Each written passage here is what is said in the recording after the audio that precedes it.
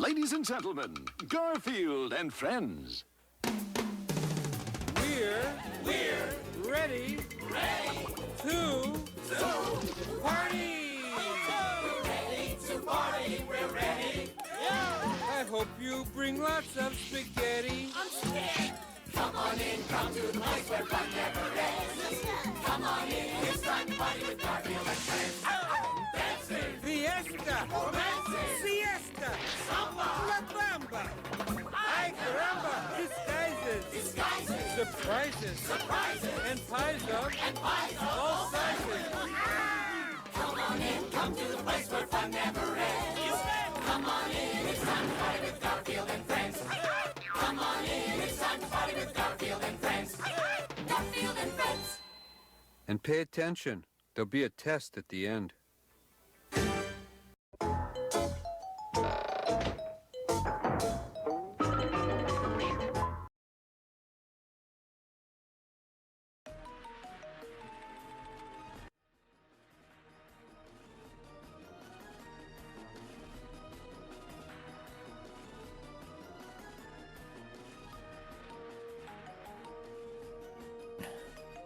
Hello, dying dingus on death's door here. Hello, am I coming in? Hello. Hello. The man of the hour is finally here. They finally allowed me to leave the fucking hospital, the proverbial hospital I was sent to. The room. See, I think you guys are coming in through. Yeah. They have a room for you? They just lock you in there and say you're not they allowed locked to do me in anything there. anymore? Dingus, you're sick. You're not allowed to play Nintendo games anymore. You're quarantined. Well, thank you, Jameli. Hope you feel better, Dingus. Thank you. What a fucking ride today has been. I don't even know where I want to begin on it. I must have after the direct, because you guys know I was up the whole night. I did not get any sleep last night. I was up playing Donkey Kong Game Boy. I did finish it, absolute Kino, but I could not. I felt like DSP LARPing as Bob Ross. I could not keep up the Billy Mitchell shtick all stream. But I did finish the game. I did finish the game. I think it's fine to abandon the stick once you get far enough. Like people, all right, yeah, for sure. You gotta move on. The people understood. They were very accommodating. But so I didn't get any sleep. So after the direct finish, I swear to God, I read like a few reactions on 4chan, just like general kind of gists and takes, and I must have conked out. And I wake up to DSP claiming there are no new characters in Mario Kart World, just the quote-unquote usual suspects. And this motherfucker's wailing out like over 200 subs to him or something. I'm making up a number here. But his fucking reaction was derailed nonstop constantly by this dude gifting members. I just, like, Sarah, I was like, fuck, I want to clip this, but like, I literally can't if this motherfucker keeps interrupting him every other segment to give subs. And I'm already feeling the way I'm feeling. I'm like, oh my God, you know what? Fuck it. We were just talking about it. It got stretched people out. People like that are reinforcing bad behavior and interrupting the content you're there to see. Yeah, you're cucking the content. You're cucking the clippers. That must have gave, like, I don't even know, an extra 15, 20 minutes to the segment as is. And I just, okay. I got to take the L on this. I probably should have recorded it. But I literally went back to sleep. And I was like, okay, I'll take a nap. I'll wake up like before 6 or 7, and I'll get ready because I told you what the general time window would be. And then I wake up, it's like already, it's already 8. I'm like, oh my God, they're like probably wondering where Dingus is. And I was like, oh, God, because I can't go back to sleep now. That fat nap I just took, that was like, that was last night's rest. So I'm awake now. I just feel like shit. And it's like, I got to get my thoughts out on this, and I got to felt Phil, don't cancel this because I'm not going to have anything else to do. I don't think I watched all of his reaction. I got annoyed by it and turned it off, and I was watching Shroom. Probably for the best.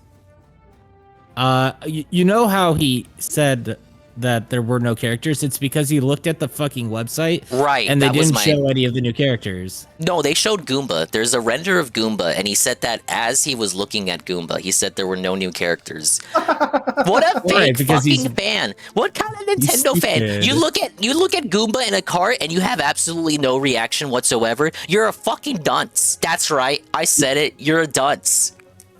He did his reaction without actually watching the direct at all. Disgusting.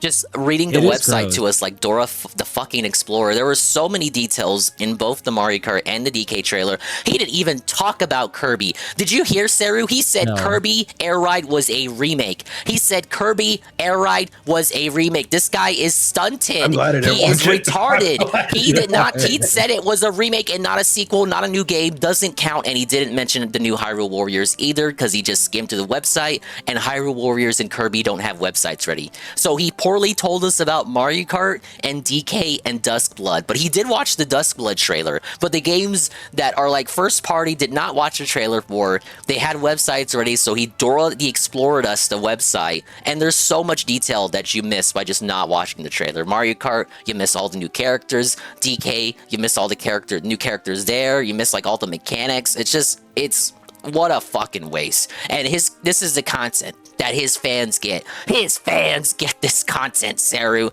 They fucking lap it up and gift him so many subs for it disingenuously. Hopefully they charge it back, but I don't even know. Would you hear about that? Do you know that it's some person that has like a cryptocurrency YouTube account? I had read in the Kick chat that it was a Kino Casino person. I don't know if that's confirmed because it was not a name that I recognized from their usual donators, so it could be stirring the pot. I didn't watch enough of his reaction, but I do want to. Well, I don't want to detract into a different topic. right away.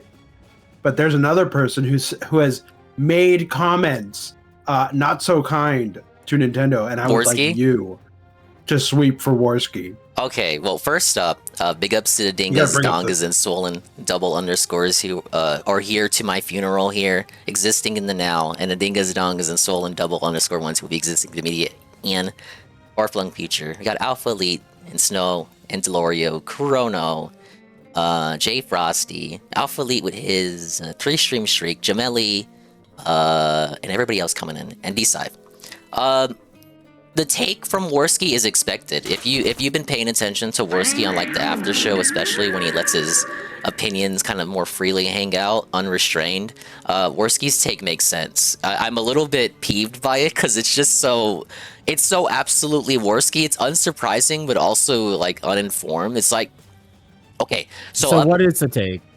I think I know what you're gonna say, and I think that what you're gonna say is correct, but it just makes his opinions completely invalid at all times. Because I think what you're trying to say is he's looking for the biggest opportunity to piss people off. Yeah.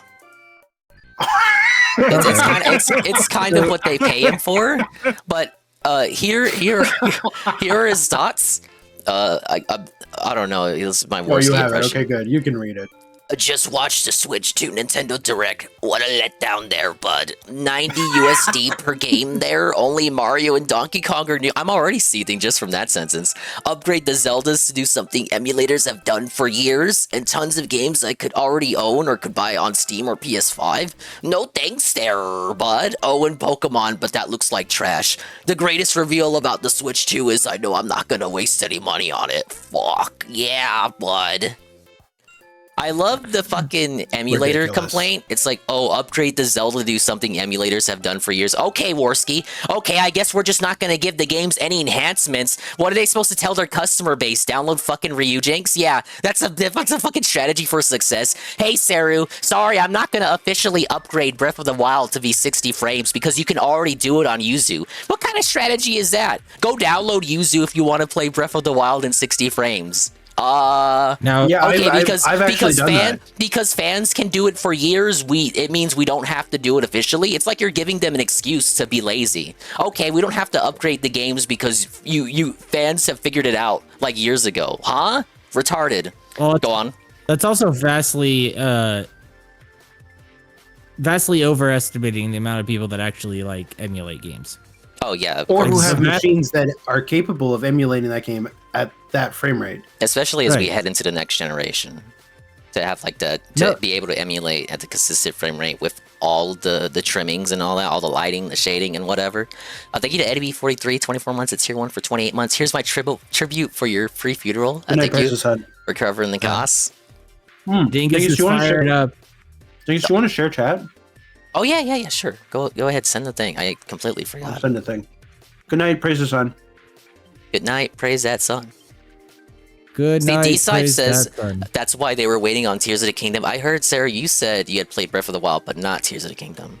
That's correct. I'm so happy to see it because now I can play it on a better console, I guess. So This will be good for both Age of Calamity, Hyrule Warriors, and the new one coming out as well. Obviously. Age of Wait, how do I- Imprisonment, yeah. how do I send the knock thing to share chat? And tell Sarah how to do it. Sarah never I did. see it for Ding. Do I your see it stream. for. Do your stream manager and you just type in the person you want to invite. I mean, I see the All right. knock button for Tevin and for No, you don't. Fedora. No. There's nothing to do with via knocking. knock. Knocking is if you want to get on So, call with me. Hit up your stream manager. And when What's you hit that? up Your dashboard. your creator dashboard, Oh, so when you hit up creator Interesting. dashboard underneath your stream manager, if you have it as one of your tiles, it should be collaboration. You just invite guests. I don't have it as. Well, wait. I'm destroying this conversation. I apologize. No, you're fine. You don't have to My hot apologize. take. This is a cool My down hot take phase. is- There we Yeah. go. My hot take is that Tears of the Kingdom is 75% as good as Breath of the Wild. No, see, you're just balding because you already beat it on the Switch 1. You should have waited, bud. No. You should have waited there, bud. I think I would say it even if I didn't beat it, or like later if I beat it later. I mean, that's a very that's overall a fair take. Don't most people say Breath of the Wild was better? Though I do think a lot of that is the surprise factor, which Tears of the Kingdom kind of takes away because it's the same world. I mean, there are objectively changes to it. Like all the NPCs are older and they're doing different stuff. Some of the areas have very subtle changes to them. I would say bigger changes than you would think, but like not big enough changes that like just someone skimming over a Warski style would notice and give a shit about, if that makes sense. I think it's just for me that's the bait and switch of it being a quote unquote sequel, right? Because there's not as they were very afraid that people picking it up would not have played Breath of the Wild. Well, that's fine. I don't care. Like people get sequels all the time. Like people play Witcher 2 without playing Witcher 1. That's fair. People play Persona 3 without playing Persona 1 and 2. People play GTA 3 without playing GTA 1 and 2. Now those ones are kind of different. Sure, but like there's still references back to Persona 1 and 2 and Persona 3. And even there's references from Persona 5 to Persona 3, right? Like it doesn't really matter which one you start with. But I for me, I just they had these big mechs and then suddenly they're gone and there's no explanation of why they're gone. Right? I don't think it's in the game, but Aonuma said after and I think this is a bad explanation. After Breath of the Wild, the Sheikah tech recognized that it had fulfilled its purpose, so it all just sank into the ground. That's terrible. Yeah, I don't like that. If you're gonna do that, you gotta show it. So then why do you not see any of that in the underground? Right. I think I sent you the thing. Oh. There it is. There's a notification. There you go. Cerulean86 wants to collaborate. Let's get some collabs in. Yes. But you were fired up there, Dingus. You were as fired up as Jeff C was trying to get those Burger King workers when he liked the Firehouse sub or whatever. Oh my god, I completely missed his Minecraft meal thing. Now on the thing, Sarah, you have to. There's another. You gotta like. And you chat, right? Yeah, you gotta activate that. I can't do that for you. Hey, it was terrible. Just go. All the thing was is just a fat idiot stuffing his fucking face. Share chat started. Okay, do you guys have the lobby open? I didn't even see it. I do. Okay, my bad. Okay, I had it on the intro. Okay, hold on. Here. Hello, Dinger Chatters. Hello. The chats are combined. Hello, Cerulean Jack. I'm not having to worry about the stream nonsense. I could just sit here and be just a regular goon. Yeah, you're just a regular old guest star. How was your day? You should be able to join. You should all be able to join. And you're going out of your way not to talk tonight. And how was your evening? Honestly, it's been better. I ended up having a small infection on my finger because everyone's getting sick. Well, I had busted a glass. Like I was washing a mug and I didn't realize I broke the handle on it, and I cut up my hand kind of bad. Ooh. And for the past couple of days, my finger was pretty swollen up a bit. But it's finally better now, and I actually feel like I won't get pissed off if I have to hold a controller, which is pretty good. But thing is, hopefully your illness far outpaces mine. Hopefully it'll go away, and you'll be feeling right as rain. I just feel bad because this is like future. Like, I'll get over it because this was just like the reveal or whatever, but this is like the #1 day to be a dingus, and I'm feeling like this, the absolute state of the ding dongs right now, the absolute karmic fortune or lack thereof on display. What a turn of events. I feel like dog shit. So hopefully tonight can get my mind off things. But dude, I am like beyond zonked, and I'm gonna blame Phil for this. I agree. Well, Easy Well, Money, unlike, they did announce GameCube games. I was felted on that. I have to take. I said no GameCube games, and they would rather focus on remasters and remakes. I gotta kneel to the fucking Redditors who wanted GameCube. We did get GameCube locked in. I said if anything, they would skip straight to DS and piss everyone off. Well, I think, and they're coming out with some good GameCube games, like the Fire Emblem. Oh yeah, that thing's expensive. yeah. Fuck you, Retro Market. Fuck yeah, Fire Emblem Path of Radiance. Good, objectively good. I love how that was one of the first ones that they had teased. They knew what they were doing with that. Yeah. I can't believe people were asking for Eternal Darkness. No, I hope it. I just don't know how. I don't know how you would. The fucking tricks that game pulls would not be as effective. I'm mostly just talking about emulated. how it's stuck in copyright hell. That is no chance. Well, it was in Smash Ultimate it's as fine. a spirit. I thought Yeah, Nintendo so- owned that one. They do.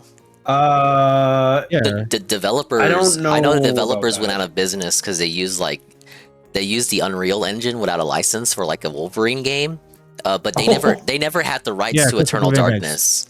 So when they tried to kickstart a spiritual successor, they couldn't call it Eternal Darkness because Nintendo still had the name rights. So Nintendo owns the IP to that. They would not have to communicate with anyone to get that on the NSO. Yeah, that's what I was thinking. And why are you not in here? There's no whatchamacallit. And the room's open. We're all in. Wait. I will invite Is you it supposed to send a game invite, or how am I supposed to do it? I just went to. Get a load of this, boomer. Okay, come on. I'm usually just giving you the fucking point. I haven't used. You know what? You guys are being fucking assholes right now. Hey, Jesse and Golem. I am Pharaoh's not being Anonymous. an asshole. Okay, Pharaoh's Anonymous. You would have to be the asshole, but you know. Pharaoh says, gotta go. I have an update on my running. I just want to share. I can now do a 16.5 miles in an hour and 45 minutes. Let's fucking go. I can do 3 sets of 50 squats with 50 pounds, and I can bench press 20. Yes. For those that don't know, Pharaoh's Anonymous is on a self-improvement image arc, and those are his current stats. Congratulations. Thank you very much. Big ups. Let's fucking go there. But yes, round of applause there. Not from Ann though, because Ann's not in here. Yeah, that's right. I Yeah, can't the do that. absolute. Anne is very unappreciated right now. Oh, you know what? It's because I'm having update software. Fucking go there, bud. I should've If done anyone that here earlier. buys Mario Kart for $80, we are fighting, says Golem. Oh, I'm buying the whole thing, and I live in Canada. So Yeah, I was about to say, you're paying $700 Yeah. flush. And I know it's 600, but I'm talking about taxes and tip. Yeah. I don't know why you wouldn't get the Mario Kart bundle, because that's the only first-party Makes no game at sense. launch. They're redoing the Switch's first It's year, digital. where there's a first-party game every month now. So you get Mario Kart for that entire first month. Donkey Kong doesn't hit us till July. Like you see what I mean? It's like a different game taking up your mental real estate every month. Well, the only reason is because it's digital, not a physical game. Oh If yeah, you want yeah. a physical game. I do want Mario Kart physical, because you know how I am. But I heard about this game keycard nonsense. It's like they're going out of their way to decentivize physical. Now I also heard that was on a game by game basis. I saw Anne was kind of investigating into that. That's not every game. Yeah. I don't know if he wants to I mean, if speak more they're on gonna- that, because he looked into that more than me. Yeah, I No. don't know. There's a whole lot of. Like there was I some wouldn't say nonsense with region misinformation, locking. I looked into that. Oh yeah. I looked into that, so I think that's because of the absolute state of the Japanese yen. So in Japan, it's region locked in the sense that it's only meant for the Japanese. It's the scalpers internationally who would import it to pay a cheaper price because the yen is so bad right now. Therefore, it's only in Japanese so that scalpers can benefit from it. But they didn't comment on like international Switch 2s. So it's possible that international Switch 2s will not be region locked. I think So that's the what it Asian is. market with English can still probably exist. Yeah, exactly. So that the sea monkeys can exist. Play Asia is not out of business yet. What's our mileage here, Dingus? Was it worth it for me to unlock this map and see stuff I've never seen from Mario Party 1? Let's find out. Sorry. Yeah, we'll get. Let me just detract from the Switch 2 talk for a second. This Mario Party, I had to play every single map. That's 6 maps. I had to collect 100 stars. 980 coins for the Bowser board, then buy it from the shop, then do the little story segment, then beat the Bowser board. Do the Bowser map. 100 stars, and then you get Eternal Star. So what's going to happen is I have a save state that I can load. How do I load save states? Here. Actually, Parma's and it's here. At the end of... Parma is in Japan right now. Parma says the Mario Kart bundle is 5,390 yen. It's not even $400. Yeah. So because of the state of the Japanese yen, the Japanese are actually paying a deep discount for the system. Nintendo is eating a loss in Japan because of the state of the yen. That's the reason for the region locking, because they don't want to hurt their Japanese consumer base, but they also don't want scalpers to benefit from importing. Sasha's going to Japan. What if we get Sasha to smuggle a bunch of Switches out of Japan? But you won't be able to use them in English. Right, they're locked to a Japanese account. Oh, so it'll be no good. Yeah, that's we wouldn't be able to. It's time for us all to learn moon runes. Get to learning. Learn 10 kanji a day, dude. Yeah, no problem. You tell me if you live in Japan, you can't change it to English? No. No. What? Whatever. All right, so this save state's going to be at the end of the final round of the last map, just before the unlock. There's a cutscene. There's all kinds of shenanigans, stuff you probably have never seen before. And then we play a new map. Parma says there's going to be a global multilingual Switch 2 in Japan that retails for $600. Oh, what? They just jack up the price? Well, again, the yen's fine. Dude, who's got the red bar connection? Not me. Probably. Look at that. Music. It's pretty good, right? Listen, I'm not dropping any frames. I think it's me. I'm not dropping either. I can disconnect while you guys get the cutscene if that's all right. No, I mean, it's not going to help if you're... how about just fix your connection, dummy? Yeah, that's what I'm gonna do. I'm just gonna fix the connection by plugging in. I guess let Anne pop out then. It shouldn't ruin this. Let me pop out. Wait, does that mean I have to go back to the menu? No. Why would it? No, it's just gonna let Anne pop out. Okay, see, look. See? And it's picked up again, right? Let's see. Yellow bar. It did. Yeah, look at that. It went from fucking shit bar to yellow bar. Back down to red bar. It might be me. Okay, so it's not me. Let me try something. I'll be back. How do we feel about Jamboree getting DLC? I didn't think they'd ever. I didn't think it would happen. You dissuaded UNF from putting it on the bingo card. Yeah, I did. But I'm happy to see it. I hope they didn't really show new maps. I don't think, unless I have to go back and watch the footage again. It was more modes to do with the Switch 2's capabilities. What? So this is still red. Is it me? It can't be me because I got the most fucking regular ass connection of all of us. Yeah, I'm gonna reset my software. Look at this. You were blaming me. Red Animator says it's you. It's me.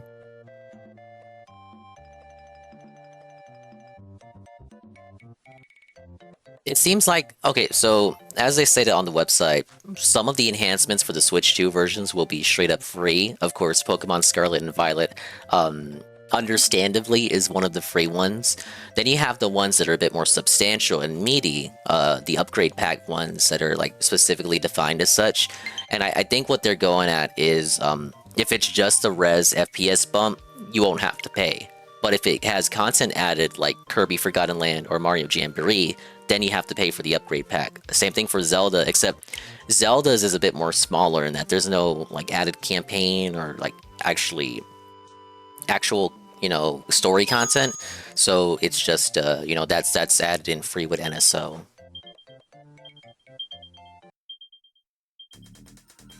All right, and the connection went down to red. And it's back up. Man. All right, we're blue. Blue is good. What's a blue connection mean? Full connection. Nice, nice. And we're down to yellow. And we're down to red. What can you choose what tier of upgrade you want? Because I just want better frames. They didn't say that. So if you want, for example, if you want Mario Party Jamboree just to res an FPS bump, I think there's no option for that. You got to take the one that includes the additional content. Raise the Discord. Barely hear them. My bad. Why do you want to hear us? Oh, Starman's here. Kirby Forgotten Land in 60 FPS is all I wanted in Hammer Brother and McCart. I'm very shocked that Forgotten Land was one of the first ones they gave a performance bump to. That game did get into like blurry territory throughout. I really enjoyed Forgotten Land, so I'll definitely play the new content for that. I'm just impressed that was one of the first ones. What I think happened, Starman, is with these last first party games that came out.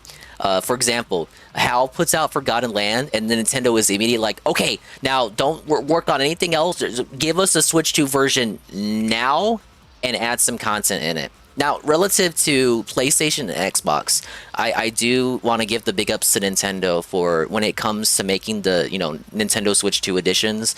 They knew that just having performance and res bump probably wouldn't be enough. So for the upgrade packs are justified with the addition of actual, concrete new content. It would be like no different than just like if Mario Jamboree just got regular paid DLC or if Kirby just got regular paid DLC. It's like they're justifying the upgrade.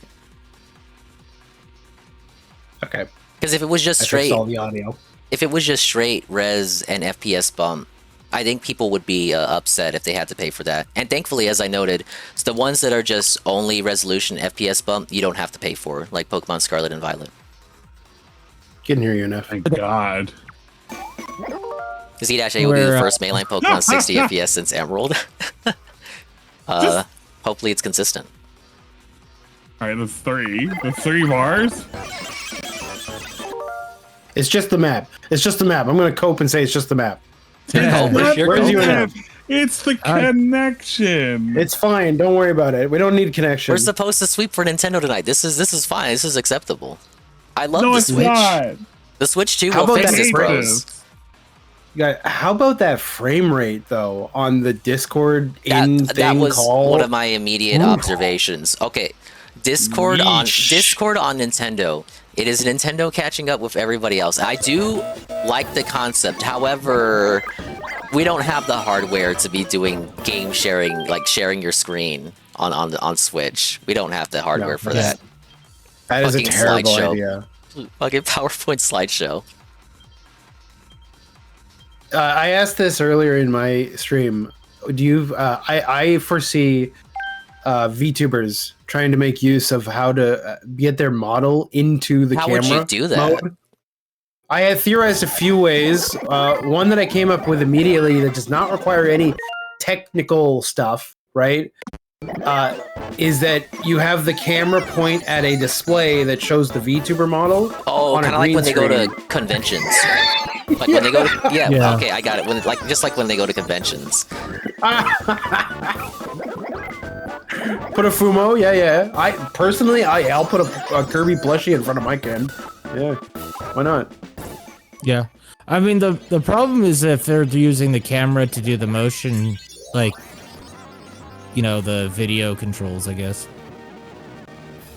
Right? 'Cause then you have to do something. Whoa, hey, Donkey Kong won. What a shock. Yeah. He won at the thing too, so I agree. Thematic. What do you think of Donkey Kong wearing pants? I gotta get attached to dungarees. I don't know. It's like fucking Goofy, or the rabbit from Mario, Rango. the one of the rabbits from Mario Odyssey, the goofy looking bucktooth one that you fight in the snow world, it reminded me of that. Yeah. I gotta get used to that because he looks like fucking the country bears now. Remember the country bears from the Disney World? Oh yeah. I gotta get used to it, but I get it. I guess okay, that's clearly a sign of they were developing the game and then realized it would be awkward to have a 3D Donkey Kong in which you're staring at his hugely high definition defined ass. You know, it's a bit different than Nintendo 64, DK64, right? Kong ass. Well, I mean, this is a kid's game. Luigi loses. Okay, we got Black Firearm here. Having physical games being priced more than digital games proves that the gaming industry wants to kill off physical games. It's not a good thing. I did see that. It is game dependent. So I think because Mario Kart World is going to be such an evergreen game that you're going to constantly play, streamers are going to play with their chats and whatever, that's why that one is $10 more than DK. So that I think that one was $80 digital, $90 physical in America. And then DK is 70 physical and then 80 digital. Or I got that swapped around. And just practically, digital is always going to be cheaper. At all times. Yeah. Pretty much all times. That wasn't the anyway, case until now. Digital should already be cheaper than the physical version. I think we could agree with that. So they're putting that into practice, but it feels weird because the overall price has gone up. Well, yeah, because the problem isn't that the actual physical or the actual digital game is coming down, is that they're pushing the hardware up, so it becomes a right. So the ceiling is raising for the games in general. So there is now a discount. Like people always say, oh, digital games should be cheaper than physical, and now they are. But because the overall price is going up, it feels like you're getting stiffed. Yes. Like, okay, to make a comparison now, for Switch 1 games, Mario Kart 8 Deluxe, you know, $60 $60 digital, but $50 physical. Oh wait, no, $60 physical, $50 digital. You know what I'm saying? Yeah. Dude, Sarah what is is going on crazy. with the connection? The state of Nintendo there. What? Who's fucked up? Is it me? I'm the only one who hasn't popped out of a chat thing yet. Okay, let me pop out, and then yell at me if it instantly gets better. And then I have a way to make it better. It's still 2 bars. Still 2 bars. This is really disappointing because we've played this before with this group. Yeah, this exact group of people. Not this exact group. No, we did. I'm pretty sure we have before. No, we did it with Jamboree, but we didn't do it with NSO. Dude, this BR is Joe wants us to explain with the sandwich shop analogy. Yeah. So you see there's a sandwich shop, and the delivery drivers are just not showing up. The thing is, when people bring up games costing more, back then as people that also didn't play games much, true, it was more of a niche thing, only for nerds. Dude, we have 100 times more people buying this shit, and then they still charge more. Oh, sorry, Sarah. Try hosting without me. I just want to see if it's me, or if it's just... Okay, I'll go ahead. I'll go ahead and host. Unreal. Why is the Nintendo on... Come on, man. 2025. Can they not have proper servers? Damn. They want to add Discord to this shit? How's that going to work? Oh, you and I just went down to 1 bar. 2 bars. I guess. Is it just the Nintendo Online is fucked tonight? Is that the problem? Let me drop out between Dingus and Ann.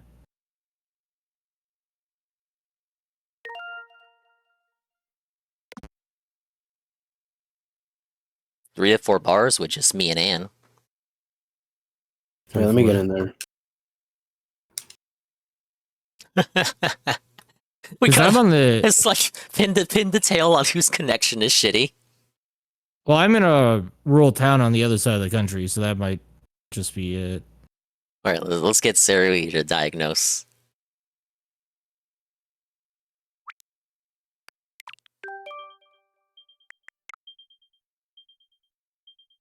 Are you hardwired or wireless, bud? I'm hardwired. A very stable 3 to Nintendo 4 just bars suck? with me, Saru, and Ann. All right, connect now. Connect now. 3 bars, quick. But I'm not the one with the save data. What does that matter? Yeah. We can confirm if it's like everybody jumbling the lines. It's like Okay, they're all yeah, trying to get through the okay. pipe. You and F jump in, and then if it drops to 2, I'm afraid it's you, because it is a Yeah, I'm stable 3 thinking it. bars. Just jump in and see if it's. Staple 3 bars, my It's ass. me. Rip. Oh wait, it has to load back in. Give it a sec. And 2 bars. No 3 bars. We lost our 3 bar. I'm still seeing 3. I'm seeing 2. I see 2. Let me change It's one like a thing. connection to person thing. Can you change somebody in charge? No. Not for the Damn. save file. I'm gonna briefly Stupid. pop offline. This isn't. Wait, what? This is where Beautiful Dolphin saves the day? Oh!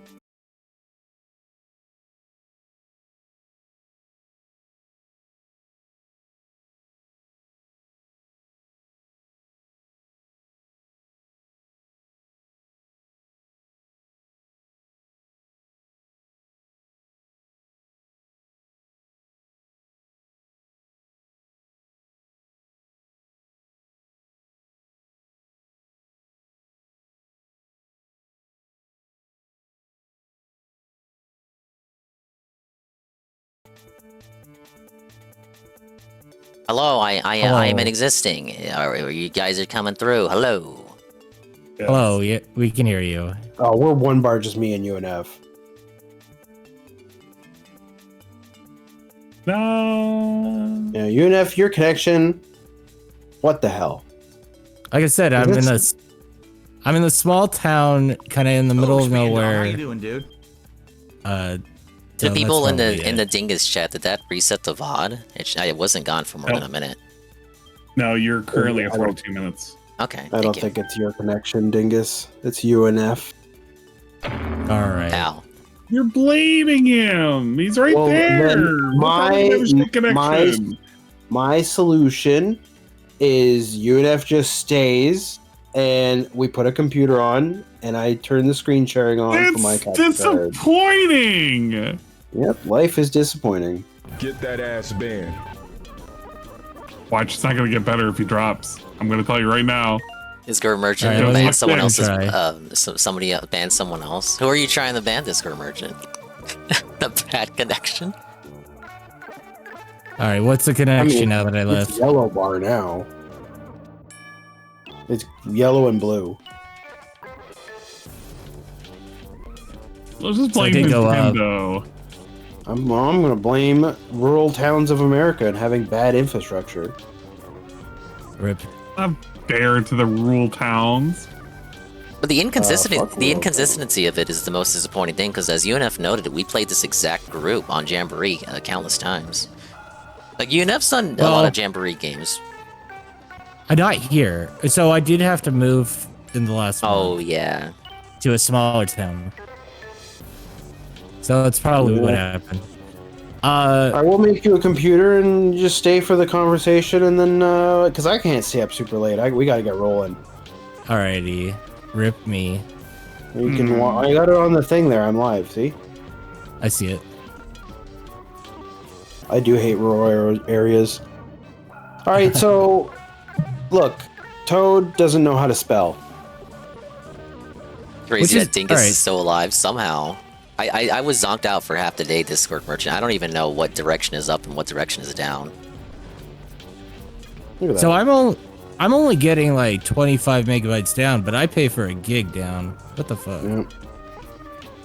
You're Hey, getting fleeced Yeah. there, bud. Well, only on Look at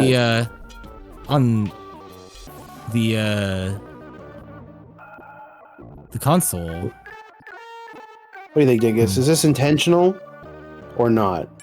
Is that intentional? What he's saying? Yeah. It seems. Oh wait, no. Like something's wrong in the Sorry, mushroom I didn't even village. notice it. Maybe not What's going on intentional. here? Yeah, you, we got a Cypher. little too many E's going on here. Hey Toshi. Something's wrong. What happened? What are all those footprints? Oh my god. They stole all the stuff. Why would Bowser Who do stole this? What a jerk. I got all your stars. If you want them back, come to the warp pipe. Oh my god, this is a disaster. Look at the footprints. See? I don't think I have any. There's so much. This menu, so good. We'll look at it later, maybe.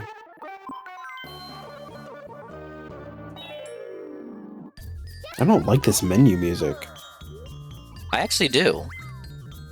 Cursed menu music.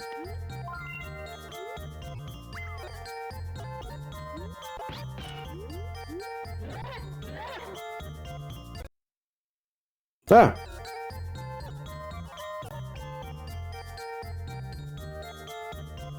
Am I not allowed to pick? Oh, you're What see player are you? on the left. On the left, you're player 4. Oh no, and leave and come back. Oh no, wait. Actually, oh fuck. Don't do that. I got an idea. Because Press back, Diggy, press back. It's fine, it's You fine. know I know can what to just do. connect and reconnect, right? Disconnect, reconnect? Will that work? That would put Anne as Yeah, player sure, why 2, I not? think. Oh, okay. Then do that. I was about to say, how am I in controller slot 4?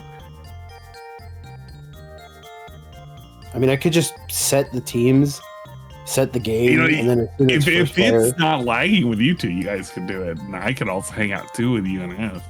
Oh yeah, Yeah, if it's not lagging. I don't the even lag mind is it. gone. It's blue bar now. You guys You know need to fix the what? internet. Oh Me my and you and god. F are gonna backseat. Absolute Like losers that. over here. Is it All right, I like so- this a lot. is it Anne you and Yeah, those two. Hey, Unbelievable. My internet's Dude, it's kind of so with the Switch. I have it hardwired. Now this is but consistent with Anne's historical internet issues. Look, music distortion It's completely actually- gone. Music distortion It's actually- completely gone. Shameful. It's running on classic AN internet connection right now. I swapped the AN internet connection onto the Switch. Let me pop out Which and is then pop back stable, in, but so not it'll good. put me as player Mm-hmm. player 2. It works itself Unbelievable. out. Can you believe these two? I know, right? And Unreal. you're look. I was gonna blame you because you're Canadian. Remember when we tried to do Jamboree and something was wrong because of your connection side, the NAT Blame side. Canada. I know. Thank you, Yeah, GPM Raiders. for the raid. Big up GPM on the raid. Thank you very much. I'll give you a shout out in a second, GPM. We're trying to do a collab with the Century, lazy style.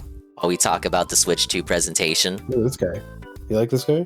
That fat little toad. Oh no, the Mecha Shy guy. Give us your best.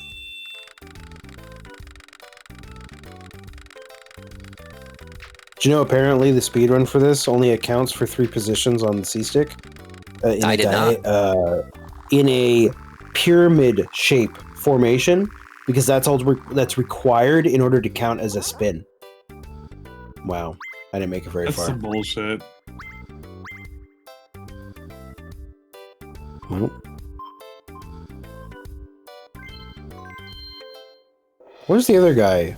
Item house? It's happening, Siru. Five Nights at Freddy 2 movie trailer just released. I have no love or hatred for Five Nights. It exists. Look at this guy. Do you know what this guy's name is? Fun Gus. I like fun, Yes. then space for parsing, then Gus. That's correct. Look at his little flat cup there on the table. Isn't that cool? Completely removed him from Superstars. Replaced him with Shy Guy. Shy Guy is in this area in Superstars. Now I'm not gonna like felt Shy Guy, but like come on, we took away Fungus for this. Wait, Mono. Yeah, you love GPM as a noted Nintendo hater, how is GPM feeling about these reveals? Big ups, Diddy Duke. I've ruined everyone's streaming streak, including his, by streaming early in the morning. Now, I did heavily shill and say I was gonna do the restream. You should have set the alarm, buddy.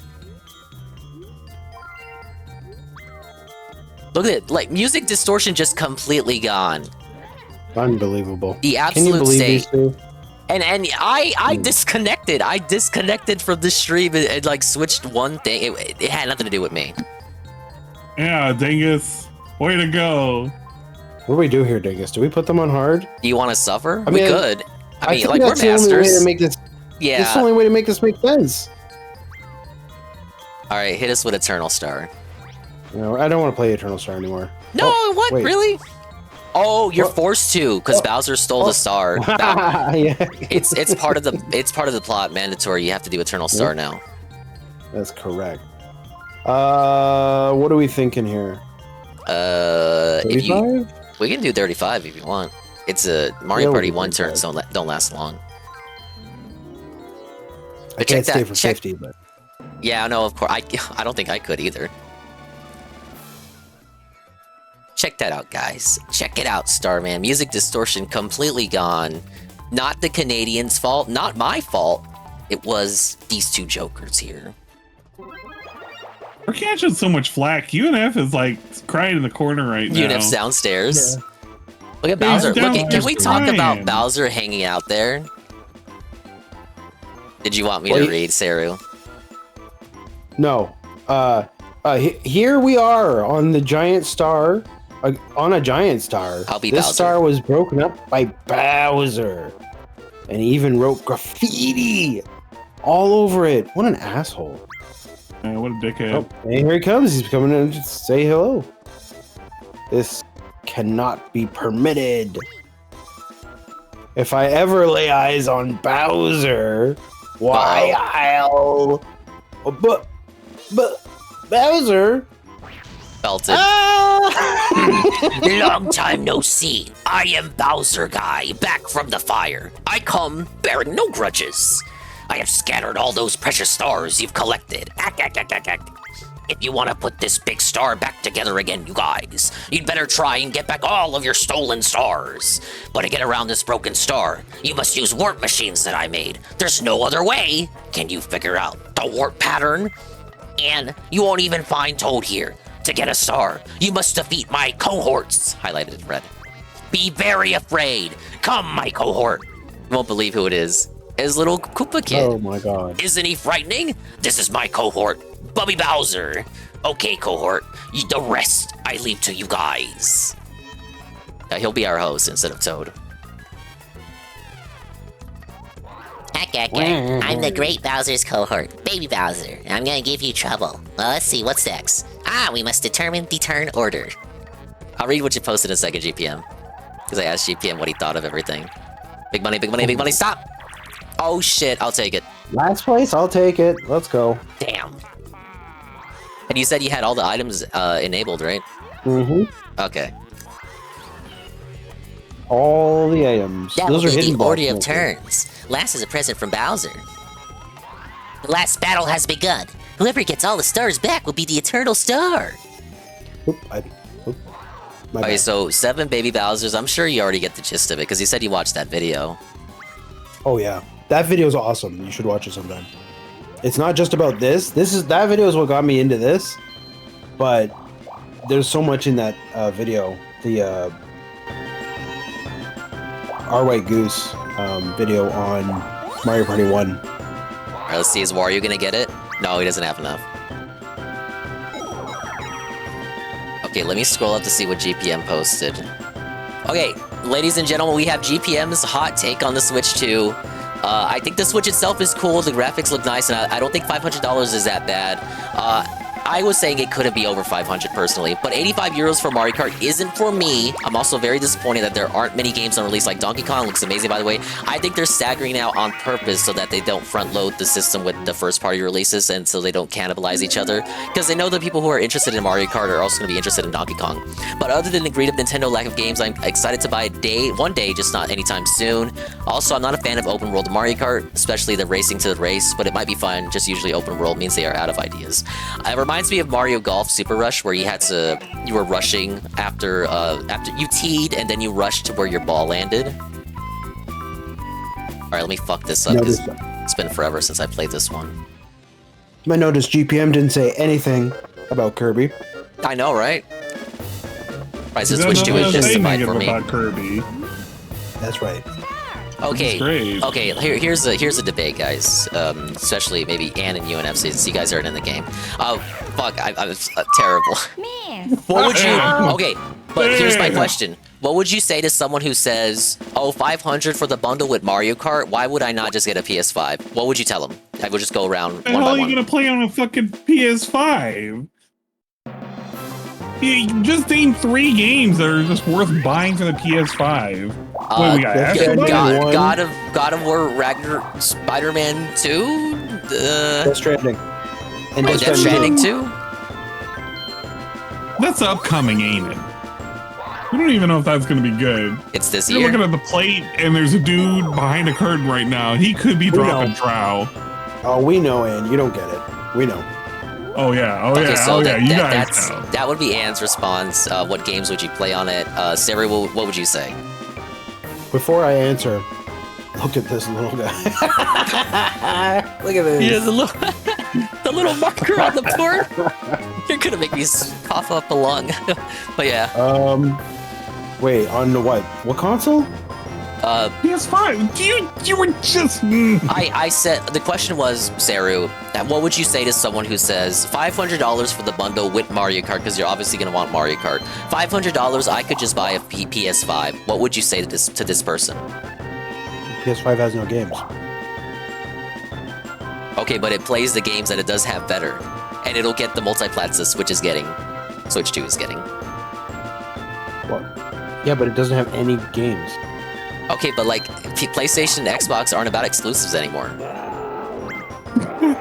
Yeah, that's a great selling point, right? Yeah, man, that's great. No, it has Kirby, and PlayStation doesn't have Kirby.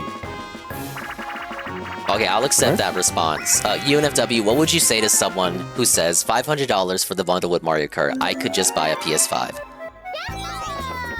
If UNF is still here.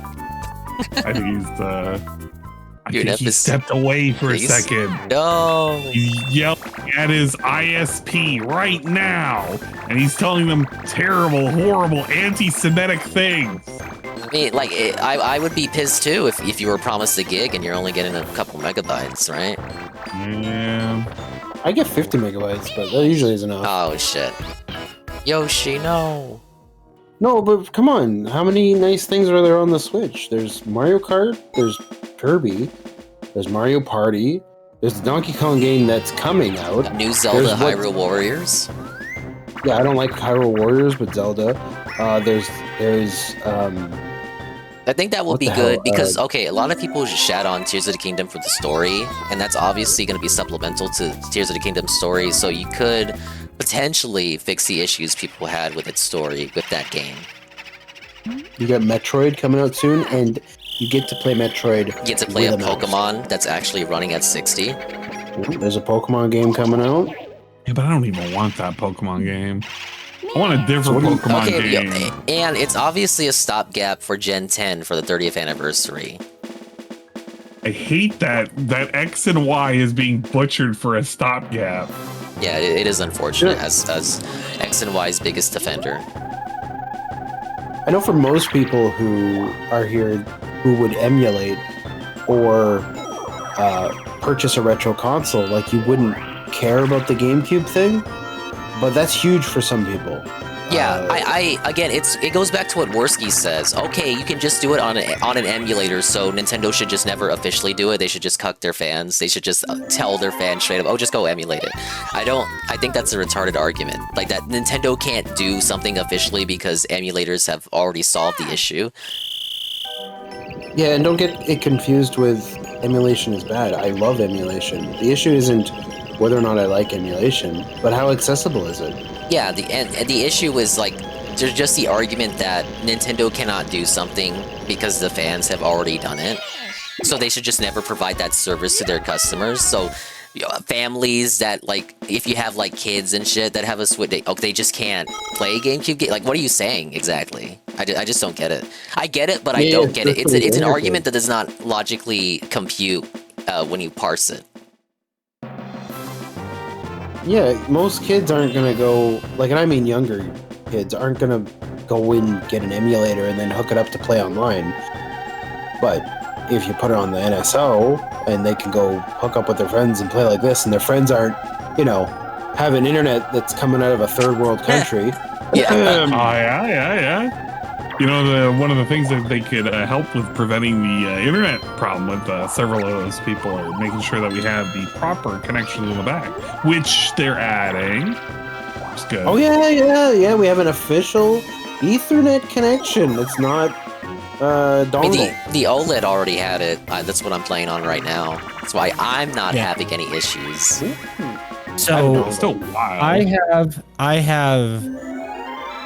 I had a third-party Switch case, you know, like the dongle, or not the dongle, but the thing you put in. That guy says.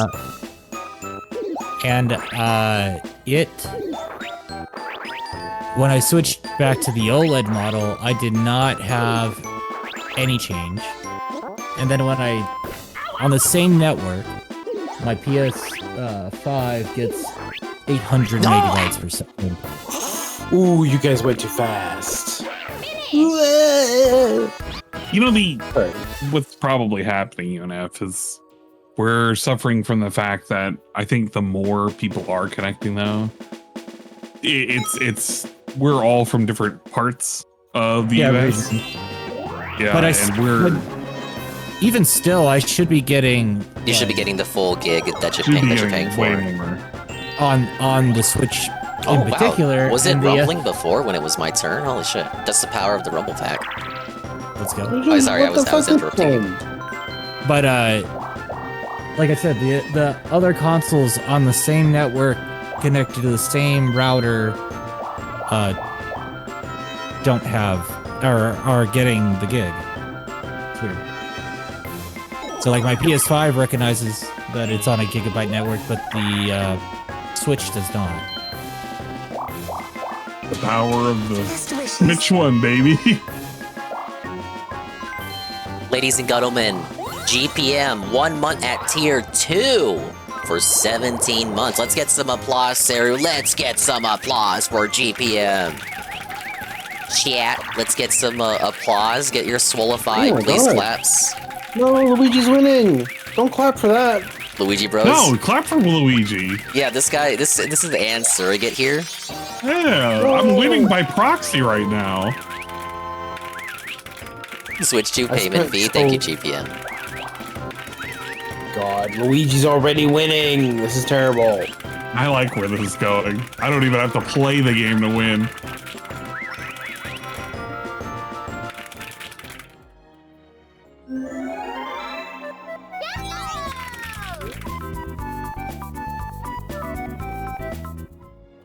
Wow, listen to that nice soundtrack without all the distortion. I know, right? And wow, you can keep looking at me all you want, but it's not gonna. It wasn't me. Do. It wasn't me. It wasn't me. Do. It was me. Did anyone look closer at the Jamboree stuff? Did they preview any of that stuff on new maps, or was it just mini games they were showing off? It seems like features that have specifically to do with the Switch 2 stuff, like the camera capabilities and just a bunch of new modes. The one, okay, we probably can't do any of the modes that involve base doxing. But there is a mode with the roller coaster that's centered around the mouse controls. We could probably play that. And it plays just like the river survival mode in Super Mario Party, where it's 4 players on a raft that do cooperative mini games. That could be pretty fun. Yeah. We were doing those cooperative mini games with the Bowser Blast. Oh yeah. It was like just like the mini games in Bowser Kaboom Squad, which was, when we played it was surprisingly fun. Yeah, we got the crispy audio. My question is, okay, is the motion that you make when you're in the camera box part of the minigame? Yes. Because that complicates things. Yeah, there were new mini games that specifically used the camera and looked for. Yeah, the one where you're motion balancing Goombas and it's using your whole profile. Yeah, there's that one, and I think there was at least one more. Well, now I definitely want to get it hooked up to a VTuber model. Yeah. That'd be super fun. As long as your model could actually, Kind of like I think people will find a way. Oh yeah, for sure.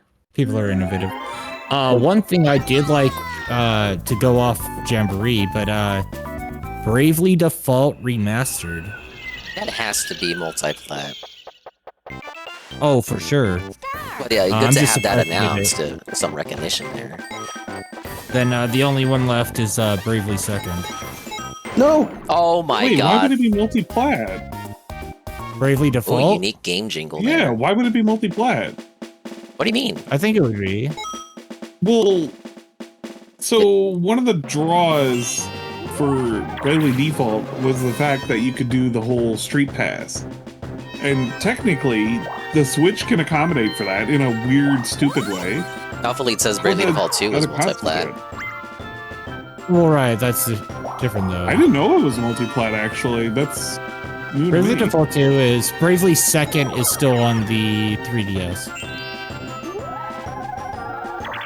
It's nuts that Bravely Second and Bravely Default 2 are two different games. They are. Didn't even really think about that. Big money, big money, big money. Belted. No, wait, I'm not. Yes. Bowser drawing. Did he draw that? Oh shit. Well, I don't have enough to get anything good. I've been fucking around these mini games. All right, look it away.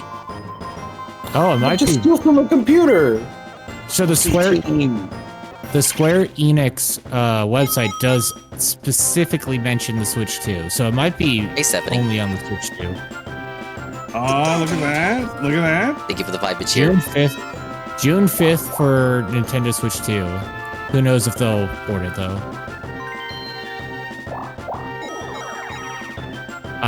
Bravely Default Flying Fairy HD Remastered will be a launch title.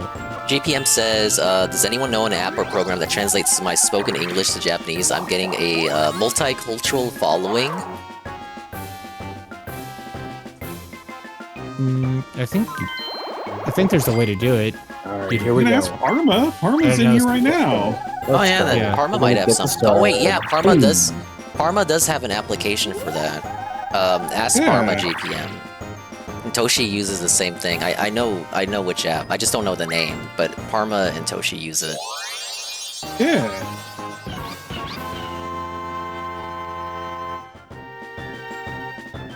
Bear it back 1 sec. All right.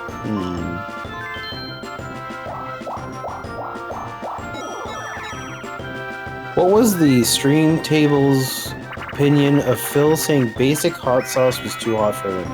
I didn't see any. I slept through the whole. How was it? How was the Minecraft meal? That was mostly just stuffing his fucking face. Heck. I mean, he ordered 3 meals from McDonald's. Yep. Did he now? Yeah, a kid's meal and 2 adult meals. It's like when he bought adult Legos. Expert Legos? He didn't want people making fun of him. He had, well, the Minecraft meals are like a 10-piece chicken nugget and a Big Mac, and that's it. So he ate a Big Mac, and fries. Took fries and chewed right into the mix. So nothing. Okay, I'm sorry. Yeah. Apologize. Nothing but the sauce is unique to the meal. Yes. He complained about that with SpongeBob though. Like what he said. What was with the SpongeBob meal? He said, "What was the point of the meal if only one thing is unique to it?" In this case, it would be the pineapple flurry.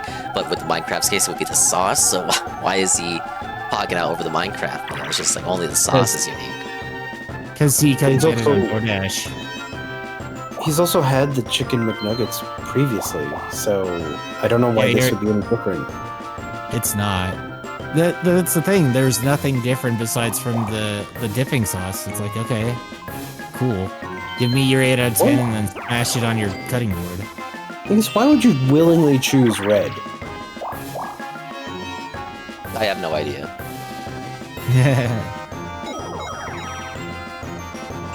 You have to keep in mind, my mental capabilities, right? I'm nerfed. I'm sick. I'm not thinking right. Ooh. You're playing with a nerfed dingus. Oh no. Ordered high C even though he did last time and hated it. Well, maybe at that time it was just it was because he ordered from a bad McDonald's. Now he's ordering from the good one. The reason he hated it last time was because of what the meal was. It's all random, dee-dee-doo. Every time someone gets a star, Bowser switches up the course for the teleporters, and they all take you to random locations. Pick up OMG Zelda. I sound like I hit puberty. I'm dying. Now, guys, I'm dying. This is the last Dingus stream ever. I'm at Death's Store. They're getting the casket ready right now. My Mama Dingus needs to pay for the funeral. Let's cover some funeral costs, bud. Yeah, it's gonna be some of those bingos. The third Dingus stream in a 24-hour period. It's almost now, like a 24-hour stream. I did credit you on one bingo because it was you had a diagonal, and then the one that wasn't there was Final Fantasy IX remake, and I decided that Bravely Default Remastered would count. Okay. Also, okay, that explains because yeah, I saw you gifted a sub, which thank you for doing so, and thank you, Gears fan. Welcome in. Damn it, I was close. You know, this is voted by this was voted. I guess not voted. This was declared to be the worst minigame in Mario Party 1 by a YouTuber, ranking all the minigames. Yeah, because it's stupid. Influence it. It's just only a minigame where only one person plays the minigame, and it's not a one-player minigame.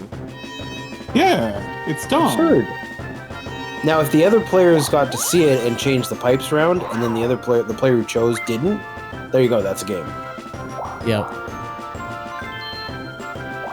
What do you think of mouse and controls on Metroid Prime 4? Thank you for the lurk, JPM. I like it. I wasn't expecting Prime 4 to be in the Direct. I thought it was like, okay, we get Prime 4 out of the way last week, so it won't show up this week. And this week will be all new shit. But thinking back, that was silly. They ended up showing Metroid and Pokemon. Makes sense for them to get Nintendo Switch 2 editions, and I think mouse controls also make sense for Metroid. Yeah. Are you ready to use your Switch mice? I think it's interesting. Oh, speaking of Switch mice, what do you think of wheelchair basketball? Oh my god, Jade Basketball. It seems to be the tech demo new IP in the same vein that like ARMS was at the start of Switch 1. But it seems to have less personality than ARMS. I don't know who the developer is. It's first party. But good night, GPM. I'd rather have an ARMS. I don't know. Nurgle would like to know what you guys think of DSP leaning into the mic so that you can hear every bit of him chewing fries. Yo, that's the content you don't pay to see, right? Correct. It's not a good DSP tries it if he's not eating in your face and giving you all kinds of wacky shots. I've shown off chomping in your ear. Have I ever shown you guys Joey's World Tour? Yeah, the fat guy with the Mickey Mouse hat, yeah. Yeah, he never came back. He's been MIA. But he has sexy ASMR eating videos that he deleted. That's what that reminds me of. It's so gross. And he kept saying the word moist. I don't like the word moist. Not in that context, no.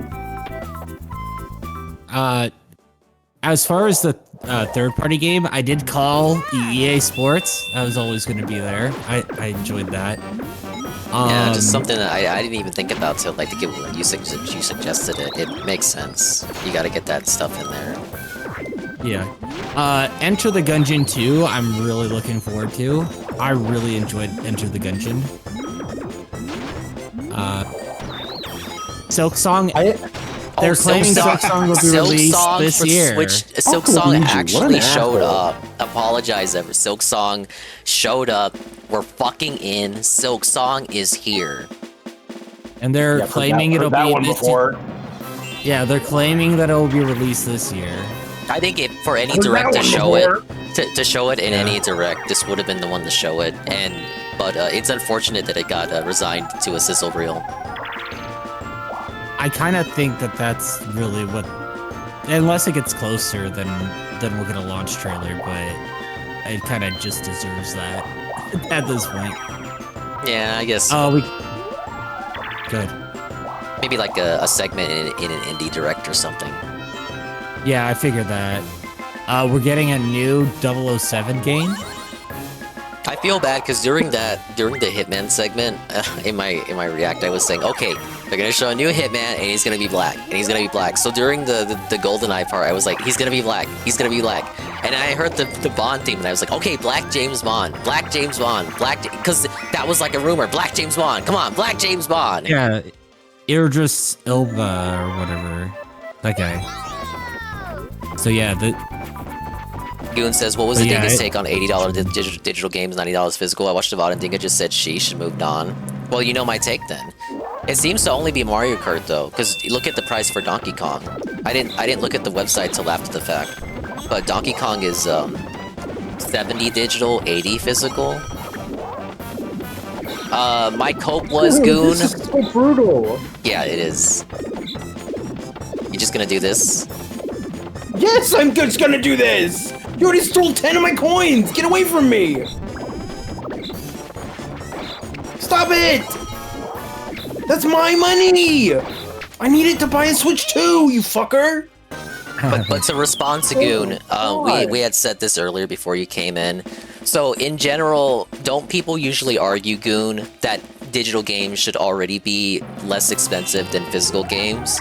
So this is answering that. However, because they're raising the overall price for games in general, the games are getting more expensive, but they are adhering to what people wanted, that the digital game be less expensive than the physical game, that it be cheaper, because it makes sense. You're not getting a physical component to the digital game. So in theory, it should be cheaper, and now they are answering that, but the price of the overall product is going up, so it doesn't feel like you're saving. It's like it's a double-edged sword.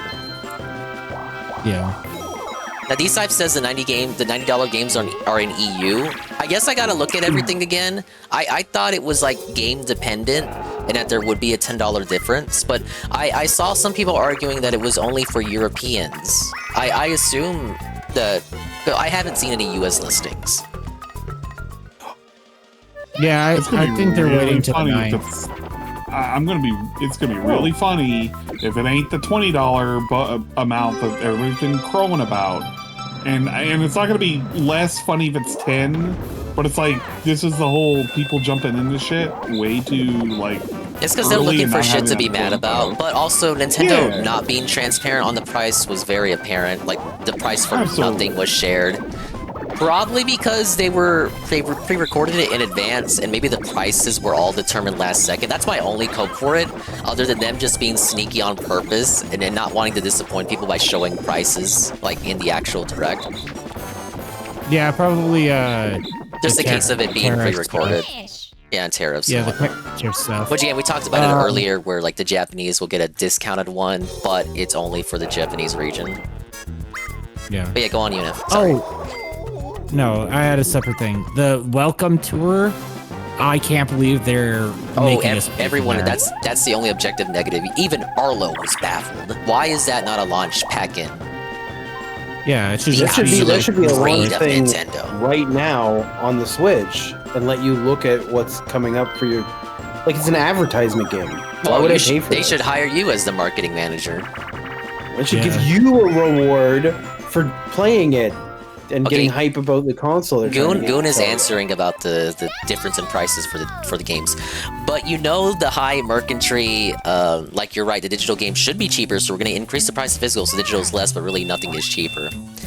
The games were going to be bumped up to 70 no matter what.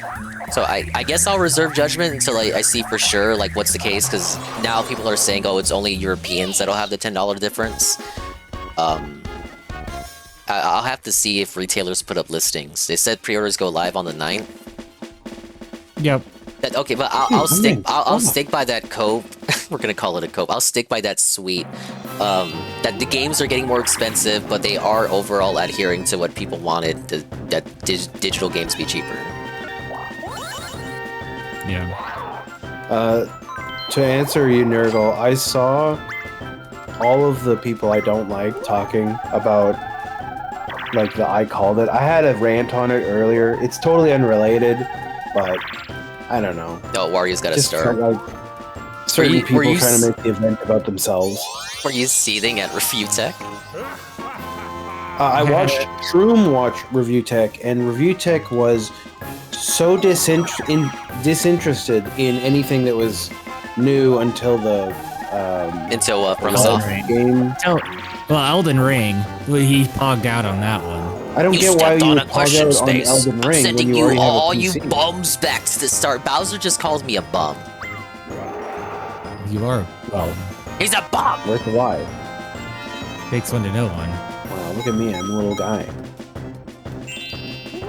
But You yeah, guys stole all my coins. he pogged out at Elden Ring, which is like, well, one, I'm surprised they're porting Elden Ring without porting Night Rain. Maybe that'll be a game? later announcement. Yeah, I don't know. It's Maybe. gonna be later. But I would have figured that if you're porting one, you port both. Maybe they didn't want the announcements to cannibalize each other, because that's already 2 FromSoft announcements for the one direct. Sure. Sure, but like I don't know. Like I don't think it would cannibalize everything. The new IP would take over at the end. Yeah. Oh my That's a god, are weird you ready IP. for your thumbs to be burn off, Saru? Wait, push to speed up. Don't spin it. You just push it. You just push it forward. That's all you Hey, gotta look, do, here's just that push thing it where you can forward. test out the controls. That's the best thing about this game. Are you hope-pilled or doom-pilled for the Switch 2 situation? I am hope-pilled. I was very impressed with Mario Kart World. For everyone saying, oh my god, it's been 10 years since Mario Kart 8, 10 years since Mario Kart 8, what have they been working on? What have they been working on? You really get the sense that, yeah, they have been working on that game for a while. It does look like 5 to 6 years of like actual development has been going into that. It's Forza, basically. Yeah, with that new knockout tour. Yeah. No. But even just like the open world. Just like stuff, the it's overall idea. Yeah. Goon says, what's the take on paying for performance patches? So if you look at the website, Goon, there are games that will get performance patches that will be free. For example, Mario Odyssey and Mario Brothers U Deluxe. There are games, Pokemon Scarlet and Violet patch will be free. That's already confirmed. It should be free. The only ones that they will charge for are the ones that add content. So Kirby will add a whole new campaign. Mario Party is adding a bunch of side modes. The Zeldas are getting like this companion app and just smaller resolution bumps. So those ones I get. Like it seems like the parameter is if it's a substantial actual content update, then it gets an upgrade pack. If it's not a substantial actual content being added in, just res and FPS bump, then it's free. Well, I make that sound more complicated than it is. It's an app within the existing Nintendo Switch Online app. It's just a little hub there, and it lets you keep track of like things in the game world and shit. Yeah, it's not I make it sound more complicated than it is by saying that. Yeah. The thing is, you didn't watch the guy. I was I heard him talk about how Mario Kart had no new characters while he was looking at Goomba on the website, and then he was counting gift subs from this fucking idiot, and I zonked out and then woke up before the stream. I also didn't watch much of it because I found his opinions shitty, and his entire setup now is like very annoying to listen to. Yeah, that's shit that like for Gamers TV, but I gotta look at it. I gotta look at it again, Goon. But I'm paraphrasing. That's what I remember. You know what'd be nice? Oh man, you know what'd be nice, Dingus? This would require you to. You will probably already think about this. Sit down, take the video, of him talking about it, and then remove all the begging and all the begging and all the shoutouts. Yeah, that's what I was There'd thinking. be so but many like, jump cuts. if I wasn't sick, Sarah, that would have been my afternoon because I didn't have any. I didn't have work, but I just I heard him read all the fucking nonstop donos from fucking It's a Me Can. I just fucking took the L. I feel bad because now I've lost. I would have to go to Raw Phil for that pre-stream. I guess I could just use his recording, but you know. I could just use Phil's recording. You know, just having the raw recording live from the live stream is what I prefer for maximum quality. Hello, Seal. Well, yeah, I did. As I said, Seal, I conked out, but yeah, I heard some of it. Sorry, Sarah. Go on. It's a shit. Like his own content is filled with that. If you're think about it this way, you don't dislike Phil. You organic viewer, yeah, potential new viewer. You're just constantly interrupted by donos.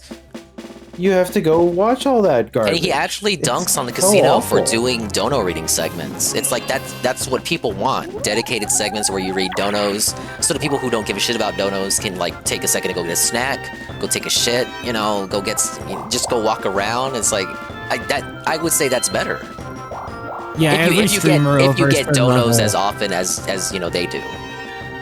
Every streamer that gets donos above a certain like rate, you just have like to a dono do segment. it later. Like if I got a hint. I'm not hinting. I'm outright telling you. But if I gotta give sub right now, I would shout that out right now because I don't get shit at the rate that the casino or DSP does. But at their rates, having a dedicated dono segment makes more sense. Yeah, because it just eats the product. It eats the show. Yeah, it lessens the quality of the program. Now, I would understand the human element, human style. If you were to get 25 subs right now, like anyone would pog out at that. You could have your little pog out and then just read the names after. And then you could do what I do and what Tevin used to do before the subathon thing. Just read out everything again at the very end. Sure, of course. Just in case you missed something or whatever. Yeah. Is this one of the other worst mini games? On a map this flat, we need the arena. What the fuck? We need the arena with hills. Luigi did that, not me. Gotta juke him. Oh shit! No way! No! Fuck! I'm too sick to be doing this. I'm dying. Because Nurgle's asking about Phil's direct coverage, and I agree. Like clearly he didn't watch the actual direct. He's just obviously no. I don't think he would hide that. He went to the websites and he looked at Twitter. That's it. Awful. Very disappointing. The only trailer he looked at is the Duskbloods, but straight up omitting details because he didn't watch the trailers, telling his audience there are no new characters in Mario Kart because he only looked through the website. Right. Oh well, Rebsy, you say there's nothing innovative. Oh, and he doesn't know about the new Hyrule Warriors, and he said Kirby Air Riders is just a remake and not a new game. Yeah. Please not me. Warriors, what are you doing? Oh, fuck. Oh my god. Well, I don't have any stars. Damn it. Alright, I can gel with that. You guys stole my coins earlier. I can face tank that. I was going to say, Rebsy says there's nothing innovative, according to Dave, about the Switch. Now, I will counter that, because the one place where his mind perked up were what he considered to be the things that Nintendo was showing that he already does in his setup, because he's clearly like so awesome, and he's ahead of the times. That it does not surprise him that Nintendo would do the same things he's doing, because he's so awesome.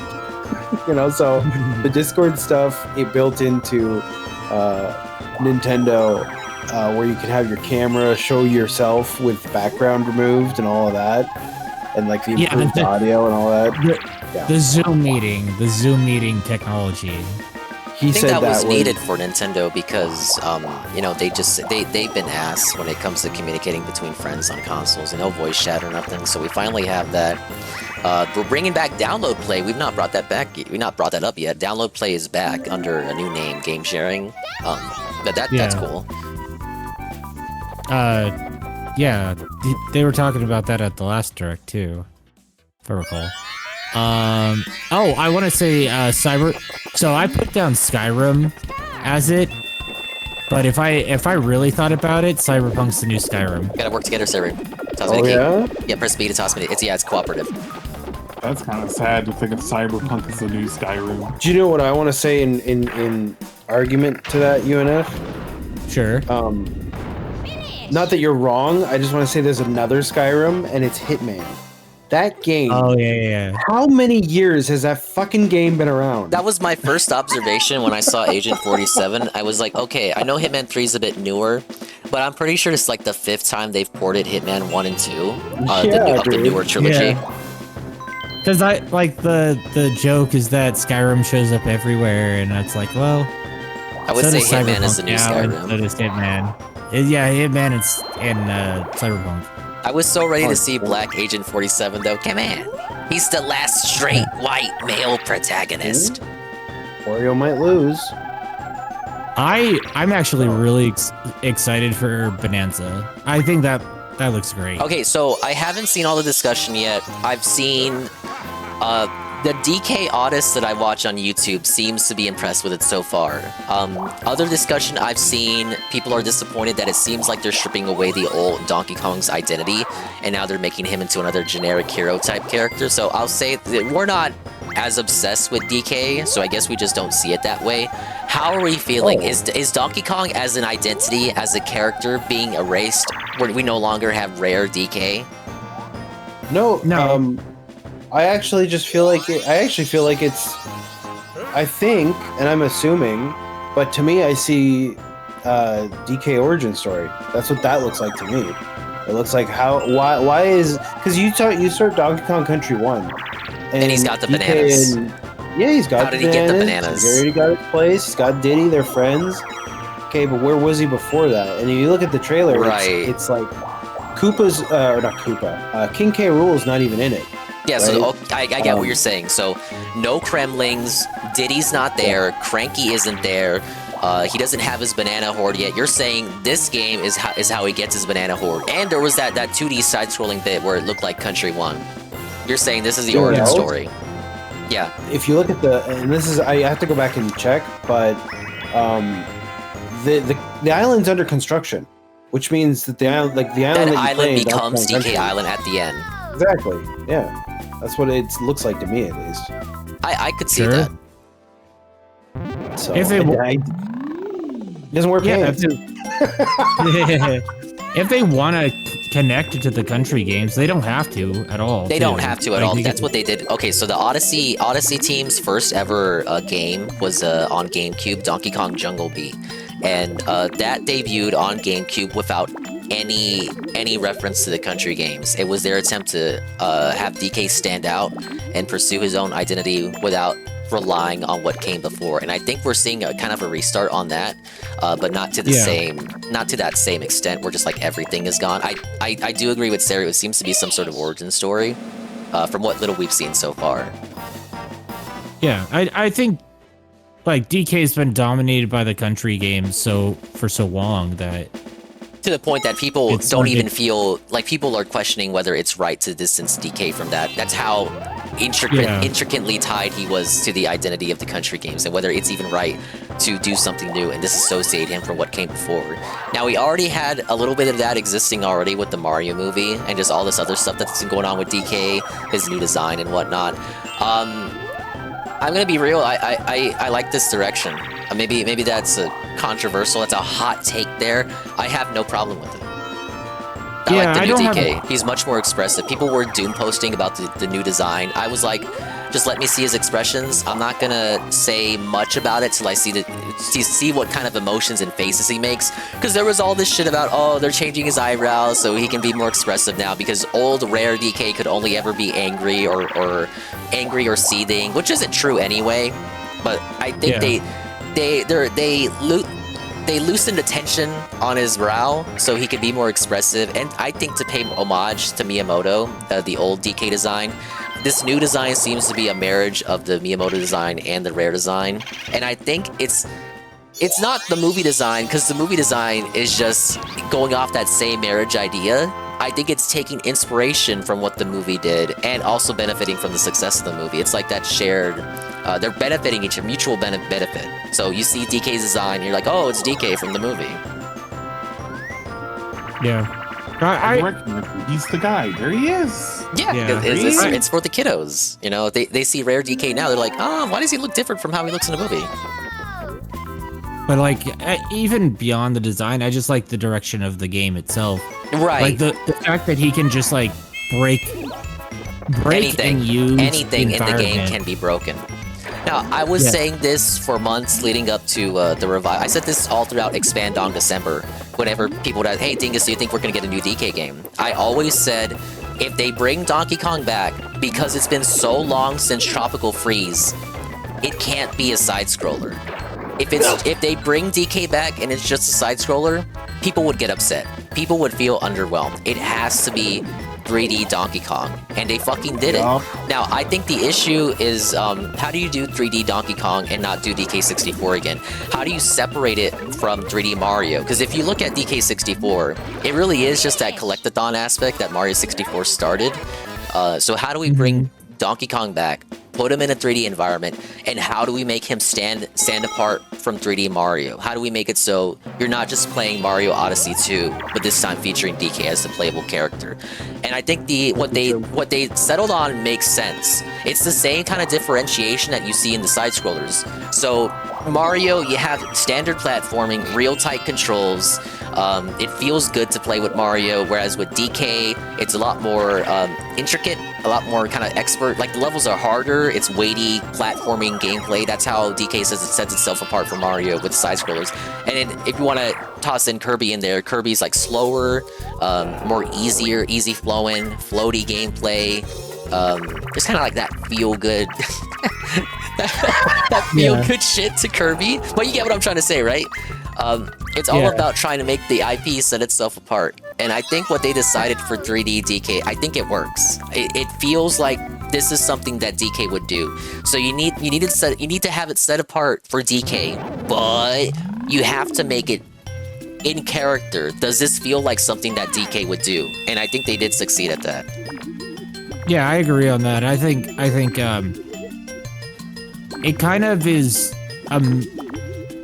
it kind of takes the ideas behind the new Donkey Kong Country games and makes it their own. Yeah, if you play those, you'll often get segments where it's like, oh, mash the buttons and DK will kick the tiki out of his house or bash out of the plane, quick time events. Yeah. It does feel like a lot of that, and a lot of what we saw in Jungle Beat 2 with him kicking the shit out of those other Kongs. Did I win? Oh fuck, I'm felted, bud. Not? Big up CJ Bruno. Thank you, Shroom, for the raid. Oh, sorry, I saw. I was speaking over Shroom doing the raid. Well, you wouldn't shut the fuck up. God damn. That's so fucking passionate, you piece of shit. Gotta let it out now. It's final hours. You gotta let him speak. Every minute might be my last. It feels like in that spirit of like the Tropical Freeze or Donkey Kong Country Return, where like it has its own enemy. Yeah, but kind of like how, if you mean the new antagonist, it feels like how the Peach game did not rely on Bowser or any pre-established Mario things. It feels like this DK game is doing the same thing, relying on nothing pre-established, new identity, new direction, new face. Again, like what Jungle Beat did, nothing that came from before. I like it. It looks very metallic. Yeah, I'll take any new characters. Though. It looks very metallic, though, to me. It's the Hulk. I was reminded of the Hulk on GameCube. Yeah, Hulk Ultimate Destruction. I was about to say, you hear praise for that game all the time. I think that's the impression a lot of people will get when we finally get to play it. I feel bad. I got denied from joining in on that Switch 2 preview events. They fucking rejected me, bud. Oh, rip. Womp womp. We didn't even mention, there will be gameplay for these games tomorrow morning and Friday morning as well. April 3rd and 4th, gameplay through Treehouse Live. We'll get to see actual gameplay in depth. We'll maybe see more features, assuage some of our concerns, that if we may have any. I'll wait for the Dingus autistic analysis. I'm fucking not restreaming that, but I'll take a look at it. I'm not Phil's not saying gonna play Nintendo tables. Go first, Saru, and then Ann. Ah, god damn it. Phil's not going to play any of these games. King Didi Duke was saying, I'd love to see Phil rage quit Air Riders. He's never going to play it, ever. He's not gonna play Air Riders. Okay, when PS5 launched, he played like 8 of the launch titles. So will we see that again? And he finished them. No game was dropped. That is astounding. He had time to finish everything. I think Ann would agree that he has been talking about a new Mario Kart for a million fucking years. He'll play it. He'll play it. He won't enjoy it, but he'll play it. I think he'll actually enjoy this one because it's open world. Like he'll run around in there. I feel like it has more legs for him. We're gonna poo-poo on it after like 2 days because it's gonna be like this is more of the same, even though he doesn't play that. Well, I mean, DSP always does that no matter what's happening. Oh, Ann's quiet. I'll raise him up. Oh no, Ann's not quiet. Ann's like completely leaned back. I'm like hyper chill right now. I'm like part of the viewership. Yeah. Sorry, I'll sit up. But no, he's gonna he's not gonna rage quit it. He's gonna board quit it. It's gonna be like 3 days in, and you're like, I don't know, guys, there's just really more of the same. Nintendo didn't really innovate, blah, blah, blah, blah, blah. And he'll just write it off, and it'll just be another one in the pile of games that he's played. That's just all it's gonna be.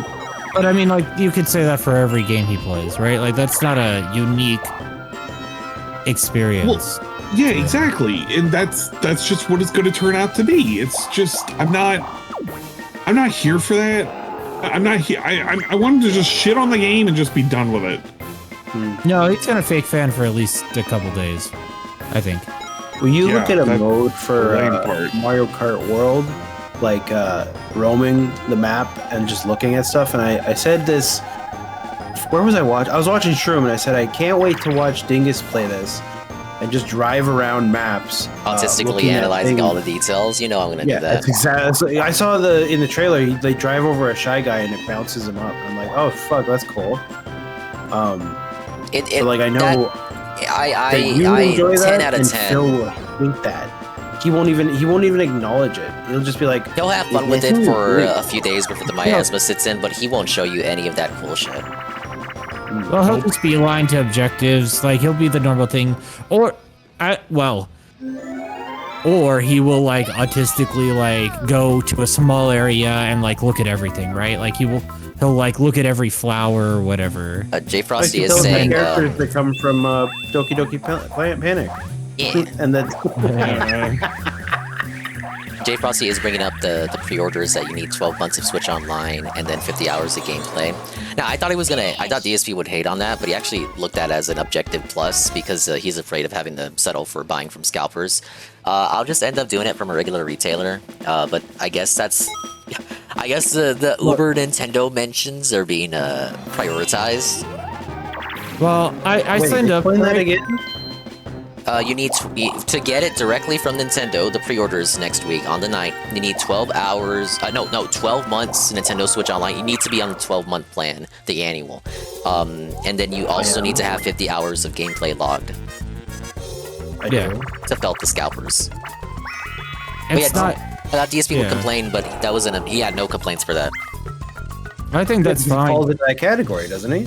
Yeah, he was able to do it. Yeah. So the emails for that particular thing will come out in May. If you look at the website. So like, what I would do is, man, I'm getting fucked on this game. What I would do is try and get a regular retailer, and if you can't get that, then like try to do the Nintendo thing. Yeah, I got avenue for regular retailers, so I'll be good on that. And then scalpers will find a way. It's gonna mitigate a little bit because like scalpers don't play this shit; they just resell it. And also, it will have an effect. And also, I thought they said they were gonna try and print to order or like manufacture to order, so there should be enough systems.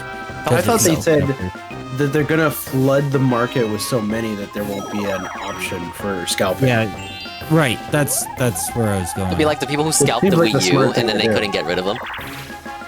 Yep.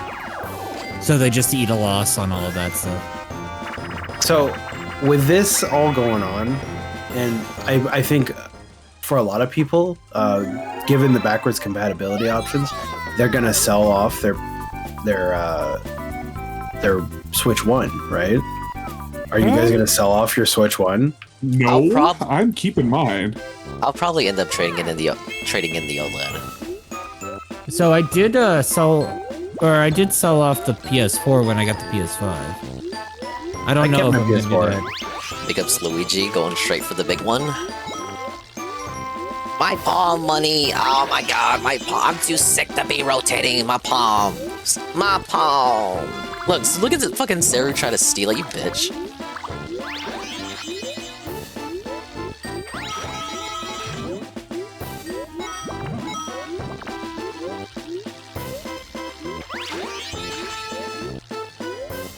Oh shit. I heard this. I was looking at chat. I heard the sound and thought it was Luigi and not you who got that gist.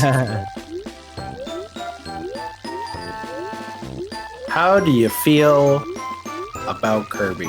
Because I feel did like not think can't Kirby would be this early. The first Kirby game on Switch 1 was in year 2, not year 1 of Switch. So Kirby is coming year 1 of Switch 2. That is actually an improvement from how long it took to get a Kirby game on Switch 1. No.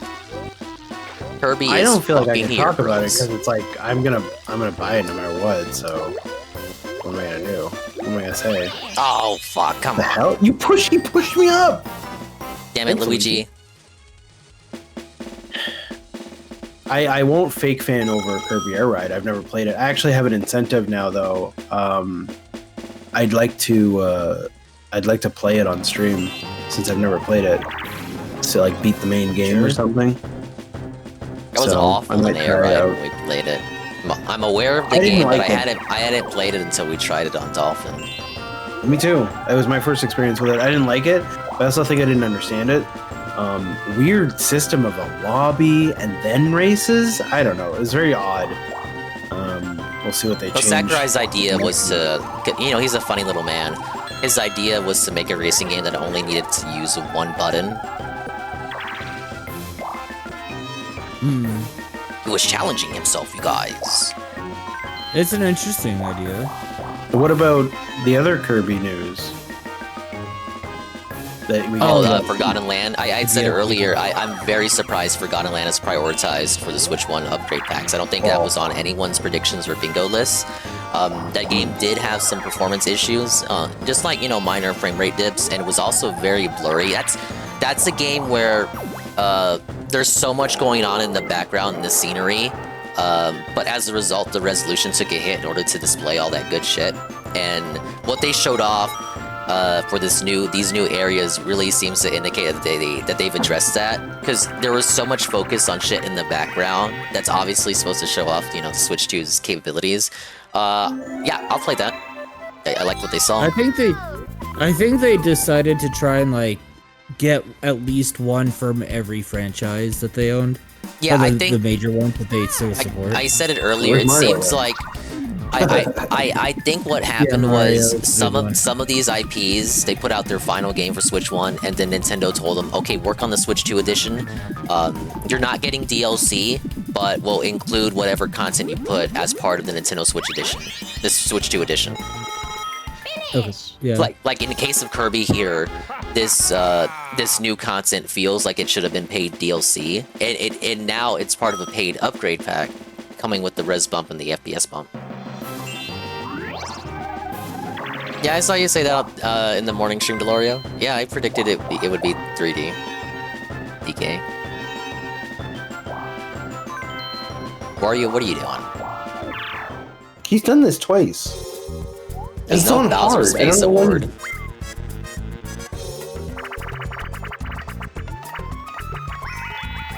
Okay, well. What's the Yeah, plan here? cool. What is the win condition for Wario? Wario knows how to break into Bowser's secret coin stash and steal his coins back. It's the only way. I might have to boot up Forgotten Lands and figure out where my save file is. You never finished so that it? I can. I don't remember because I bought it on release. I played it and finished it on release. I'm pretty sure I finished it, but I need to go back and check. And then I sent it off to my sister. I was like, "Here, let the girls play this because it's really good," and they liked it. But they didn't. None of them wanted to play as Waddle Dee, Oh, which I get. Waddle Should have just been Bros. 2 Kirby's, dude, with different colors. Oh, like Amazing Mirror. We gotta play that one day. Do like a full playthrough of Amazing Mirror and Zelda 4 Swords. Both are on NSO already. Yep. I would like to play that.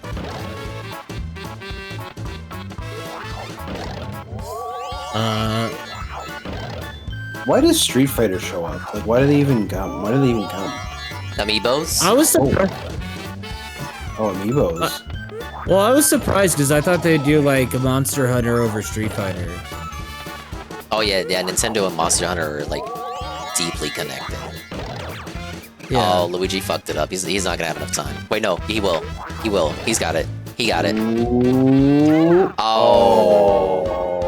Womp womp. Almost. That's how we get Dingus to play Street Fighter 6. I don't know what you're talking about.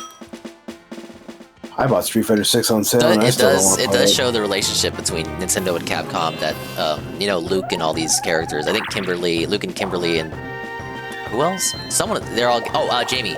Luke, Kimberly, and Jamie are getting amiibos. So I they didn't have any of the classic ones, but they are. I'm sure they already have Ryu and Ken from the Smash Brothers thing. Yeah. I think DSP will buy Street Fighter again on Switch. I don't think he will. That is in an indefensible position, even for someone who's a fucking clown and doesn't make any attempt to defend his behavior at this point. Buying Street Fighter on the Switch 2 doesn't make any sense. Now, Sarah, I will say the reason why he will not buy it on the Switch 2 is because he's a snob, and he will say that the PC edition is the definitive edition, and therefore he's not. I agree. We've listened to him long enough. You just gotta hear the pre-stream in your head. Oh yeah, for sure. No, I don't think he will buy it again to pub stomp kids. I don't think he has it in him anymore. Oh no, yeah, he's done with it, I think.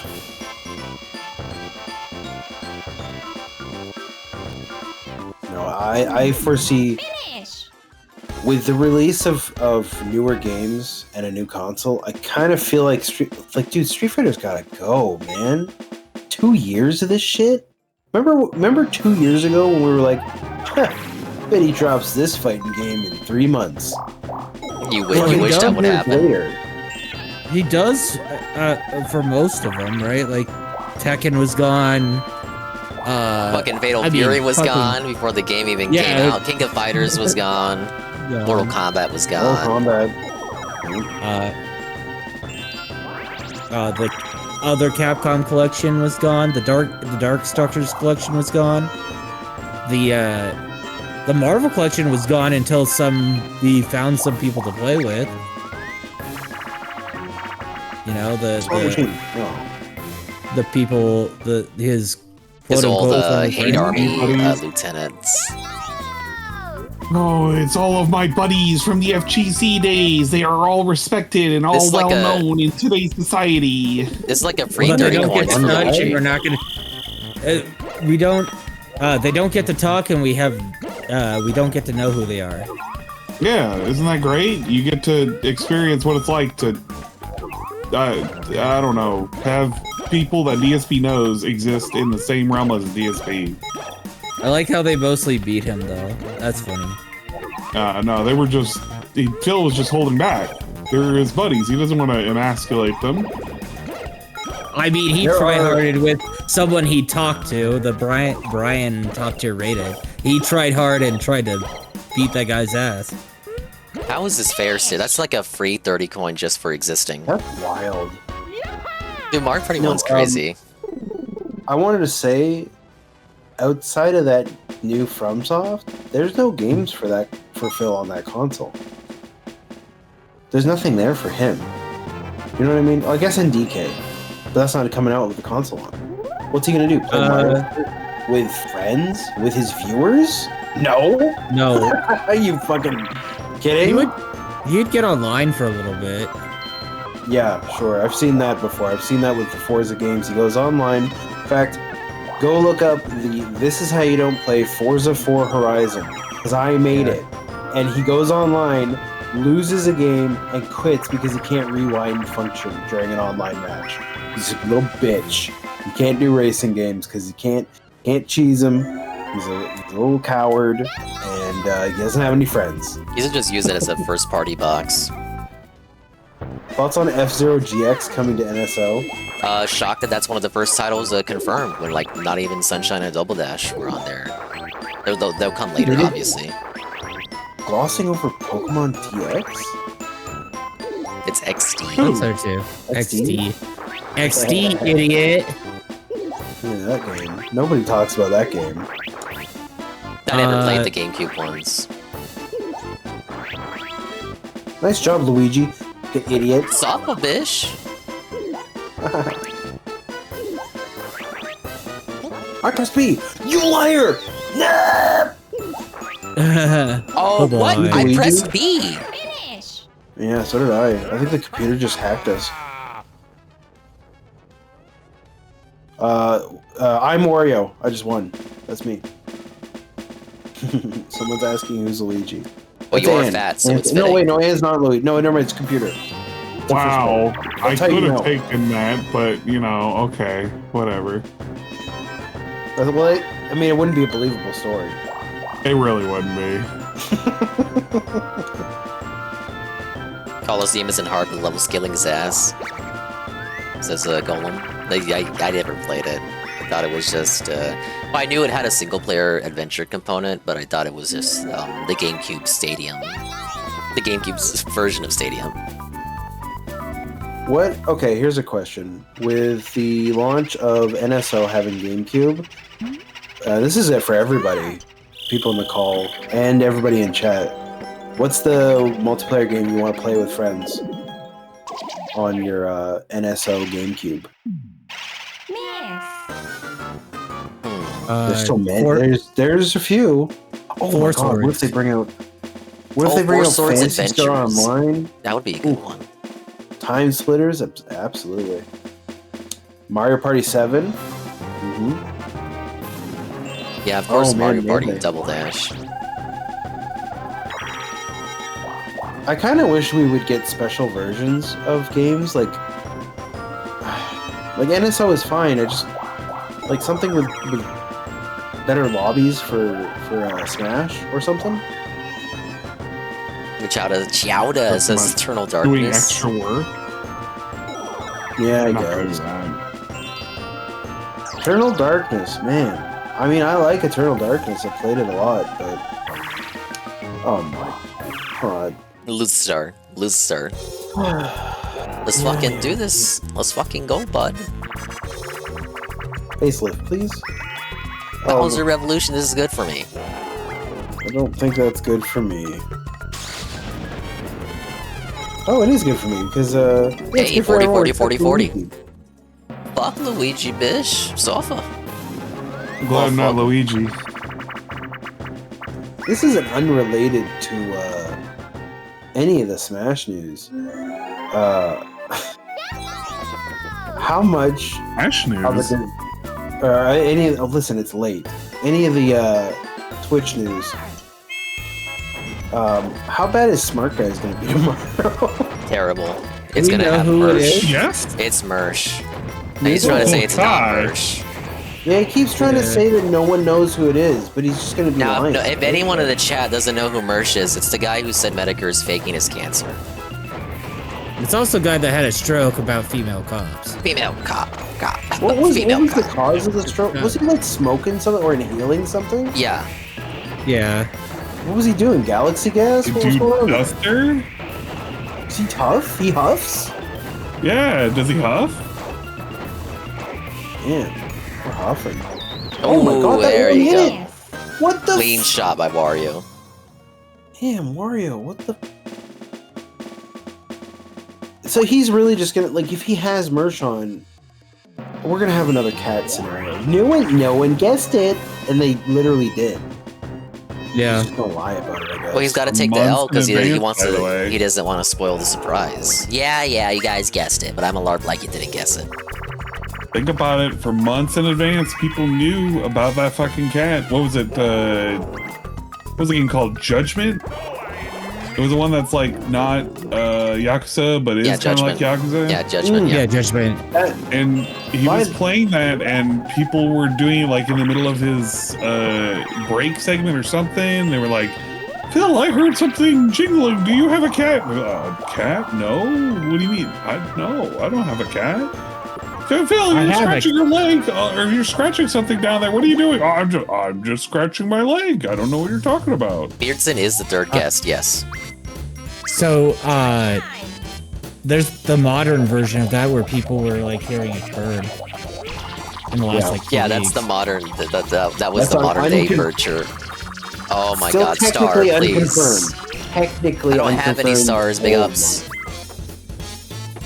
But I'm so bucked on this I was map. gonna say you brought up Yakuza, and I don't believe this would be exclusive. They would have said so otherwise. But Yakuza multiplayer mode looks fucking awesome. They showed that off during the Switch. Sometimes Switch version, if it has any exclusive mode, it typically ends up being multiplayer shit just due to the easiness of the ease of the local multiplayer functionalities. Like the Patapon thing they announced, multiplayer will be exclusive to the Switch version. It's already confirmed. It's possible the case could be the same with Yakuza. Wait, I thought I was the crane. Oh, okay. Nurgle Yeah, says this one ends the after amount someone of- gets dumped. The amount of shit that Eternal Darkness is swamped in with rights ownership due to Silicon Knights, who are bought out by another company, Oh, sorry, that was me. is why people will never see the game release again. Same with the shitty remaster we just won.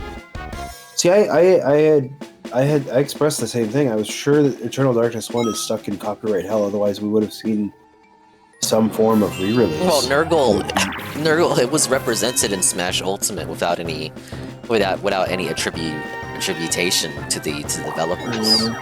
That doesn't mean nothing.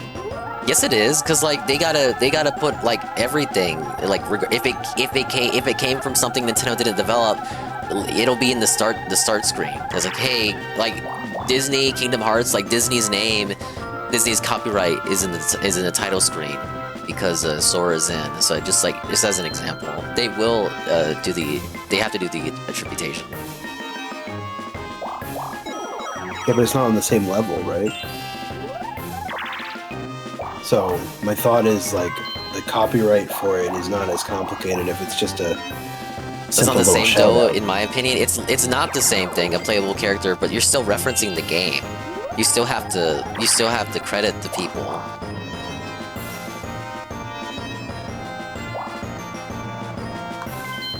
How many turns left? Okay, we're getting there. I don't like this map. Really?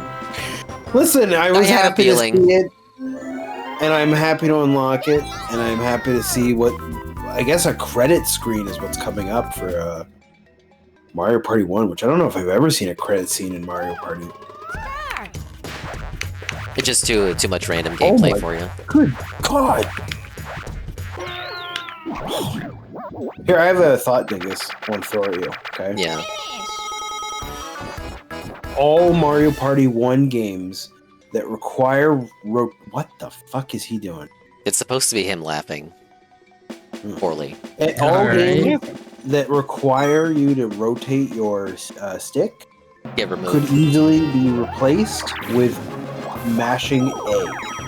It's the same thing. You just want that because you're a better masher than me. Yeah, that's true. Tell me how they're different. They're not different. You just want it that way, so that way you can use your pen tag. Oh boy, he just takes a star. Well, you don't have any. Amazing, you made it all this way. Oh, I praise you for my soul. You really are one lucky chap. Lucky because I, Bowser, will steal 20 coins from you. Ack. Kill Donkey Kong. Dude, Donkey Kong is fucking dead. Yeah, just like you, chauffeur. There's not much strategizing you can do here, I think is the issue with how randomized it is. Well, it makes for the perfect map for random discussion of the Switch 2 Direct. Yeah. There's only so much I can do. I haven't ran into a single Bobby Bowser. I don't even know how. There's like 70s fucks on the map. How am I not talking to any of them? Dingus, what about that one? Okay, so the Direct gets started, and they're blabbing, blah, blah, blah. And then finally it gets to, like, gameplay trailer. And then they just... there was a moment where I was like, where's the direction? Because this game shows up, and I just don't even know what it is. It was near the beginning of the whole thing. It was an anime-style video game. I don't remember what it was. Anime style. Wait, hold up. Yeah, In the it was very at the beginning. It was one of the first third-party games that's shown, and I was like, why are we here? Did we get any direction to why we're here or what this is? I don't think we did. Were like Gundams or something? They were zooming around? Did Damon X Well, Machina? there was That came there's way Damon later. X Machina. That was late. Oh, Yeah, was that late? It was something at the beginning. Oh my god. After Mario Kart. Yeah. After Mario Kart was going into like a whole bunch of spec stuff. Specs, and then it was, I think it was right after the specs. I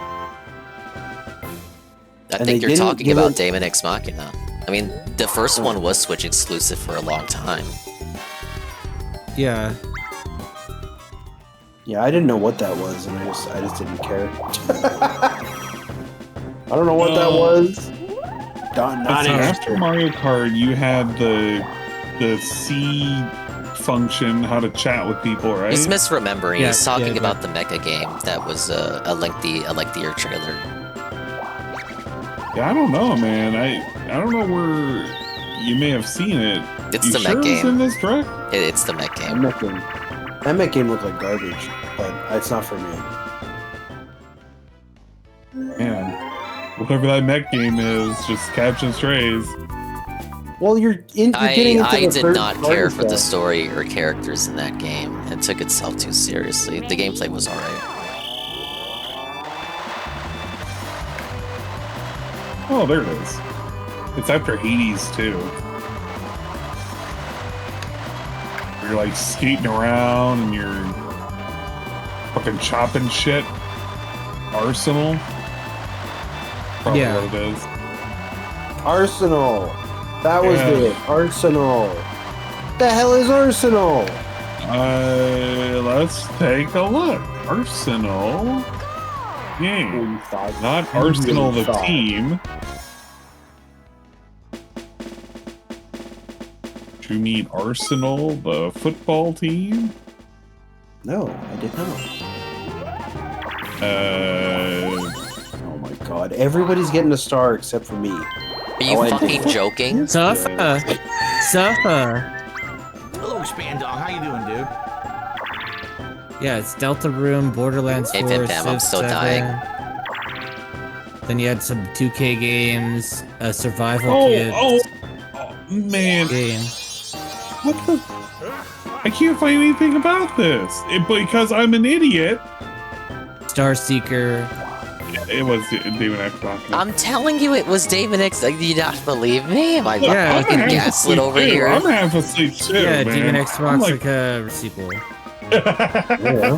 What's that game like? I like that game's title. Can we have that one again?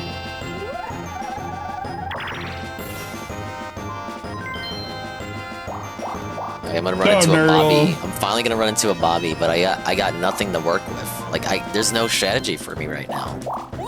Yeah, the hey- Hamburglar.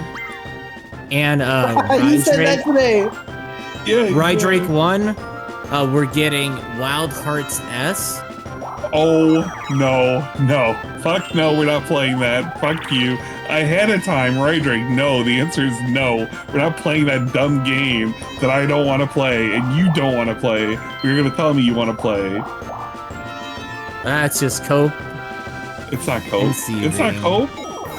Look, we're at some point we're gonna have to play Monster Hunter And Rydrick is going to exist on the same team as me, and we're going to have the same objective, and he's not going to be on, like, a vacation or whatever, he's working, or whatever excuse he wants to make. And at that point, he's going to have to demonstrate to me that he's not going to be eating L's with a cart. I don't think that's going to happen. Probably not. We gotta stay within the lines, Sarah. We do have to finish up the,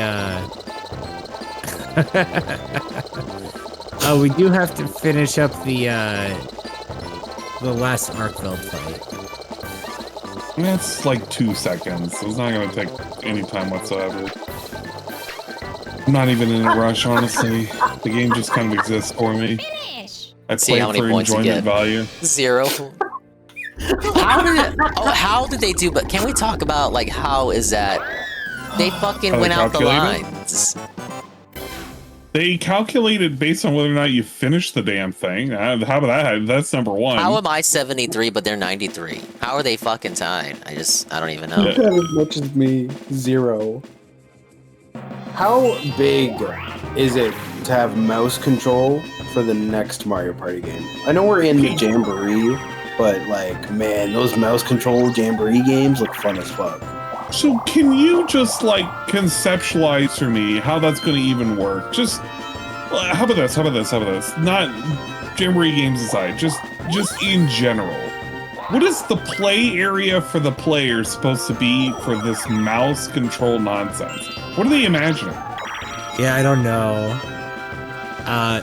Like, are they expecting you to stand behind a desk?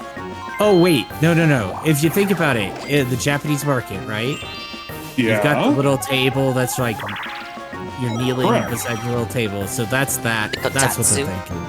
Okay, so what if you're on your couch and you're playing your fucking Switch and then you come up to a mini game that's going to require a mouse? How the fuck's that going to work? What if it works really well on like a couch surface? Well, here's my suggestion. Introducing the new Nintendo table. Yes, you too can get a peripheral made by Nintendo. It went from selling cardboard to selling wood. Table. Yeah, it can be made of anything. It can be made of Labo cardboard. I don't fucking care.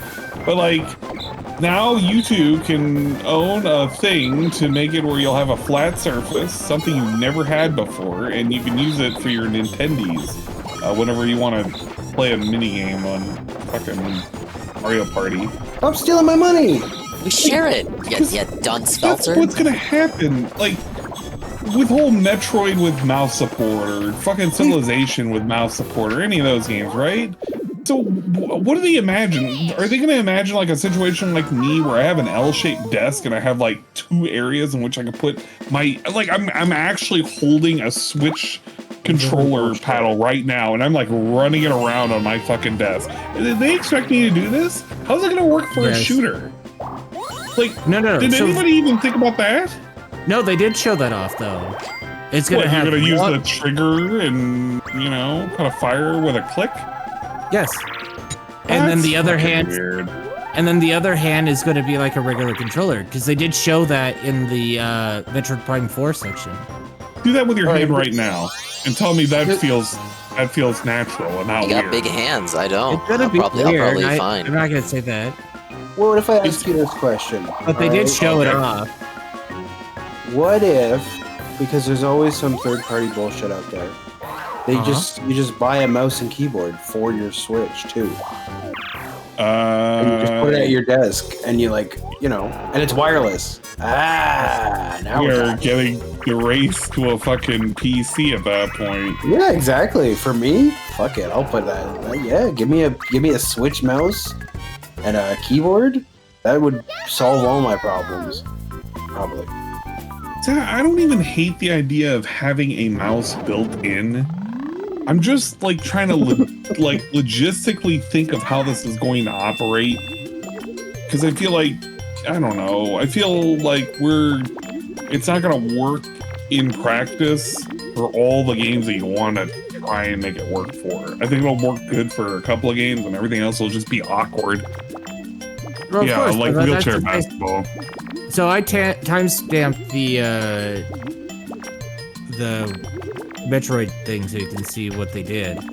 But Yeah, it's like every other motion control thing or whatever, every peripheral, it's only going to be used for a few things, and then developers are either going to be lazy and be like, just do what already exists, or they're just going to fall back into like one pattern that works. I'm fucking bankrupt again. Thank you, Art. Wow. Man, what is it like getting constantly wrecked by Bowser? I need Dingus something. Suffered that. You suffered that, right, Dingus? Like when you were trapped in that center section on the Bowser stage in Jamboree? Yeah, it's basically that. I with the randomness, there's no planning. I don't know where these teleporters go. I gotta get lucky with the chance time, I guess. I'm not even I'm not even really thinking either, because of how I feel right now. Is your brain completely off? Don't worry, mine's been off. Yeah, I'm like unplugged. I'm not even putting thought into it. I'm just doing.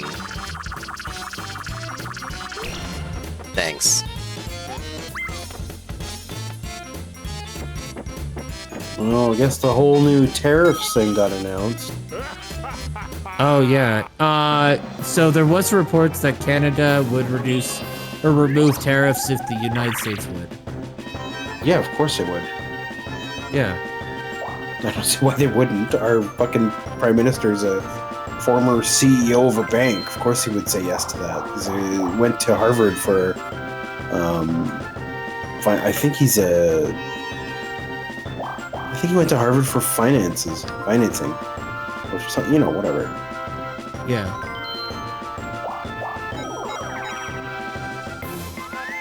Used to be the treasurer of Canada, I think. But I mean, it's whatever. I kind of just say whatever to it. If the Switch is $1,000, I'll. Oh my god. Yeah, you say that now, and then you just realize you said $1,000. It's like, yeah, it's kind of getting outrageous. I like how everyone's broke, so he's just going for the treasure chest.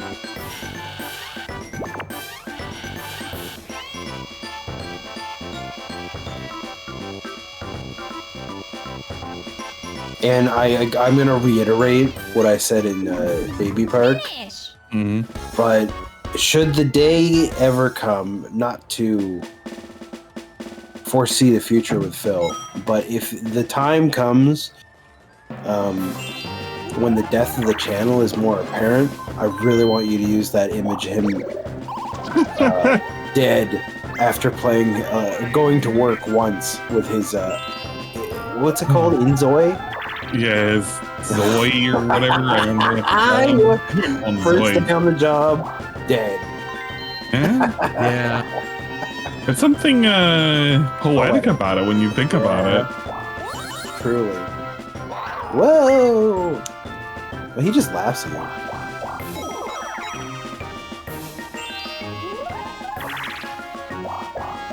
No one has visited Boo until... Okay, no, he's not. Where the fuck? How do you get to Boo? They keep swapping the teleporter courses. It's just random. There's just no recourse.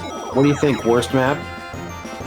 I didn't want to say anything about how the map played, so you played it for yourself, but there are better maps. It is arguably the worst map ever created for Mario Party, of the Mario Parties I've played. Wow.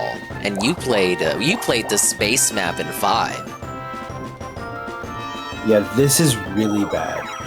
What's your critiques? Give us your... I'm 2-6, so just you talk. It's chaos. It's just chaos. There's so many... Maybe people don't appreciate this. Only me and Worm Tongue over here would. But the strategy involved in Mario Party can be extensive. Especially planning ahead for several turns. Yeah. It's There's like just chess. none of that here. That is gone. This is total chaos. There's nothing to be. Because like when people suck one's cock, and it is a good game. It's not the best Mario Party, obviously. People suck one's cock for having so many maps, but like half the maps you don't even want to touch. You went through all of them. You went through all of them grinding for stars to unlock this. So what do you think about the other maps? DK map is really good. I'd agree with that. It might have a bit too many spaces for my taste, but it's pretty good for a starter map. That'll be more likely than not the first map that you play on.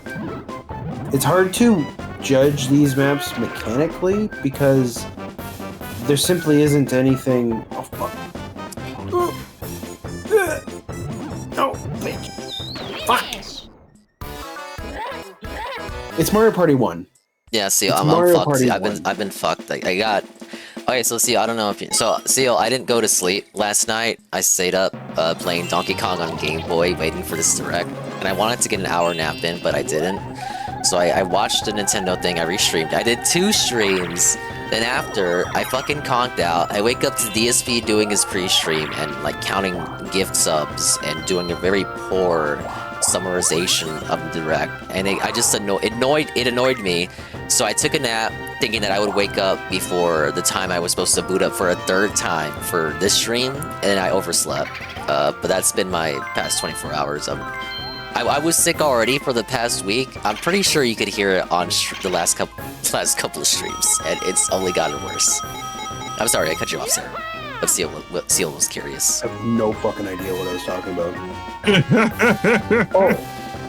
Mario Party 1 has little mechanics to it that are interesting anyway, so... Yeah, it does lack the items, but the items you buy from the shop kind of make up for it. What it has is character. I do like... I said it last stream, I think, or last night. There's a very rough around the edges charm and whimsy to it that I don't think has been replicated even in Mario Party 2 and 3. Just from how, oh, fuck. Yeah, he just takes a star. Can we have that happen to Wario? Like, what the hell? He's just gonna win at this point. Maybe we shouldn't have put him on hard. That's fine. You just leave them where they are. But yeah, like I was saying, there's like a charm to it that I don't think they've replicated. They've attempted to replicate it through the presentation of Jamboree and Mario Party Superstars. It's the inexperience of it, because it was the first Mario Party. Just the inexperience, almost amateur level, like held together by duct tape, but in a good way. If that makes sense. Both Mario Party 1 and 2, and you did correct me if I'm wrong, but Mario Party 1 and 2 have cutscenes at the end of the map when you either win or lose whatever's going on, right? Now 3 has a story mode that kind of is the equivalent of that. So do the GameCube ones up to 6. They have some equivalent of story mode. So like those cutscenes do exist for much of the early games. You just never see them because we only ever do multiplayer. But for 1 and 2, you're forced to see them because they're part of presenting the winner even in multiplayer games. Yeah, the ones in Mario Party 1 are really good. Like when you finish the Donkey Kong map, the golden bananas. Yeah, it gives you big golden bananas as the prize. Very funny. Very, very funny. Well, it's kind of less like homogeneous, right? Like, they're not standardizing the ending. It's like letting it exist. Yeah, it's not homogenized. Kind of like a lot of modern Mario is homogenized because IPs and branding and all that. There's an appeal to it because it's not it is the familiar, recognizable characters, but they're not portrayed as you're accustomed to seeing them. Because the devs were given free reign. Oh my god, man! Bobby. Oh my god! You know what? Thinking about it, how long is it gonna take before the baby park can get filled with 24 actual players? Depends if they bring it back. Please don't. Well, think about it, right? So I'm just saying, baby park is the thing, but like, so I'm gonna get it. I know that, and Anne's probably gonna get it day 1, even though Anne's lying and saying, "What? Fucking liar." Yeah, you're gonna get it. You're just gonna get it. Everybody's Anne's just being Debbie Downer because of the price, but he's gonna get it. God. But that's like 10 people, right? I think we'll have enough. I think we'll have enough viewers to fill out the lobby more than you think. I don't want a 24-person baby park. I'm going to hate baby park. I do not want baby park. I will be vetoing baby park. What if they get wider? I don't think that solves the problem of being in Baby Park and it being like a really fucking short, chaotic map. Solve the problem with cat, you know. Wait, no, it didn't. Wait, what? Huh? What the? Look at that. Speaking of wider, look at me. I'm making a cat Brunel of my own. She's gonna blow. Dobson. We got a Dobson here. Oh, Wario got it. Wario had to head start from the start. He would be into big girls. True. You know? Actual BBW.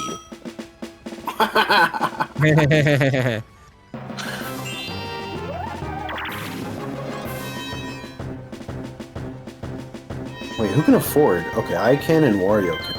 Dude, I'm down to 1. They've been stealing all my stars. I'm fucking out of the running. I'm here for the milk and cookies. I need like a chance time miracle. So in Luigi's engine room, this is part of the video that Our White Goose made. The question was, there are so many. Well, actually, sorry. We'll go back. There are at least 2 or 3 characters in Mario Party 1 that do not have a name. Funny enough. There's the piston that you talk to in Luigi's engine room. Oh yeah, he only has a name in Japanese. That I know. Yeah, and then the other is the left side of the bankers. There's 2 banker cousins, and one's name. Oh, it's like a fungus pun. They're all fungus puns. Let me see if I can. I know which one you're talking about. But the one on the left doesn't have a name listed anywhere. Oh, Sarah, your boy Stevie's streaming. Ew. Yeah, I mean, so... Okay. Wait, what's Porto is on the left, like Portobello. Porto is the one on the left. The one on the right has no name.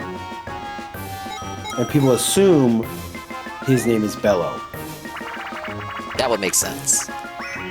Portobello, right? But going back to Stevie, man.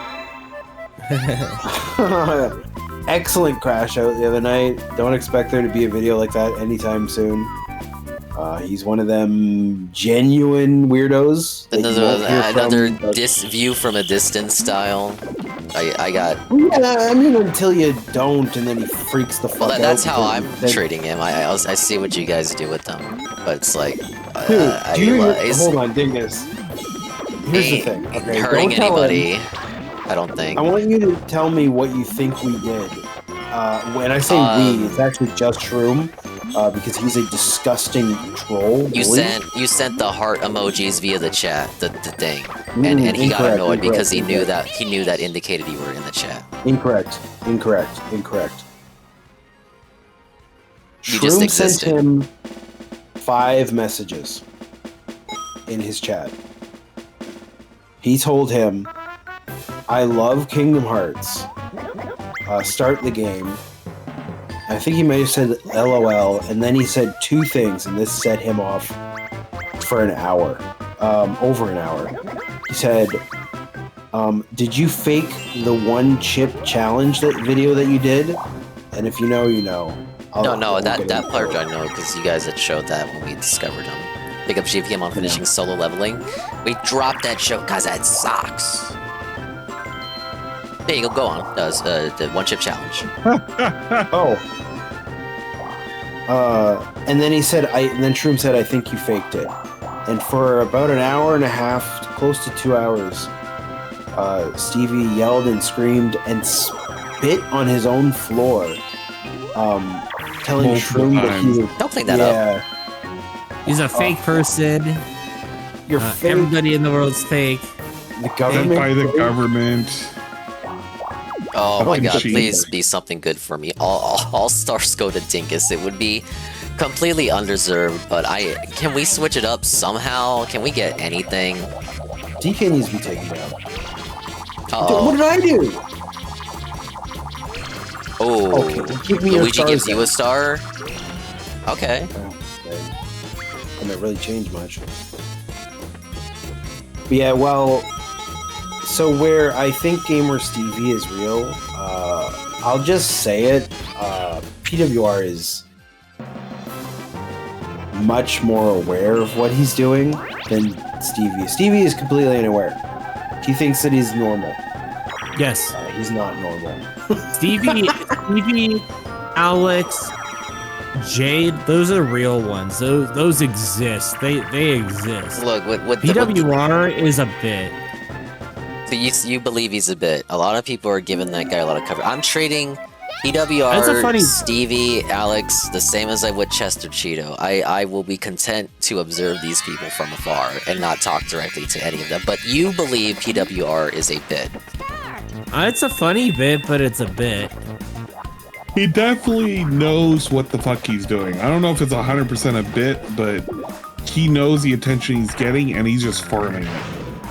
Yeah, because you can see it when you watch him. He does funny things. Like, that's the difference. Is like, you can watch a PWR stream, you can interact with a PWR stream, and it's fun, and it's always fun, and it's never generally malicious or harmful. The Easy Money says he's been streaming for 5 years. Yeah. It doesn't matter if he's been streaming for 5 years. Like, the issue is... Doesn't matter, Sean. The issue is he's been streaming for 5 years, and he's now found attention by acting... And he's like, playing into it because he got attention, now he's playing into it.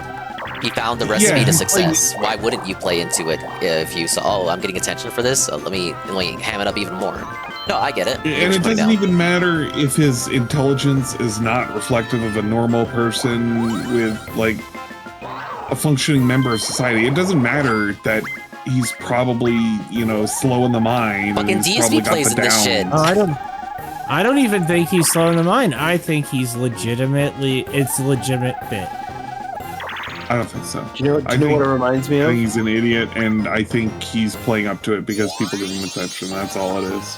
Do you know idiots can do bits. Do you know the person who's a streamer is an idiot and plays into it for attention? PWR sounds like the Phil voice. There's a lot of those. You guys, you're being very charitable. He sounds like straight up a dingus to me. He reminds me, 1-for-1, of Casey Tron. If you're familiar with her. Familiar name, I'm not familiar with the person. Go on. Or Sammy Samosa. Not modern. Well, Sammy Samosa, that's a deeper cut. JPM, I'm sick. I guess. DK's big ass head. This is the absolute state of the hitbox. Can we get have some sort of mercy rule? Like, I'm so fucked right now. Might as well just steal your Sammy strat. Samosa, everybody always assumed was a bit as well. A lot of the people in the community thought he was Fred Fucks. I don't think that's true, or that he might have been related to. Damn, you got all your shit stolen, dude. This has just not been my game. Should have played a different character. This I kept a star. I just wish Jamboree- There's no win condition. I would need a chance time. I'm not getting any of the bonus stars.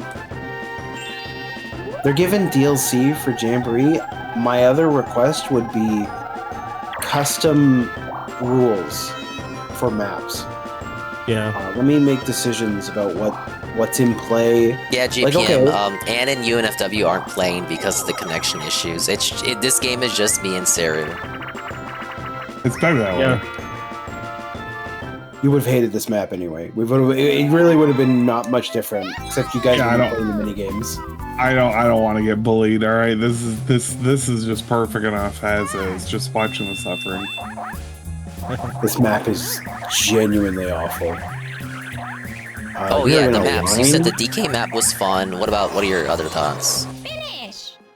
Well, Peach's map is already in Jamboree. It's You got an idea of that one. Same with the Yoshi map was also in Superstars, so you're familiar with that one. Yeah. What else is in the Mario Rainbow Castle. And Wario's Battle Canyon with the different islands. Wario's Battle Canyon is pretty cool. Kind of boring, but it's cool. You said Luigi's Engine Room, Bowser's map. Cool. Bowser's map's not good. It's just not. There's no forks in the road. It's a one-way road the whole way through. It's extremely hostile. All the spaces becoming red spaces. Yeah, and it just swaps back and forth. It's just not a lot. Again, I don't want to critique it on the game because the game is Mario Party 1, and Mario Party 1 doesn't have a lot of mechanics to it. So, my favorite map is easily DK's map, just because it's got a big golden banana at the end. I like the remix too. Oh, here we go. Are you gonna select trade stars and then hope you get yourself? And Yeah. I'm waiting for. What am I waiting on? It's 30. Okay.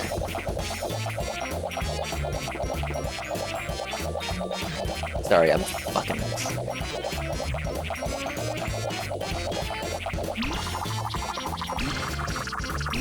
Fuck. Yes! There's no way I could have predicted that last block. Oh man. Thanks, Dingus. Yeah, you're welcome. At least it's not a fucking computer winning now. These CPUs are brutal. Alright, let's, help me out now. Have me switch with Luigi or something. How many more turns is this? Like 3? Oh, no, 2. I don't think you can give him 3 turns.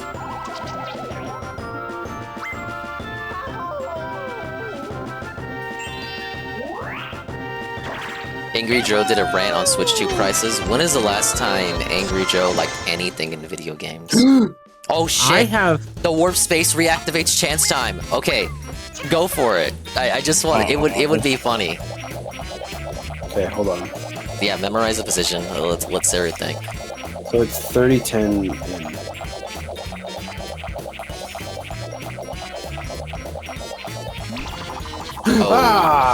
Went too wrong one. Okay, well... No! Basically everyone but me. Oh, isn't that cool? Isn't that great? You're like, I don't want to win. Nope. Dude, Angry Joe is annoying because he runs a Twitch channel, but then he doesn't even stream on it. His brother does. It's just weird. Why not? Just go make your own channel. What the fuck? I'm actually blocked on Twitter by Angry Joe, and I don't know why. It's from like years and years ago. I'm blocked by you shouldn't have said those things you said. Alright, hold up. Okay, I forgot the controls. I agree. No. What's wrong with you? Don't do it. Stop! Stop! Alright. Okay, he did that. Oh, this version ends after 1. Wario loses! That's a rare pop-up. Holy shit, this game's brutal. Wow. That was that's another big point of the Our White Goose video. He said that you could write a thesis statement on the different fanfares and end or win or lose scenarios for each minigame in this game. Because it's so... for example, let's say you play a map and somehow you manage that no one gets a star ever. There will be fanfare for that. There is a end scenario where the person with the highest amount of coins is rewarded as the winner, but no one's a superstar. If you're familiar, you know that the ending is you're a superstar. You're a superstar, yeah. No one's a superstar. And the game just ends. Alright, cool. Back in first place. The state? No one's Ironically, the dice rolls have been very generous with these Bobby Bowsers. Usually they're a bit more fierce. I don't think anyone's lost one. He might Nurgle. I don't really know the state of Angry Joe's Twitch channel at this point. All I know is that his brother seems to run most of it. Last I checked, but I don't really pay much. Oh, fuck. I don't pay a ton of attention to him. Not my kind of content. Oh, Bowser Revolution looks fucking fuck, man. Bowser Chance Time would be devious. What's this do? Everyone who Bowser's loses Balloon 40 coins in Bowser's Balloon Burst.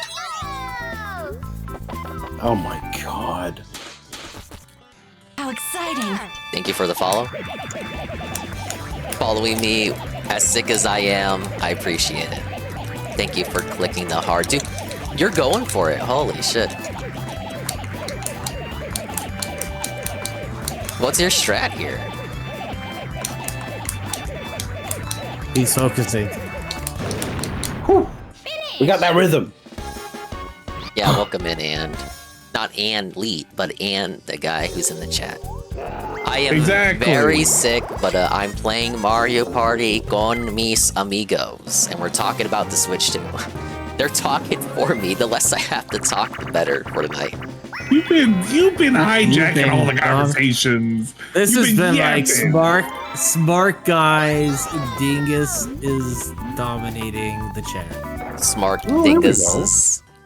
Yeah, true. What do you think of Woolly World showing up on the Yeah, I did not catch that. So Woolly World, for those that don't know, Woolly World is only on 3DS and Wii U. It is not on the Switch. It was spotted when they were talking about backwards compatible games. So they did inadvertently leak a Switch port for that game. The one on the Switch, which is Crafted World, is a completely different game. Right. I'm surprised they still haven't done the Twilight Princess and Wind Waker. Well, now we ports. know what GameCube NSO. Like that was my argument, that they weren't going to do GameCube NSO because of all the remasters and remakes. But now they're doing NSO, so it's like, well, why would they bring the remakes and remasters over now? Well, no, wait. That now I have question. Well, hold on. So all those quality of life things they did for the HD version Not going to be in these versions on NSO. They will not be in these versions. Interesting. Yeah, those are. But I think the NSOs are like original version as much as possible. no, there's still emulation. Every time an NSO version comes out, it's never put into speedrun.com. Sure. I've yet to see a single NSO title end up on speedrun.com. It's always PC version or original release. Or a remaster. In fact, I think HD version of Wind Waker has its own category. Simply because of the quality of life changes.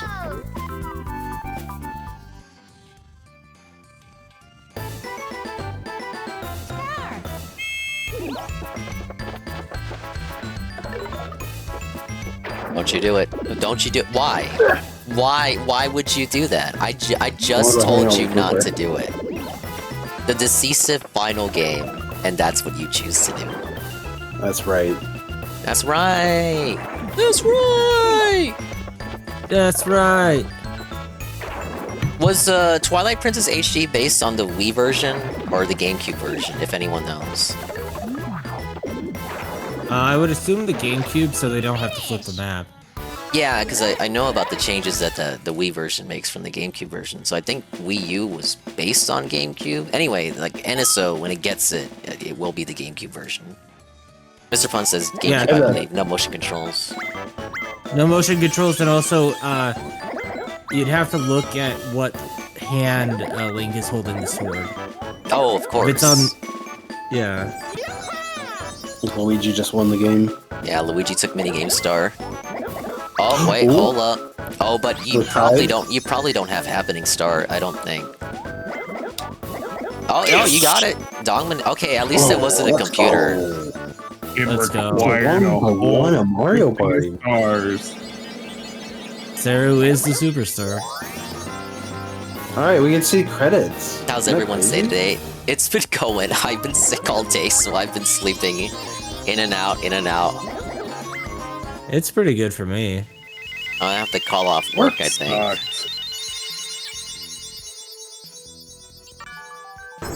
Oh shit! Oh. Now see, isn't this nice? Wow. This is that jank I was talking about. The jank, charm, and soul. Whoa. Ow. You know, they get to leave. You know, and normally at the end of a Mario Party game, there's a cutscene that shows the winner doing something and then the loser getting messed But with. this Doesn't one, happen. nothing happens to the loser because it's the final map and everyone's having fun on level 1. Yay, we left together. Except, you know... Dingus Bros, I'm felted, I'm seething. This is like the Well, this look is the at death that. knell. This is a death knell for rare DK. DK has been replaced. DK has been supplanted by the new DK, and we are seeing it in real time from this With DK pants. losing in Mario Party. With pants. With pants, yeah. With dungarees. I'm gonna call them dungarees. Dingarees. They don't count anymore. I already have 100. They do count in 2 if you go over 100, but not in 1. Hmm. Oh, Oh, look. look at this. This is ominous. I've never seen this. It's been a while since I saw this cutscene too last. Oh my It's god. snowing. It's kind of scary. Is he gonna kill us? Hear this music? There's a creepypasta right here. Oh, sorry, I'm coughing. What the hell is happening? It's summoning meteor. Oh, look at that. There's the credits music right there. There we go. I've never seen this before.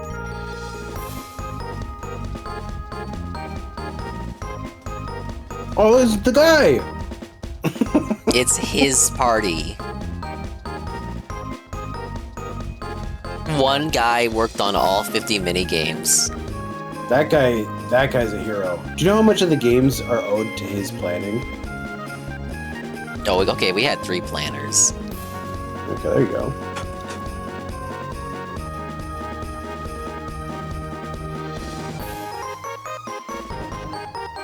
Hey, that's me. It's the guy. I want Yoshi to get his own game again. 3 That's what I programmers. really Wait, no, can we 3 programmer? Are you kidding me? Well, that's chief programmers, though. Here they come. 6 programmers total. 6 programmers to make. Are you kidding me? The absolute that's 3 more state. there. That's 9. Okay. And, 12. It's 12 programmers. That makes sense. Still, that's still. Makes more sense. It's a bit more sensible. It makes sense, but come on. 1? Oh yeah, well it's a director. Yeah. Yeah. That makes sense.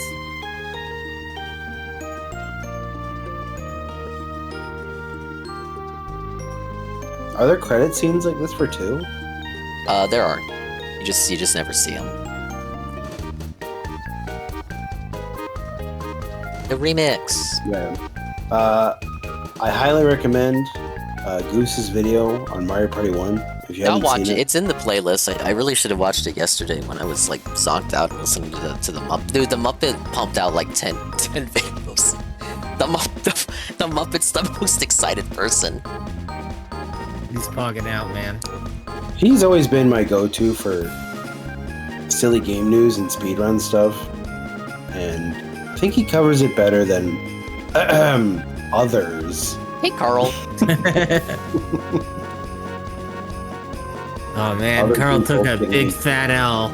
Yeah. Okay, the on mic on stream opinion of Carl. How do we? What's the win condition for Carl? He literally lied. I think the win condition is laying low for a little bit. Yeah, probably for the best. Look, it's the bankers. Yeah, I don't see any way to because he specifically has said, I've posted it, but his opinion is that he hasn't misled the audience, but literally everyone else feels that way. So If you whether watched or all not- those videos like I did, I only got my info on the case from those videos, and my information told me, okay, the case is about him saying that Billy cheated. I think it's reasonable for any person to come to that conclusion. If I came to it, I agree. and the comments agree with me. Yeah, that's what I thought it was until it was like, oh yeah, he did say those things about Apollo Legend, huh? No, I said this on the last stream last night. Look, they misspelled Charles Martinet's name. Yeah. Oh yeah, but I was gonna say, so his excuse, one of his excuses was, He didn't want to explain what the case was about because it would jeopardize his defense. Obviously, he did, if he explained it, oh, this is actually about me alleging that the guy committed that he drove the guy to commit suicide, so the Apollo legend.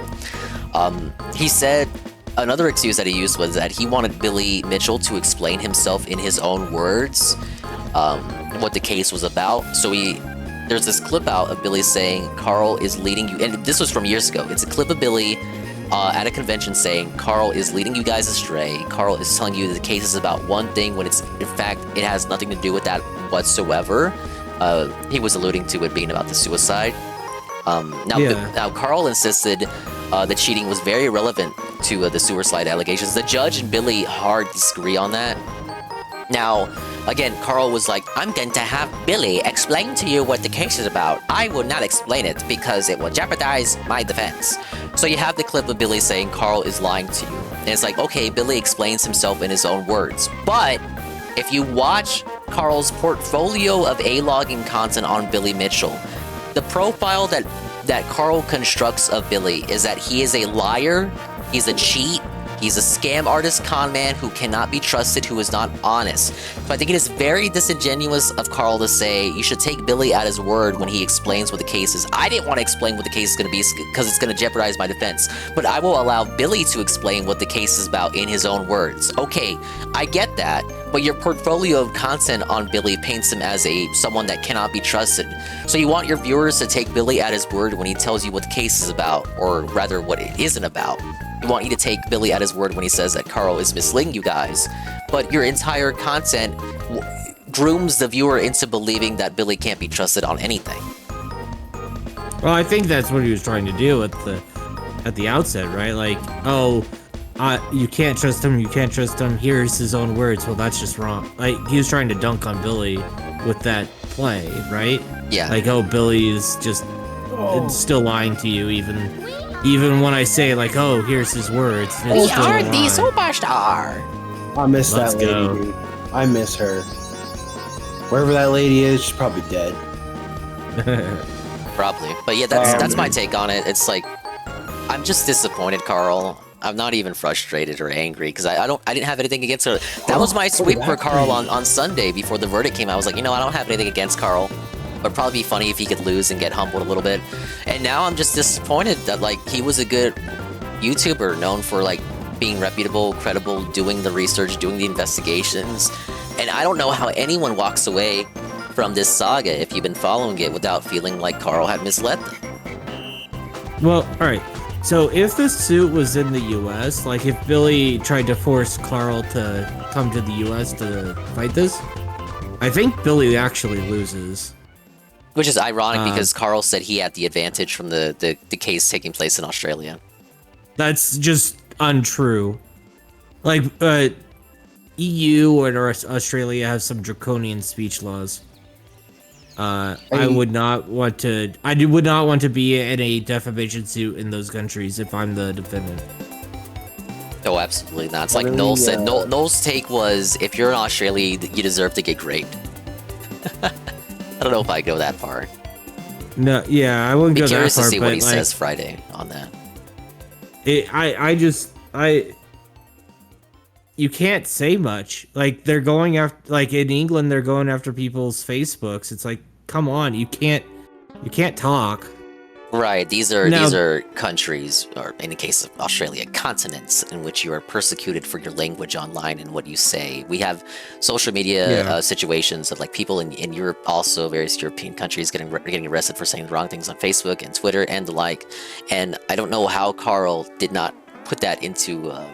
He did not consider that when he's the person who puts out multiple videos on Billy Mitchell. Now, whatever your opinion on Billy Mitchell may be, I don't know how you look at that and you don't come to the conclusion, the judgment that Billy's reputation was harmed by, dare I say, even defamed by all of those videos, regardless of the truth in the matter.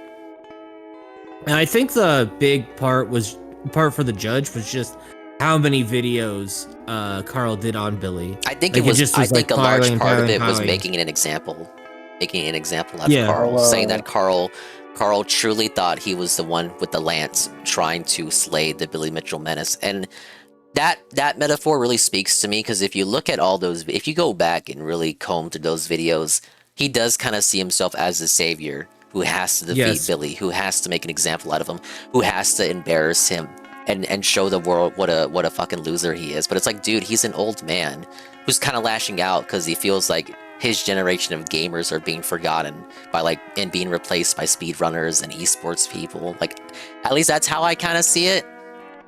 There's that, and also just that it seems like Billy can't keep up with the modern day gamers.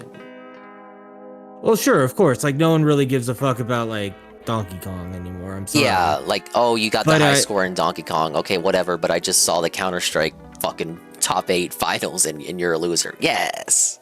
Yeah. But also, like, I think Billy and like all the old Twin Galaxy people feel disrespected because people are calling them liars for like they're blowing years, right? They're calling them losers and liars of the last couple of years when much of the 80s, 90s, and 2000s and early 2010s were spent like glazing these guys as like, these are the greats, these are the legends, and they feel like all of a sudden out of nowhere, like their honor and integrity and legacies, it's like when you insult Phil. But these guys have a legacy to stand on. These guys were highly revered at one point, and they cannot comprehend or understand why all of that is being thrown out the window. Like, why is this coming out of nowhere? Like, you guys loved me for decades. AVGN referenced these people. You know, these were, they would pop up in pop culture. Billy Mitchell was like whenever there was like a new Pac-Man game, Billy Mitchell was on like a world tour with Namco, you know, showing off his Guinness World Records and shit.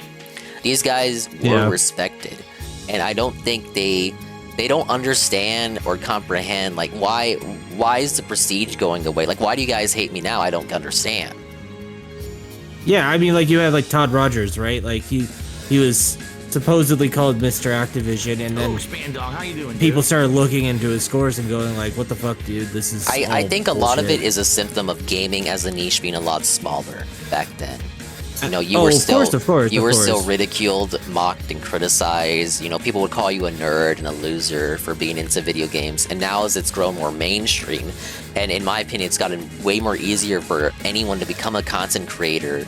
You have all these people coming up. It's not special anymore. You know, I hate to sound like a DSP saying that, but it's not special anymore to like do something. Do something in a game and do it amazingly. Like, you could boot up Tomba 2 right now, for example, and get the speedrunning record in Tomba 2, and you won't be glorified like Billy Mitchell was back in the day for his DK and Pac-Man scores, because it's just not, that appeal isn't there. It's not unique, it's not special. Anybody can do it. You'll get prestige amongst your speedrunning clique, but that's it. Well, I mean, that's what happened to DSP himself, right? Yeah. Like, he got in as an early adopter. He got some level of fame. Because nobody else was doing it. High barriers to entry. Yeah, because the there was no competition. The minute like 2013 hit, and like you had PewDiePie Rise, Markiplier, Game Grumps, all those people. It was the market. You know, you had people who were delivering what Phil was doing, but they were doing it better. They were doing it better, and they were doing it. They were doing it in a way that didn't flood your inbox, that kind of respected your time, that was just more entertaining. It personalized them, right? Like, having the face cam on your videos, while we won't do it, is a big reason why they got popular. It makes them more personable. Yes, and you get to see their emotions, you get to feel their emotions with them, and even if it's like fake or not fake, like, who cares? It's just the illusion that it's like a one-on-one experience, and Phil did not really offer that outside of his face cam videos, which were not the gameplay content. Yes, and then the gameplay content is just like poor, right? Compared to you think like people are just better at video games than they were 20 years ago or like 10 years ago, right? Like, people are just better on average. Yeah. Like, if you take a esports person, right? Like, the people that were playing Counter-Strike in the early 2000s are worse than the people that are playing Counter-Strike now. Even not the top people, like even the bottom level people, they're just better. they understand more concepts intuitively than they used to, or than they knew back then. And so DSP found something that worked, and he was paid on his machinima contract to not improve and just like make sure that he had enough videos that got enough views. And it wasn't until like he had to renegotiate the first time where if I'm Phil, that's a big wake up call, because now you're on like ad view and not just total views. And you know you got to get people to stick around. Yeah, he just slow to adapt, slow to other people were able to come on and offer what he was offering, but doing it better, and he just could not. He couldn't adapt to shit. And he also has this weird block in his brain. He also has this weird block in his brain where he doesn't understand that sometimes you need to do things that aren't like directly related to what you're doing in order to build a network. So like when he wanted to do, or when he was invited to that TV show, it's like, dude, you get on TV.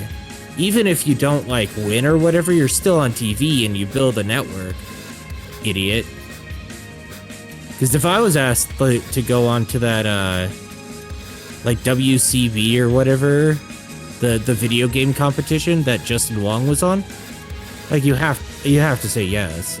It's just a no-brainer. I don't understand why you gotta put yourself out there, but Phil just didn't want to do that.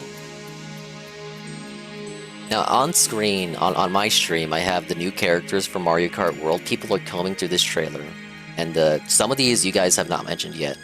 We have Goomba, Piranha Plant, Pianta, Spike, Dolphin, as in the dolphins from Super Mario World, the Moo Moo Cow, Pokey, Para Bitty Bud from Mario 3D Land. We have the Penguin from Mario 64, Sidestepper from Mario Brothers on arcade, the Snowman. I thought it was Mr. Blizzard, but it's just Snowman. The Cataquax from Mario Sunshine, Fishbone from New Super Mario Brothers, Peepa from Mario 3D Land, the Swoop, the little bat dudes, the Sting Bees, little bees, and then these ones I don't think you guys have mentioned yet. So we got Cheep Cheep. We have the Coin Coffer, which is those green little enemies that are filled with coins in their mouths. Oh, yeah. We got Rocky Wrench, which is the ones that pop out of the man lids, the manhole covers. And Conch Door. Conch Door, which are the condors with the spike shells from 3D World. Mm-hmm. But this is a fuck huge roster. But DSP says there's no one new being added. It's just the usual suspects. Nobody new, I guess. Well, DSP's also just retarded. And from the standard roster, characters that you guys have not played with that were only ever in the mobile game, we got Hammer Brother is coming back, Chargin' Chuck, Nabbit, and Monty Mole. Big ups. But good to see. Sarah's over here trying to go for a big old record. Contours from Doki Doki Mario 2 then appeared later, of course. He is a separate monster. I know you're thinking of Ashro. I know which enemy you're thinking of, but that's a separate species. The one in 3D World that is going to appear in this game, it's a new species. Glad it isn't lazy like something like Metal Mario. I'm glad they didn't listen to all the whining babbies who wanted RPG characters or Wario characters or DK characters. This is much better. This is much more preferable to me, Ree. Just like a bunch of what the fuck ever picks. No limitations. Fuck you if Goomba doesn't have hands. Let's put him in the cart. Who's gonna stop me? Miyamoto? Miyamoto bros, please respond. Miyamoto bros, please respond. We're going too far. Oh, the red flying condor that dropped the bombs. Those ones are called albatrosses. That's still a separate species. Oh. No Ninja? Yeah, no Ninja. Now, we didn't even talk about this. You guys feel like this will be games as a service, right? For Mario Kart? No, I think it's going to be... Really? It's called Mario Kart World. Of course it's going to be games for service. Yeah, I had the feeling it would be like Crash Team Racing if you guys played the remake, where there were new characters and tracks added every single month. Well, it would... The closest I would say would probably be, like, Smash. where Yeah, they'd have I can battle see that. like passes. I know games But as I a don't think service is a it's gonna be- toxified term. It's still Nintendo. They will not go to the extent of the games that you think of when you think of games as a service. Sure. Yeah, I don't. I think the worst it'll be like a past like Smash and then what they did for the booster course stuff. Yeah, but like beyond we that, I already don't think have there's kind of any a more. precedent with the booster course pass. It's very clear that they intend to replicate that.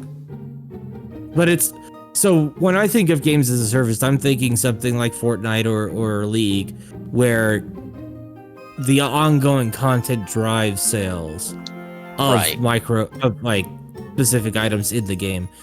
I don't think that's gonna happen in World or Super. It's already happened in 8 though. Here's the difference with that. So the game isn't free, obviously. So every update they do will not be paid DLC. This is the reason why it's $90. If this split is true and applies to America and not just allegedly Europeans, and it's like $90 physical, $80 digital. The reasoning, of course, is that this is a game that's going to be updated over time, constantly. It's like an investment. It's $10 more because this is the one. This is the big game. It's going to get a shitload of updates. The updates are going to be free, more than likely.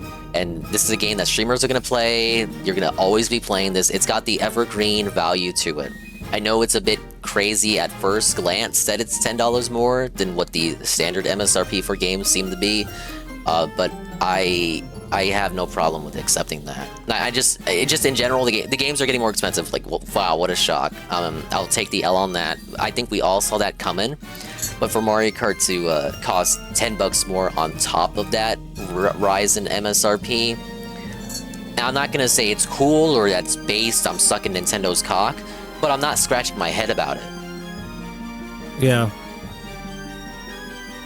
Ding-rectly capping this hard. It's gonna have free updates. Definitely no paid DLC, I'm sure. Well, the booster course pass was free if you have NSO. Like, could there be paid DLC? There is paid DLC for 8, right? Like you had that, right? Like all the Zelda stuff. Like yeah, that was paid on Wii U, and then it just straight up comes with it on Switch out the box. Right. Okay, wait. Jay Frosty has an update. No, he says no $90 for Americans. I'm sorry for cutting you off, but over here on Walmart, it's American Walmart, $69 for DK. Mario Kart is $79, so it's not $90 in America. So no, it won't be $10 more between physical and digital in America, but it's still $10 more than DK regardless. Okay. It's saying Bravely Default is 40. That's fine.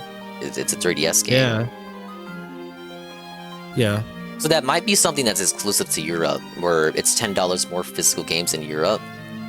That's what I did. I did see people posting Latin American listings that did have the difference between physical and digital. So it seems. Sorry, I keep cutting. I feel bad, but just to get my last point in, it seems to be a case of game by game basis. DK is a standard first-party adventure, $69. Mario Kart is an evergreen game that's gonna get updates regardless. People are gonna flock to that as their first purchase, $79, or technically $50 if you get it with the $500 bundle. But yeah, go on. I'm just saying that we don't know what the digital cost is right now, because these are all physical. There were some listings, sorry, on the website, I believe. I'd have to look at those again. I took a nap, so I'm going off memory here. But I'm not saying it can't be $10, like a $10 difference between physical and digital, but going off what I had said, I understand why it would be the case. I mean, logically, digital should be cheaper than physical. If that's a European-only thing because of European shenanigans, oh well. At least if this is true, then Mario Kart won't be $90 for a physical, which is a bit ridiculous once we're hitting the $90 price point. Yeah. But I'm just saying, no, it was always, oh, where the flag. Was it? It was never think it's called for that. ranking. That must have been the Japanese subtitle. With what Goon is saying about Bravely Default. Well, I thought it was Fairy Flies in the US because... But where the fairy flies? Maybe. Okay, Goon says when you boot up the game, it's in menu. Okay, I never played the game, but I've seen the box art and I've seen gameplay. I didn't know it was called that on the title screen. Only the extended edition uses the subtitle for where the fairy flies, according to Wikipedia, out for territories outside of Japan. But in Japan, it was Bravely Default Flying Fairy. Okay, Goon, how do you feel about this? So you may have seen Goon. There will be Street Fighter 6 on the Switch. It seems to be $60 on the Switch, no 70 or 80. But we have amiibos for Luke, Kimberly, and Jamie. What is the Goon take? Is Capcom finally in the big leagues? Ag.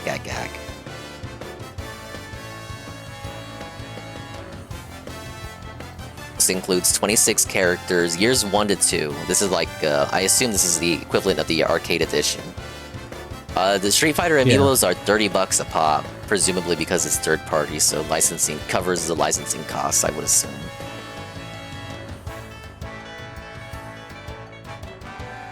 Oh wait, I didn't even see. I did not even notice this. Amiibo cards? Yeah, every fighter gets an amiibo card. I paid attention only to the amiibo figures. Every fighter gets an amiibo card with the art. The art looks unique.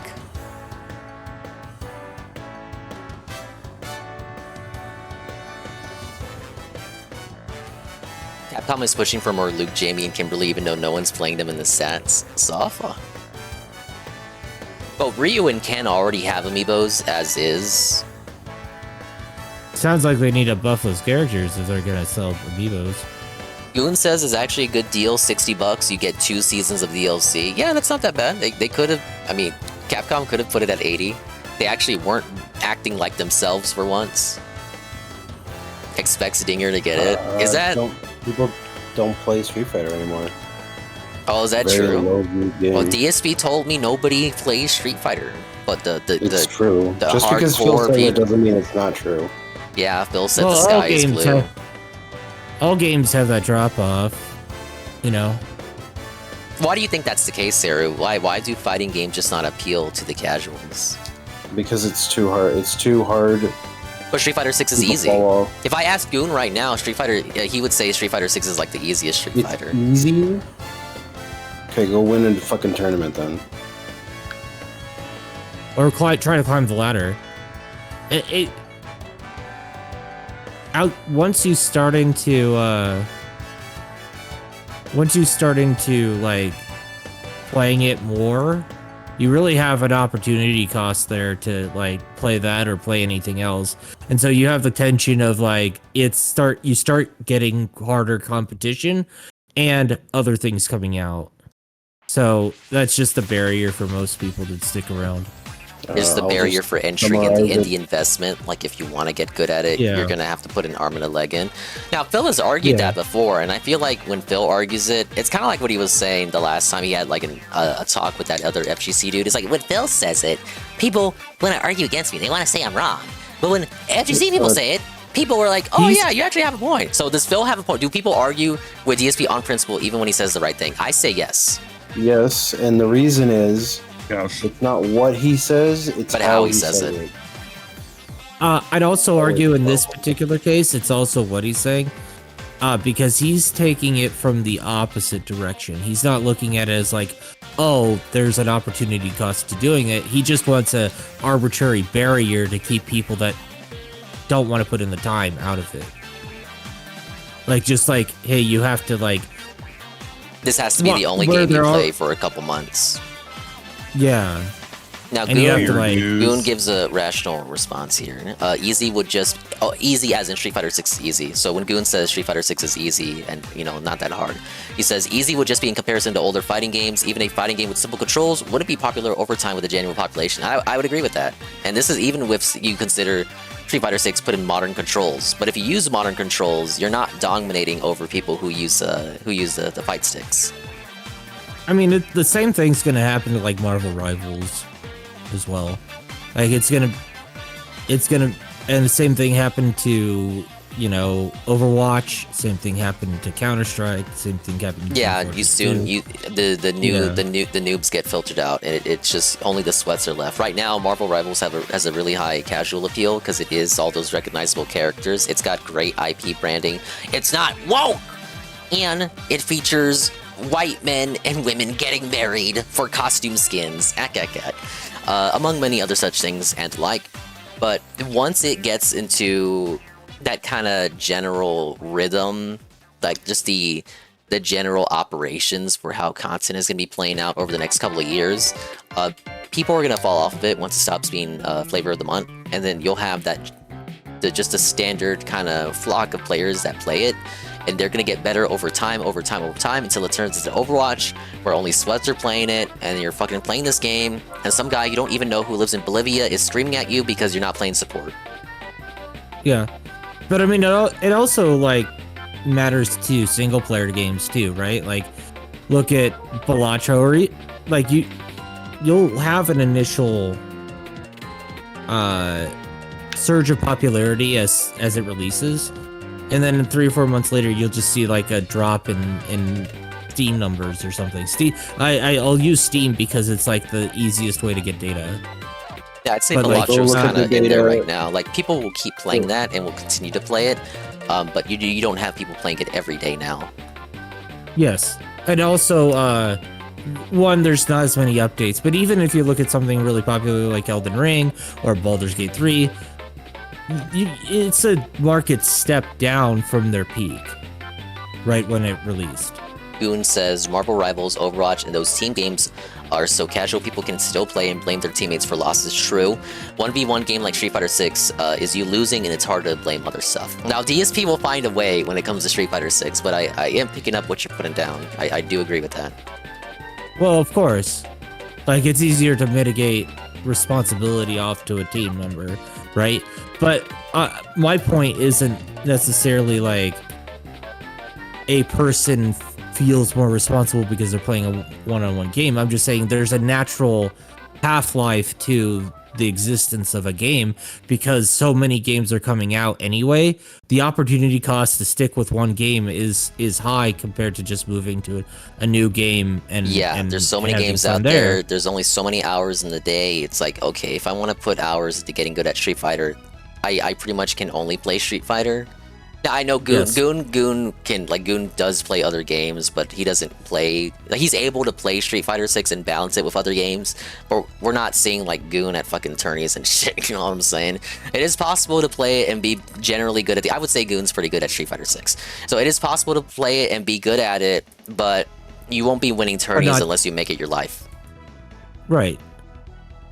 Oh, Goki's here. Goki also plays Street Fighter 6. It's like an instrument. You don't have to always play Street Fighter in order to get good. I would say you have to play it consistently enough. I would say you play it consistently enough. It's not like you've given it up.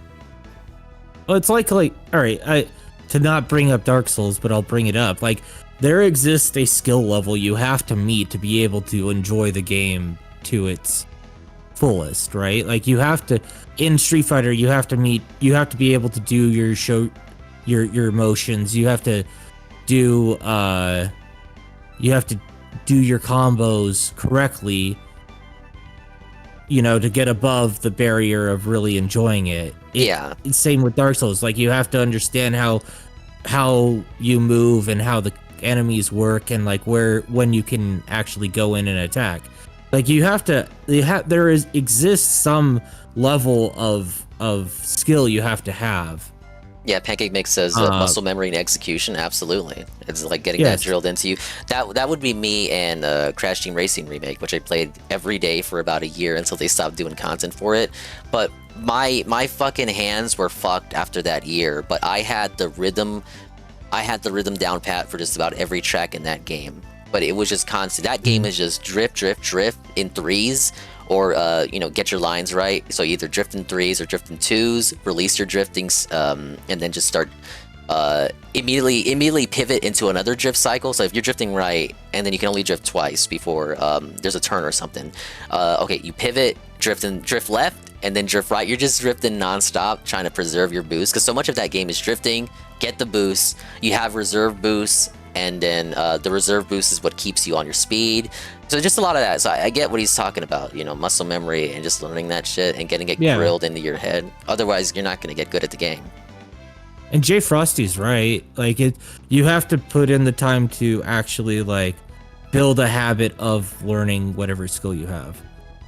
But there's that barrier that most people will not want. There's like to there's that dread and anxiety where it's like, well, I'm never going to be good at this game because I just want to play it casually to just enjoy it. But you know, maybe I don't have friends, I don't have anyone to play it casually with.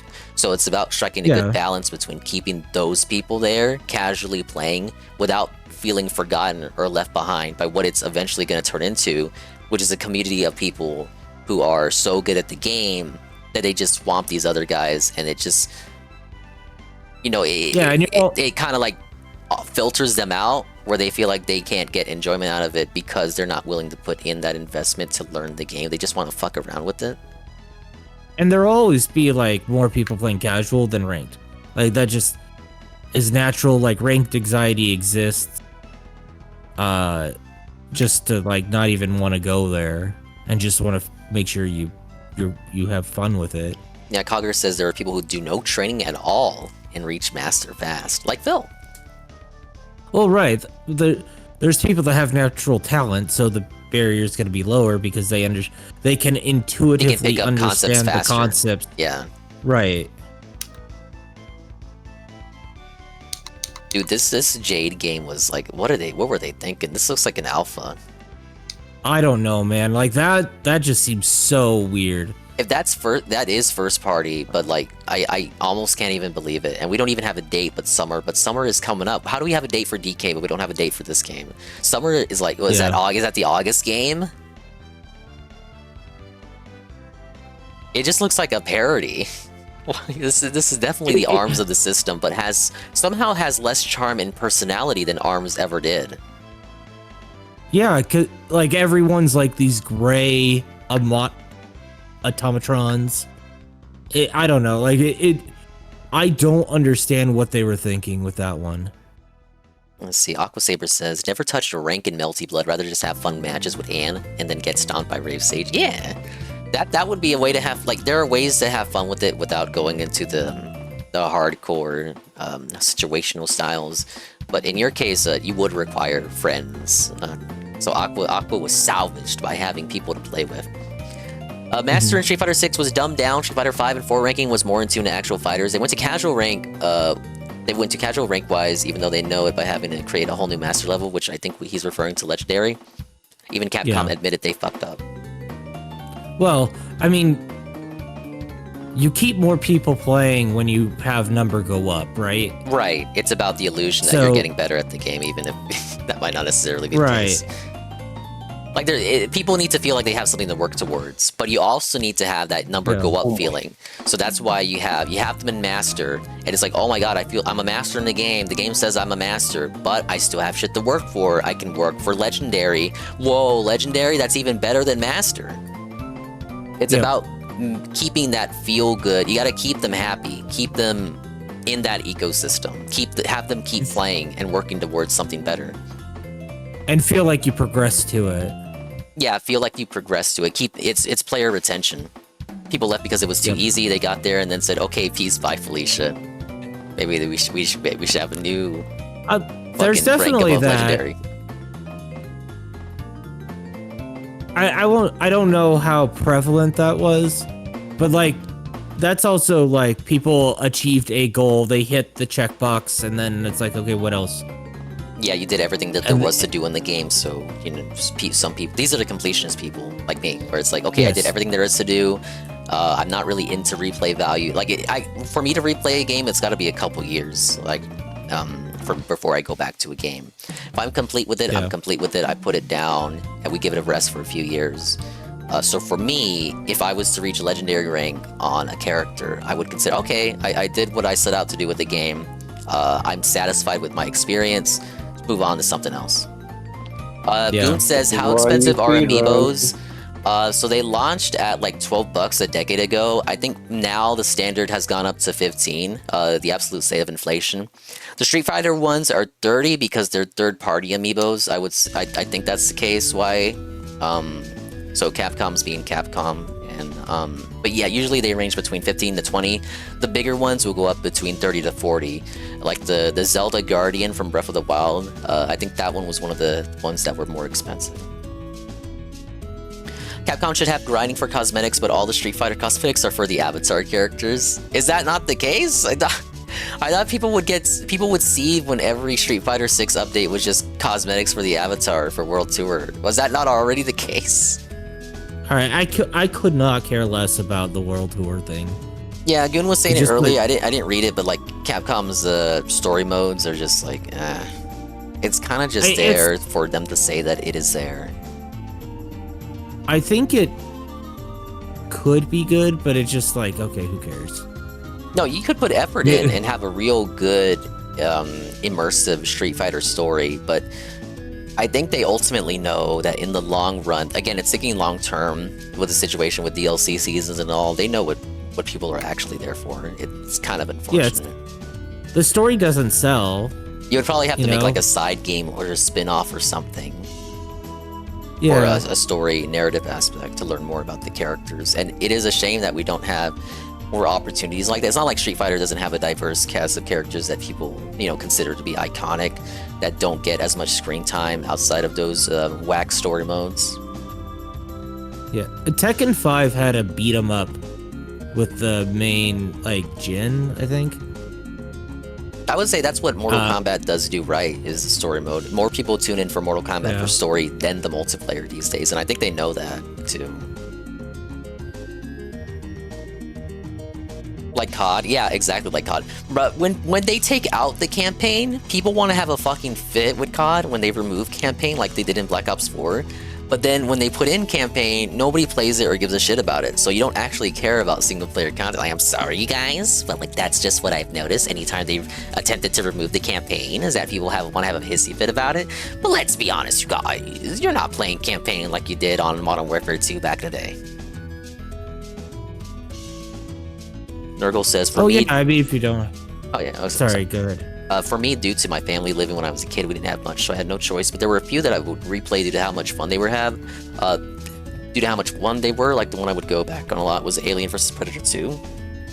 Yeah, I mean, I think we all were in situations like, we could all relate to that. Being a kid, you could only have so many games. Your parents wouldn't buy you every game you wanted. Maybe you were only able to rent games. You had to beat them within, a set amount of time. Yeah, I relate to that. We rented a lot from Blockbuster, and I wasn't always allowed to have a game that I wanted, even if I asked for it, even if it was my birthday.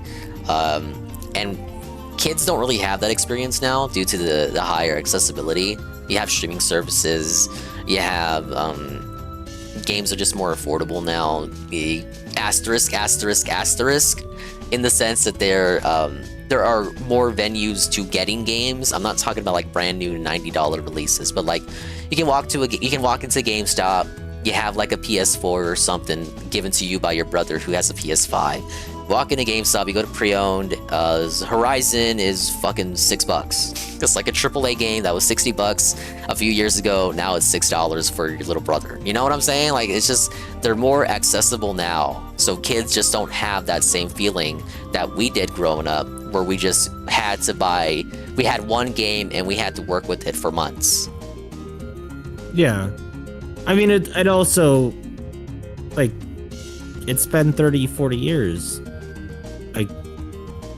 People know how to people know how to get games now. Yeah, the environment's changed. It was rougher. Things were newer back then. We were all just kind of adjusting. Used to play a lot of the demo games on Xbox 360 back then. Yeah, I had my jam packs. Mama Dingus would get me the jam packs because it would advertise. Let me pick up this one right here. Jam pack PlayStation Underground Winter 2001. This is the one where Sony Computer Entertainment America, it says here, Sony will donate a portion of all proceeds we receive from the sale of this jam pack to aid the victims of the September 11th tragedy. Okay, so I think I know why Papa Dingus bought this one for me. But you turn it to the back and it's like, whoa, 10 games included, and it's only $5? Why would we not buy this for our son? So I would fucking... I would be parasitic off of the jam packs.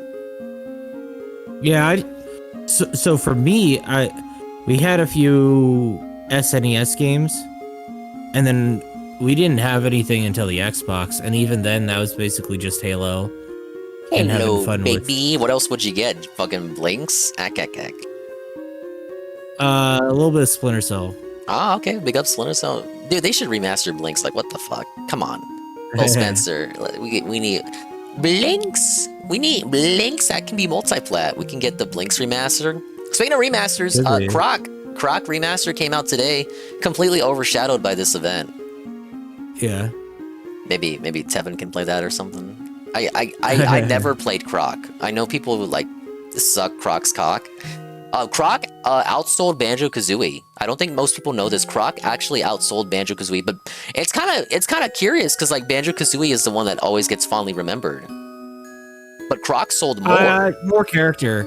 I think it's just more character in a Nintendo. Yeah. It's that prestige but it's kind of like YouTuber revisionist history. YouTubers I think YouTubers contribute to that feeling. Even if that's even if it doesn't necessarily reflect reality, because the reality is Croc was in more people's homes. I think yeah, like you can see that effect with like games the angry video game nerd talked about in the early days, right? Plumbers Don't Wear Ties. I think the whole history and iconography of that game owes itself almost entirely due to AVGN. Oh, yes. So yeah, YouTubers would have big effects on how certain games get remembered in the now. Like, you know, we're going back to AVGN, Silver Surfer, classic episode. Who Framed Roger Rabbit, Back to the Future, NES. All the LJN games. Yeah, all the LJN games.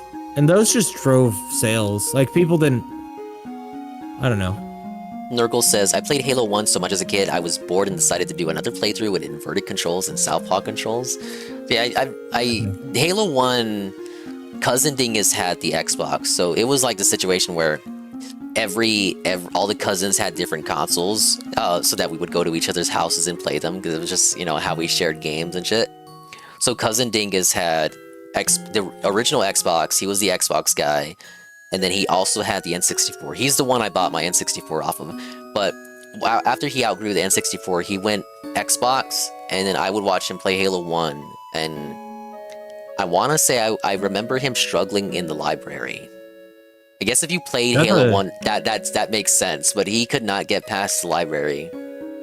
Library's a hard level in the context of the game. So for me, Dad was at a pawn shop and bought and called us and asked if we wanted a Xbox or PS2. Damn, at the time. The luck. And I chose Xbox because I had a bunch of friends that I already had it, and we used them for LAN parties in high school. Very reflective of reality. My God, you get your Xbox because your friends have it. Yeah, pretty much. It wasn't until college that I really started like having my own consoles. Yeah, I think it was later. For me, it was like high school, you know, getting my first job and just making my own change.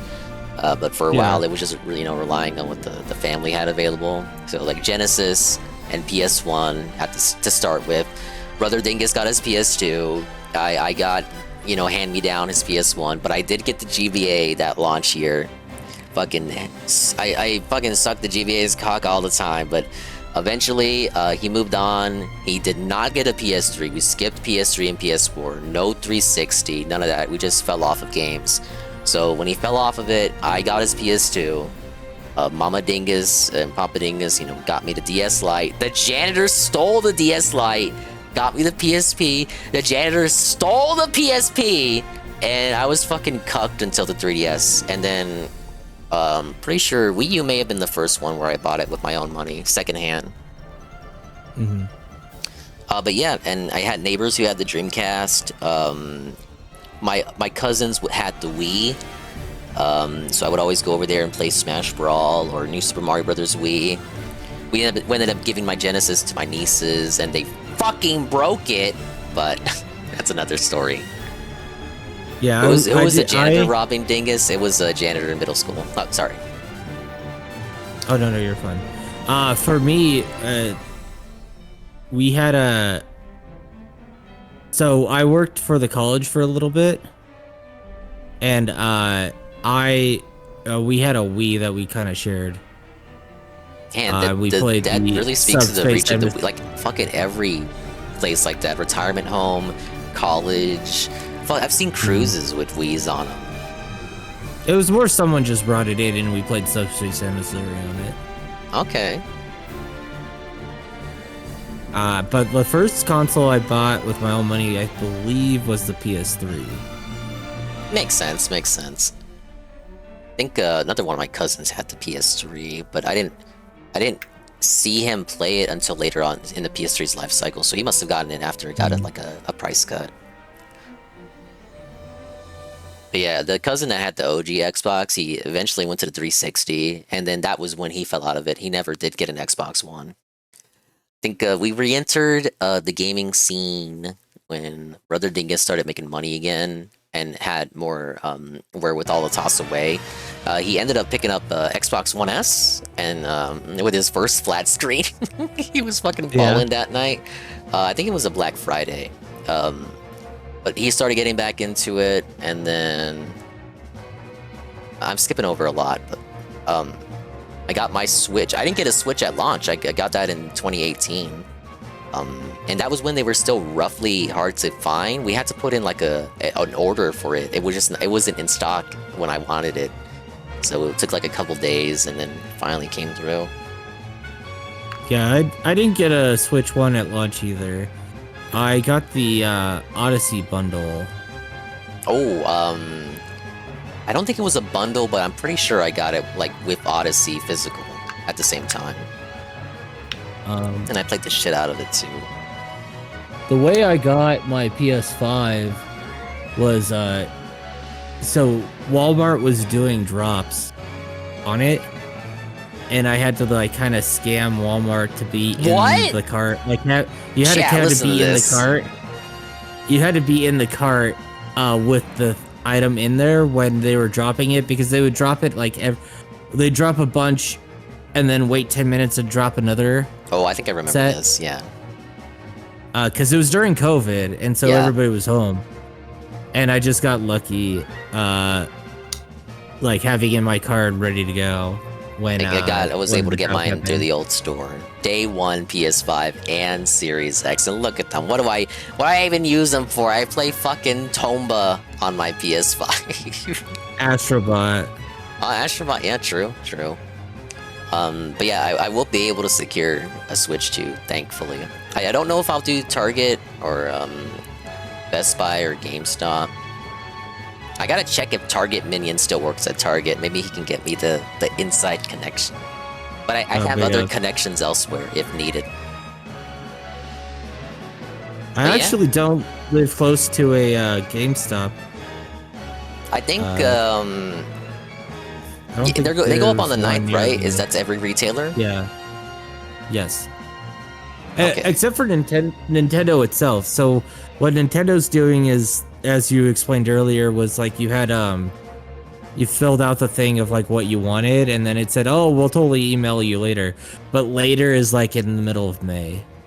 Yeah, so Diddy Duke's asking about it too. Yeah, I know about it. It's just for me, doing it through a retailer is like the easier solution to like guarantee one. If I do it through Nintendo, it's not a guarantee. But if I utilize my connections, I will get one, no hassle.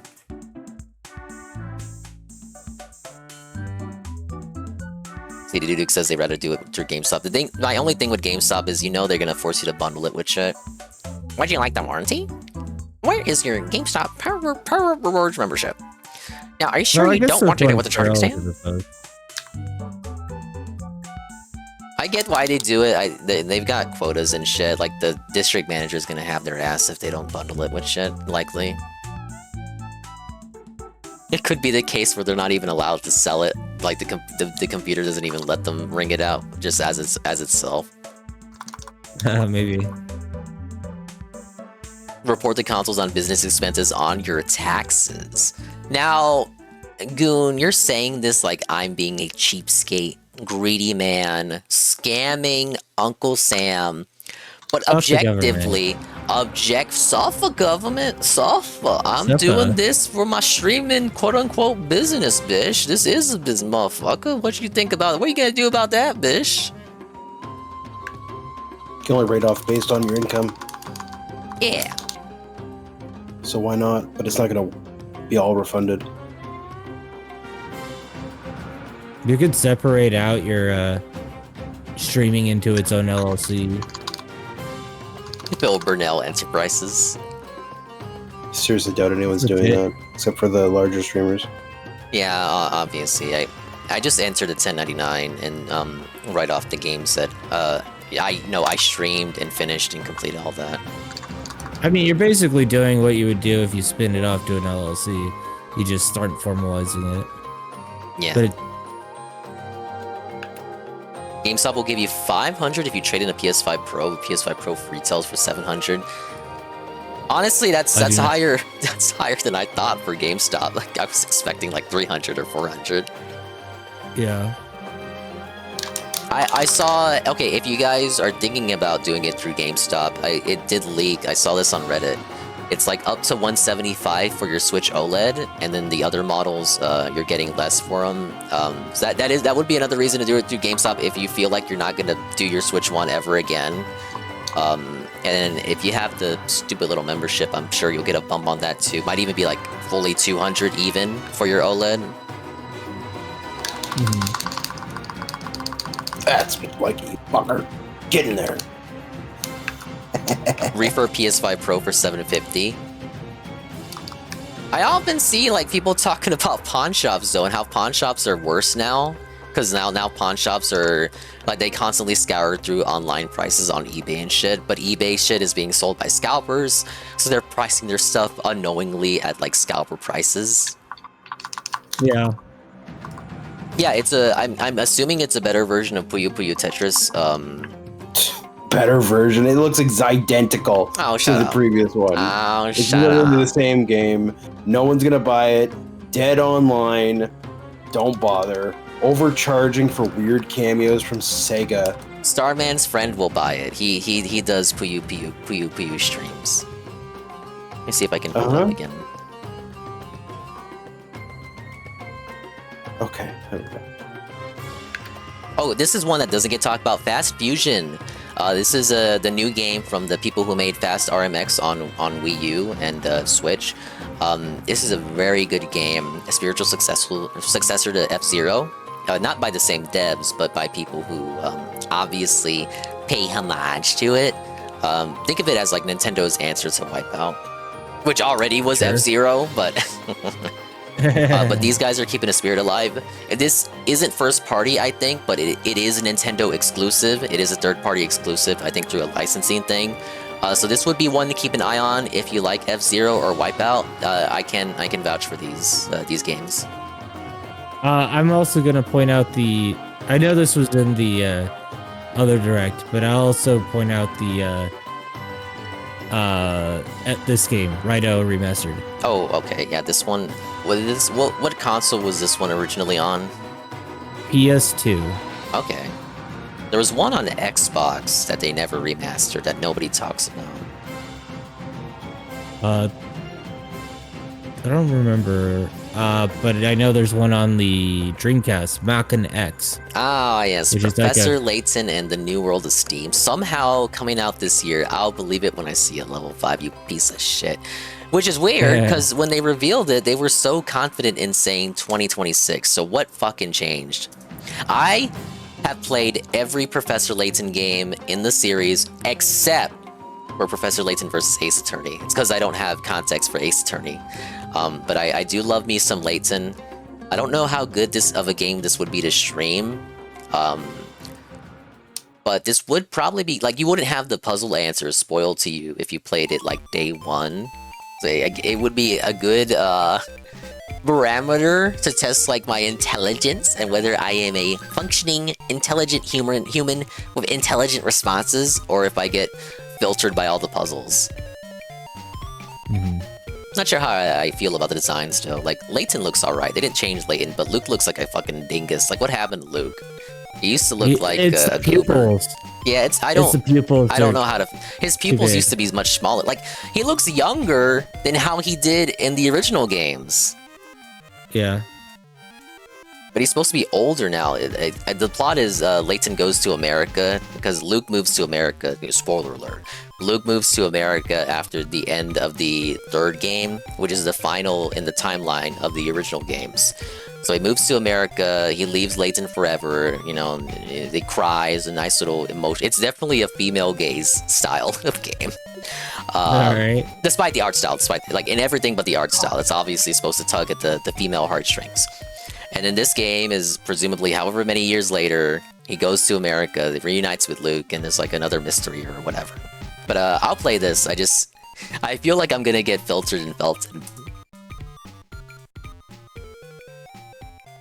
Tamagotchi. Human Fall Flat 2. This is a game for for your nephews and nieces. Yeah, it's a game for like party. I am so embarrassed. I saw this. I saw a dude on the right. I said Leon. Resi 9 is here. Resi 9. I was so... Resi 9, Switch 2. I said Resi 9, Day 1, Switch 2. But well, from just that image, it's not unreasonable to say that. Yeah. And I was saying... Coggers was here Bloodborne. and Coggers did not refute me at all, at any point. Well, it's about time for like a new RE game anyway, right? Like, it's it lined up for me. year. It made sense. It's been a few years since Village. Why would they ever put RE9 on Switch? Why would they ever put Street Fighter 6 on Switch? And why would they ever make amiibos for like 3 of the main characters and give the other ones all amiibo cards? I saw this and my rhetoric changed to Bloodborne 2, Day 1, Switch 2. That's what I said. Bloodborne 2, Day 1, Switch 2. Bloodborne 2, Day 1, Switch 2. Yeah, that's what I said too. But the problem is Sony actually does own so Bloodborne. It's got shared DNA with Bloodborne, clearly, regardless. It is clearly trying to make you think Bloodborne, like DSP always says, think Bloodborne. It's trying to evoke that imagery. Even though they can't use the IP. How do you feel about the multiplayer reveal? It'll be a multiplayer situation. It kind of feels like that's where they were going anyway with like Elden Ring and stuff. Yeah, so like Elden Ring Night Rain is Elden Ring multiplayer. This is effectively Bloodborne multiplayer, just without the Bloodborne IP. But I mean, like, even... Because Bloodborne does play differently from Elden Ring, to an extent. Yeah, it is. It's faster. But I would say, like, even with regular Elden Ring, like, the PvP and, like, cooperative stuff was a lot easier to do than, like, Dark Souls. Nintendo Online better be better. We can only hope so. Yeah. They would never reveal it on Switch, as in Resident Evil, only through Sony or Capcom Press. The last Resis have been revealed through State of Plays. I look, this was in the moment. I thought, never say never. I really thought, this could have been, now we're going on Nintendo. There was a time when people thought Final Fantasy and Nintendo were like intrinsically linked. And I feel embarrassed. I heard like through Bloodborne. Oh, go on. I heard that through Bloodborne, Sony and From Software had a big problem. Oh, I was and not strained aware. the relationship. That I don't know for. I think I heard that. Now this, I'm embarrassed for this. I saw this and like, tell me if it's ridiculous for me to say, I see this, black's empty space, I see Kirby, I think Smash. It's Smash. We're really ending on Smash? It's reasonable. Yeah, because I think back to all those Smash Ultimate and Smash 4 trailers, how World of Light pivots to Kirby as the main character over Mario. Since this is Sakurai's baby, I see Kirby alone with no context in a black void. It's not ridiculous for me to think Smash Brothers, and it did end up being a Sakurai project. I was just a little bit incorrect. Now, as soon as I saw the engines, I yelled out Air Ride. Okay, but go on. Yeah. Once you see this, it's like obvious. But before that, you're either thinking a new Kirby game or Smash, and I think it's reasonable. So this is coming this year. We don't have a date for it. It seems like this is a little bit further off than any of the other releases. I could see October, November for this one. Hey, Carl. Yeah. I think it's got to be a while from Mario Kart World. Otherwise, it's gotta be distant enough. Not that Kirby Air Rider doesn't already distance itself from Mario Kart as is. I love how they put Sakurai here as the direct. Like they know they treating him like Kojima. This fucking like solo credit. Like fuck off. We love him though.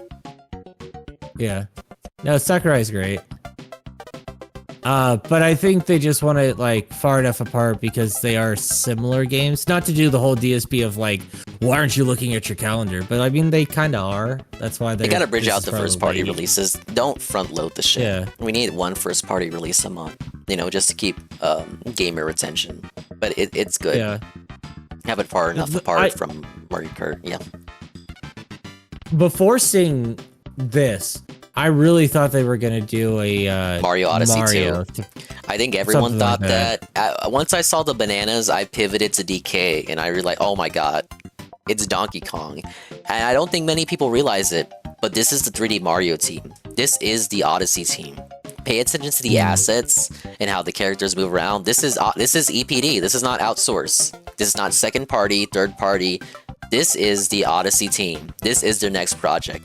And as I said earlier in the stream, I think it's an homage to Jungle Beat. Their first ever, that particular division's first game was Jungle Beat. And now DK is coming home to Japan. He's had games made in the UK. He's had games made in Texas and America. He's going home to Japan. Yeah. Because it's definitely not retro. Yeah, no, they got their hands full. It doesn't full. look like that. Yeah, and you'd figure that they're all whole hands on deck for Metroid Prime. There it is. If you look, they're building the island. Yeah, like what you were saying earlier, like this is DK Island. It's Ingot Isle. Now, the website suggests that this is the first time Golden Bananas have ever appeared in a Donkey Kong game. That's why I think it's a lore thing. Either that or they don't care for canon. because many DK games have Golden Bananas. Yeah.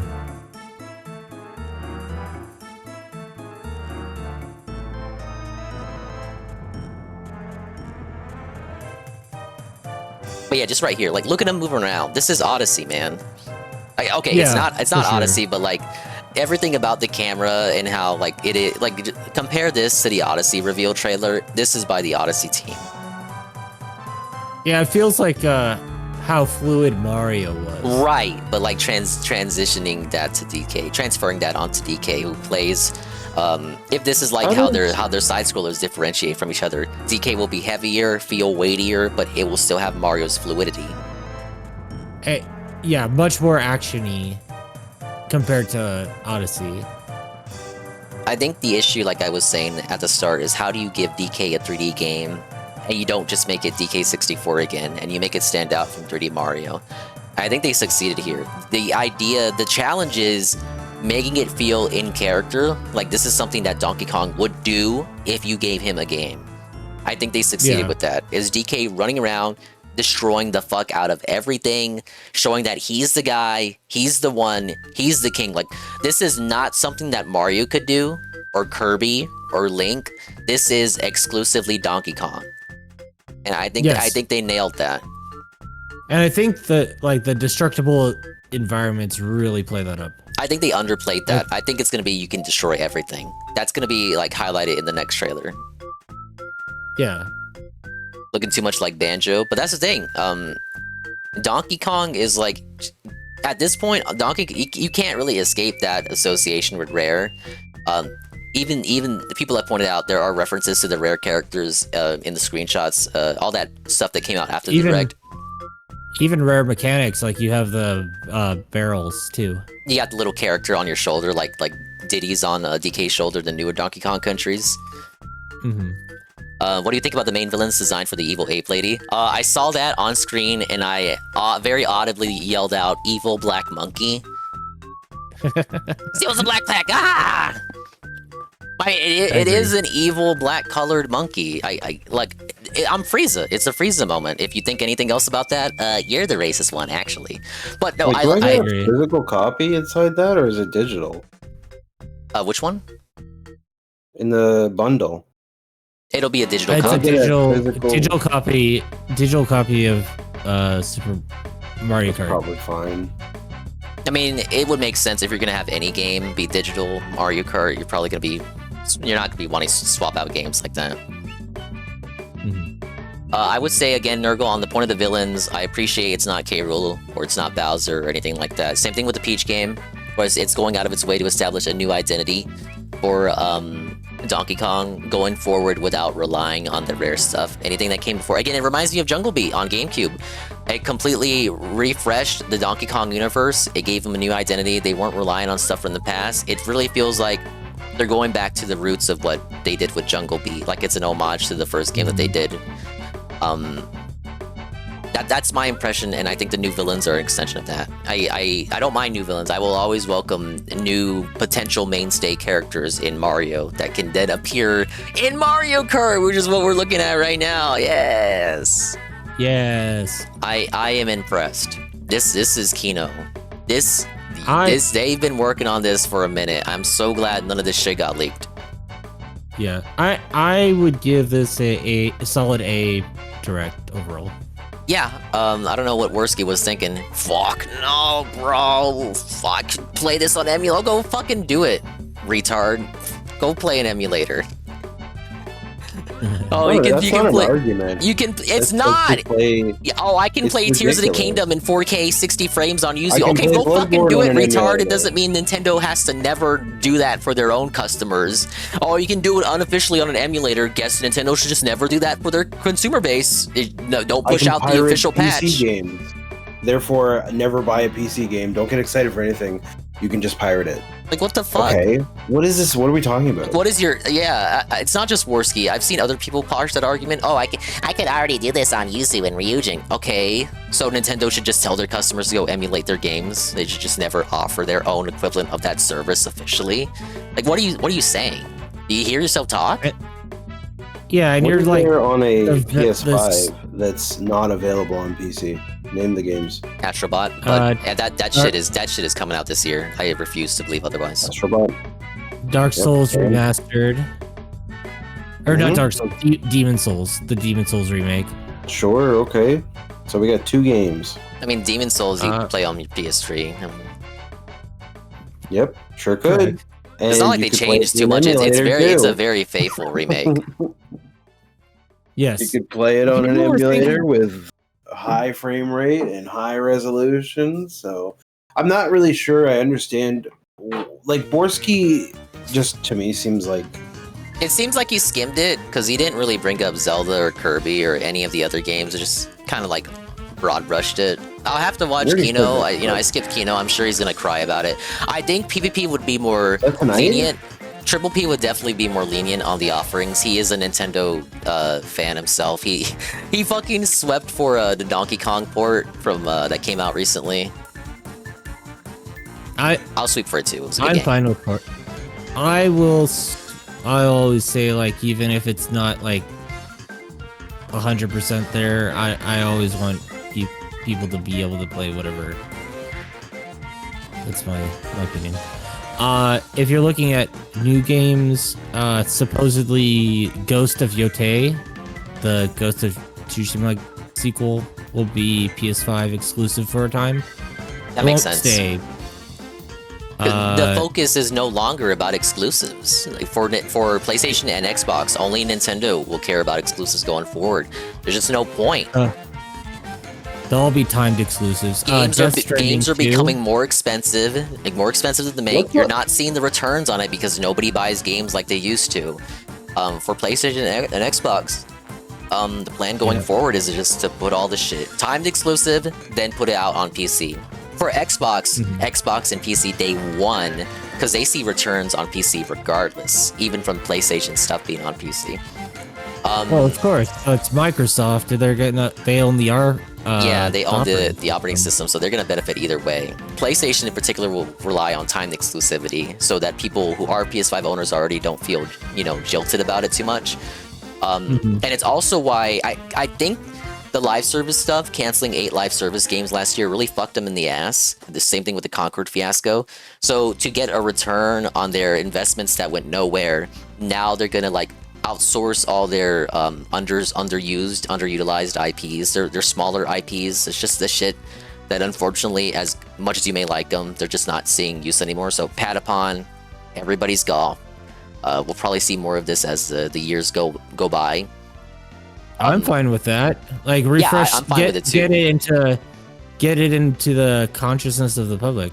But it is a sad state of affairs, in my opinion, and is really reflective of Sony's attitude. It's basically them allowing those games to go third party is a tacit admission that they never had any plans on their own to make a first party iteration to make a game themselves. There was Patapon 4 was never in the cards. That's why they're okay with Namco porting Patapon 1 and 2, because they would not, they never had plans. Because you always have that hope when there's a state of play. Oh, is this the one where Ape Escape gets revealed? Is Sly Cooper coming back? And to me, this is an admission that it's we're okay with letting these IPs go multi-plat because we know there's a niche audience for them, and because we personally have no long-term strategy for using these IPs, and that's really sad. I think they run trial balloons every so often, right? You had the Crash 4, the Spyro and Crash remakes, and you had Crash 4, right? And they didn't do super well. It didn't hit their expectation. Well, that was more of an Activision thing. Sure. But I mean, but the industry sees that. I do think they saw. Is there actually? I do think they saw Crash and Spyro, and then they made the Medieval remake, which Sony does own. But yeah, go on. Sorry. I was just saying, the industry does see those and goes, are people actually interested?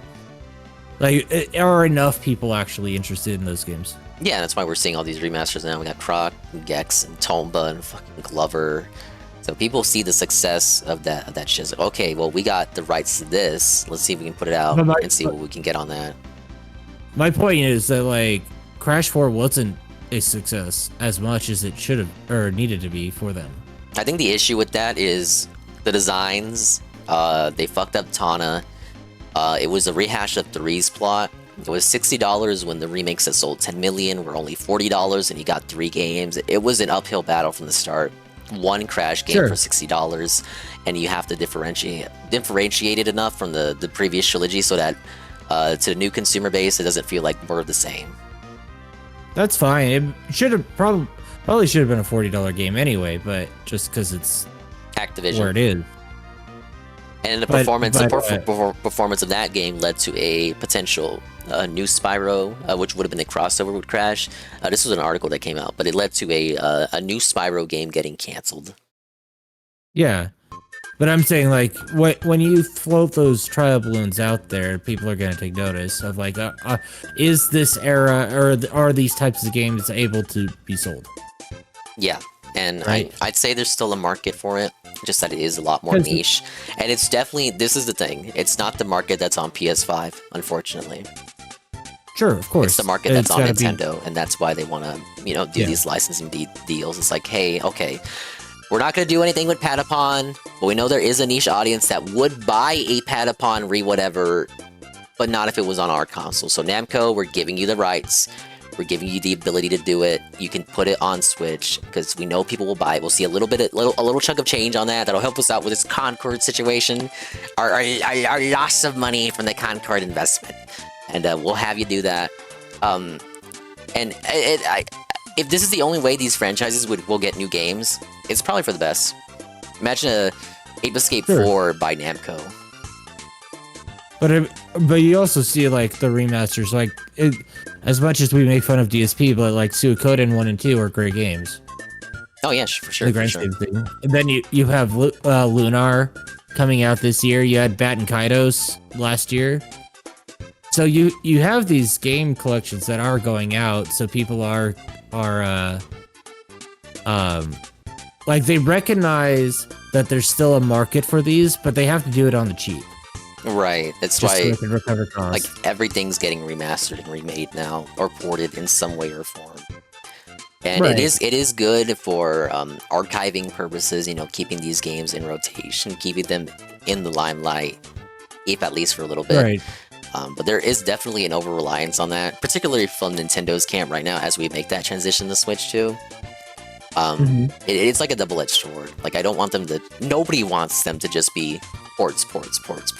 We do want new games interspread in between all these ports. But they are good. They're good for stopgaps and, like, filler. And just... No, I have to go to sleep. I am leaving. Goodbye. Alright. Well, you just let me and UNF just really get into it. Okay, Saru is dead. Saru is dying. Saru is rage quitting. We didn't even get some final words off of him. And if you need to go to sleep, and are you asleep? And is dead. And wake up.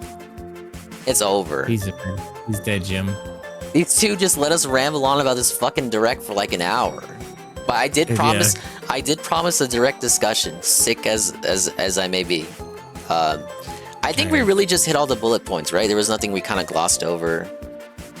Yeah. It's like I mean, there's always more to talk to, but yeah, for sure there'll always be stuff we didn't cover, like this Mario Party stuff, Zelda.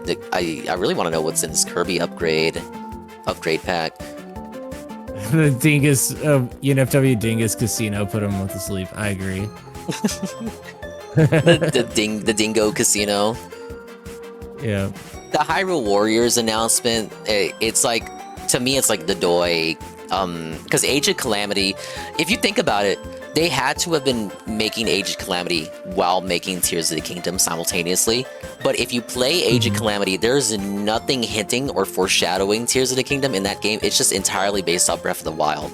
So it's like, that was obviously intentional, and that game didn't have very many much DLC either for a Musou game. And what was the reason? Right. It was all for a new Hyrule Warriors based on Tears of the Kingdom. Well, I will say, like, in my opinion, I don't think they planned Tears of the Kingdom well. You think this may be an attempt to bandage the narrative issues? No, there's much to Zelda's story that we don't see. I think they're just gonna clean break it, and like Tears of the Kingdom is its own thing, and Breath of the Wild is its own thing. So you think this will be a more fan fiction like Age of Calamity? Yeah. Thank you, it's Sari for the raid. It's gonna be like fan fiction in the sense of like, we know this happened. We know they lose. I wish it wasn't fan fiction, because I feel like with Age of Calamity, much of the marketing was like positioning itself as a prequel to Breath of the Wild, and then it just did not end up being the case when it released. It turned into fan fiction, and the absence of Link here, like, you know, Link's gonna show up. It's gonna be like Echoes of Wisdom. Link shows up at the end, and he's like a secret character or something. You can't have this without Link. It may be like our original Hyrule Warriors, where they kind of like let everything kind of go loose. Yeah, but I think it'll probably be closer to Age of Calamity, where like they have a story, and like Age of Calamity turns into like a parallel world thing. It's like, okay, you want to tell your hopeful story at the end instead of like having everyone die. Like. I understand storytelling, whereas this one, like, everyone dies, but you kind of succeed in the end, so they don't have to necessarily defeat Ganondorf in the past, so that we don't have to fight him in the present of Tears of the Kingdom. Right, they just have to seal him, right? Like, so you're gonna have like everybody sacrifice themselves, and then you'll see like a cutscene of Zelda becoming the dragon, and then that'll be it. Oh man, you know that's gonna be one of her finishers. That if they actually let you control that on the battlefield with the power of the Switch 2. They might, but like given the lore of how that works, she can't control it. You might get an ending scene with it, like cheating, but I don't know. I really think that it's gonna be designed to give that clean break between Breath of the Wilds and Tears of the Kingdom, and have them both be like, all right, you're gonna have the archetypical hero story of Zelda, but in reality, these two are very loosely connected at this point. They might have a common base, but they're really their own things. Yeah. Release date, release window coming this winter. You think this is unless we have another direct, like they're holding back on first party stuff for this holiday. Do you think that's like the November game? People would buy it just because it's Zelda. Yeah, I think October, November makes sense. Yeah, I'm pretty confident in that. I don't think they'll have another like big Zelda game before then. Yeah, if you look at the release timeline for Zelda, it's been like one Zelda game every single year on Switch, even if it's a spin-off or a re-release. So this would be like this year's Zelda title, and then next year, I don't even want to say next year's 3D Zelda. It feels like it's too soon still. Yeah, they might still release the HD remakes of Wind Waker and Twilight Princess, even though they have the NSO stuff. Because they exist. We got like sorry, I'm fucking, my throat's fucked up. But we have fucking the remakes of Link's Awakening. Link's Awakening remake coexists with Link's Awakening on Game Boy NSO. Yeah. So it does not preclude that. Now, there are other situations like Mario RPG is not on SNES NSO due to the remake existing. Mario vs. Donkey Kong and Advance Wars, those are not on GBA NSO yet because they have remakes on Switch. But then you have another case like Pokemon Mystery Dungeon, which is I'm playing music from right now on my stream. Pokemon Mystery Dungeon exists on NSO on GBA, but it also has a full price remake. So it could be a case they just don't care. They could redo Wind Waker and Twilight Princess and then have them on NSO, and they know people will buy it.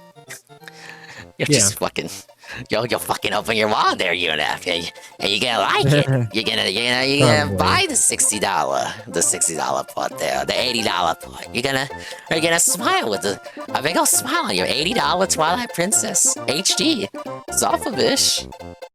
They might do it as a bundle. Oh, you wish. You fucking wish. $80 games, you fucking get out of here. They could. This is what we're gonna do now. We're running out of Wii U games outside of the Leaked Woolly World remake that they showed off by accident. So no, we're running out of Wii U games. We're gonna run out of 3DS games and Wii games to remaster. So now we just put everything on NSO, and then on top of that, we give them remakes and remasters anyway, and they're all priced at $70, and you buy it and you like it. You like it. I'm surprised they didn't do more Wii games. Yeah, you had DK Country Returns. But I'm talking stuff like Pandora's Xenoblade Tower, 1. Story. For sure, I could see Monolith handling a Last Story or Pandora's Tower. It is a shame that those games were a part of the same campaign that got us Xenoblade 1 in the West, that got us Xenoblade, arguably as a franchise, it still gets games to this day. But 2/3 of that Operation Rainfall has kind of just been forgotten about. Maybe eventually, maybe the Switch 2 would be the gen to do it. But I would say having Monolith on those would be good. Oh, that's one thing I thought of. Like, we didn't see a Monolith game in this direct either. They are recruiting for something, maybe Xenoblade 4 or a new IP, but yeah, we didn't see any offerings from Monolith. Yeah, we didn't see any intelligent systems or intelligent No Paper designs. Mario, no Fire Emblem, no Wario. And, well, they're working on. Wait, no, they don't do Rhythm Heaven. Rhythm Heaven shares Rhythm Heaven shares the artist with WarioWare, but Intelligent Systems only does WarioWare. But they're not on Rhythm Heaven. We don't know what they're doing. I would have to assume Fire Emblem. It's been so long since Engage now. But I didn't expect Fire Emblem anyway. Fire Emblem's not a year 1 game. That's year 2 or year 3. Sure. That's not something that attracts people in the important first year when you need to get people on the system. Yeah. What else? That FromSoft game is though. Oh, for sure. Yeah, absolutely. No Kid Icarus. No, Sakurai's working on Kirby. It is great to get Sakurai back, and the confirmation that he's allowed to do shit that isn't Smash. I do appreciate that. Alrighty. Well, I have work in the morning. Yeah, I didn't want to keep you, but it is pretty late. I think we covered all the bases. I gotta conk out too. I at this point, I might have to call in, so I don't think I'll have work in the morning. Alrighty. I'll see you later, buddy. Thank you there, bud. UNFW, everybody. It's Comedic Stylings. We'll give him a shout out here, bud. Alrighty. Thank you there, sir. Bye-bye. Thank you for talking. Thank you for the games that you didn't get to participate in. Get a better connection. What up? Go yell at the people. You're not using your full gig. What's going on there, bud? No. So I don't think it's actually like my connection and my routers. I think it's actually the switch. Okay. That is a problem. Are you because you I don't have an OLED? No, I have an OLED. Okay. And so I changed the dock to see if that was the problem. But it's still hitting around like 20 megabytes down. That's so weird.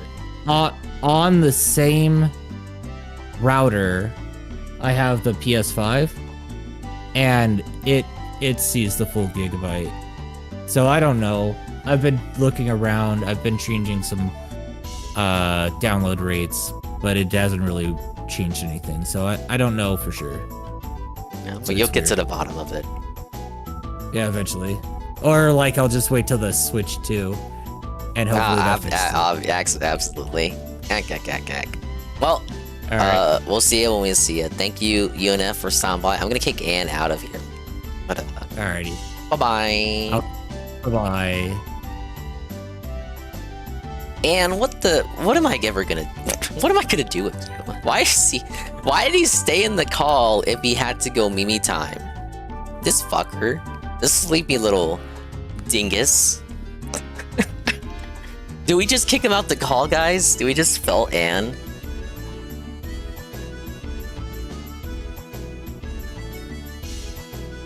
Okay, I think we're just gonna felt Ann. And it's time to go to sleep, Ann. He's actually dead. He's unmuted, but he's just dead. There we go. I moved him out, and let me disconnect myself. There you go, buddy. That's it. That's the collab. It's done. It's over.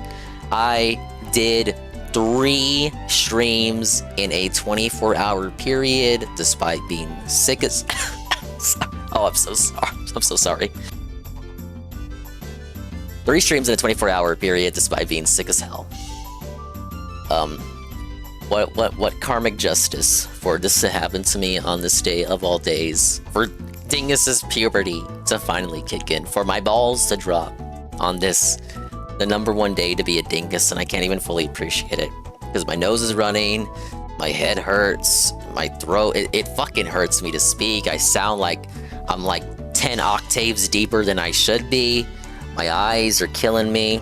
I just want to lie down, except I just took a nap, and when I woke up from the nap, I felt worse than I was before the nap. It was like taking a nap actually felted me even more, but I did it for you.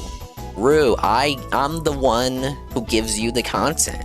Me, Ree, I'm the one who owns a successful business. Ree. The Dongsicles dropped the game as the same day as the Switch 2 Direct. Coincidence? Yeah, they wanted to sabotage me.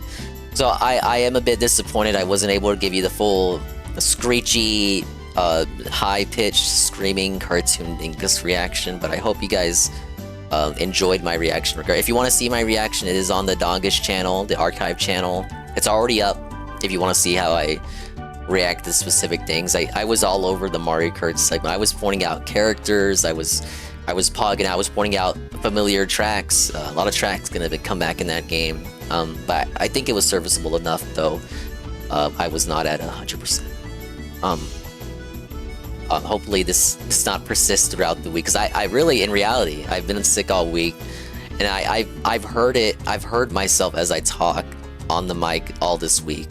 I think it started during one of the Xenoblade streams, and it's just gotten worse and worse. And now I can't even talk a few words without coughing up a lung. So I might just take tomorrow away from streaming, call off from work, and just chill out, and see where I feel from there. Maybe come back to streaming Friday.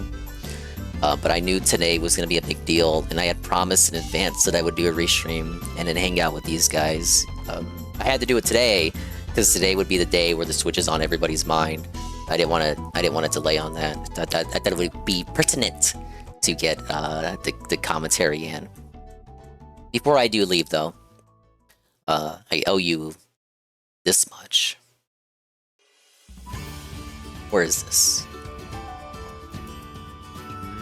Insane day. Full Switch 2 coverage. Adamfall and Disco Elysium fun. The Daily Wrap. April 2nd, 2025. I almost let myself get away from the stream without playing this. So get cozy. Pull out some popcorn. I'm telling you, I was like bobbing in and out of his pre-stream. I fucking hated that this pig interrupted it and ruined it. Oh, wait. And welcome to the Daily Wrap for good evening. And welcome to the Daily Wrap for what was Wednesday, the 2nd of April, 2025. One of the craziest days I think I've ever had here on DSP Gaming. At least Phil didn't hate the Switch crazy. 2 I forgot to take the chair cover off after my late stream. So if you're wondering what was so crazy about it, well, first off, today we covered the entire Nintendo Direct regarding the Switch 2. He didn't. Covered In what? fact, that You was watched pretty much the entirety of my you didn't watch podcast trailers. today. You went through websites like Dora the Explorer. Because I didn't do it live, I feel like I did a better job than if I had done it live. And what I mean by that is so many people want to do these low-effort live reacts. Okay? Oh, you react with a face or whatever to the live event. Yeah, DSP gave us the high-effort reaction where he scrolled through a website and summarized what he was reading on screen to us like we're fucking 5, while telling us objectively incorrect information about the games, saying that the Switch Pro Controller is not different from the first Switch Pro Controller at all.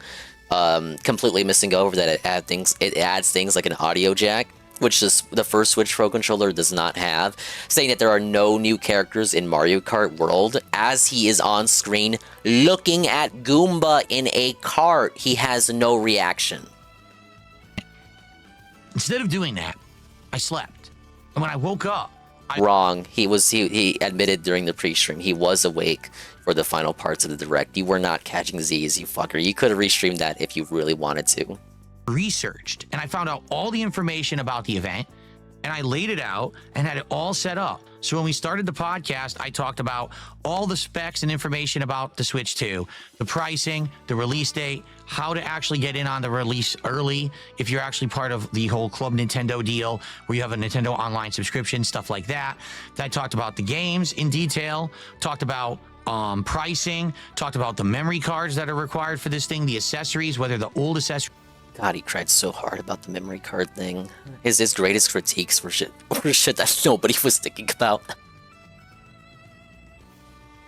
Like the SD card thing. These are new accessories, work with it. All this information. No, we didn't. He didn't actually cover the hard specs of it. Almost 2-hour podcast just covering the Switch 2. As I'm doing this, all of a sudden, out of nowhere, there proceeds to be one of the craziest, most supportive things I've ever seen.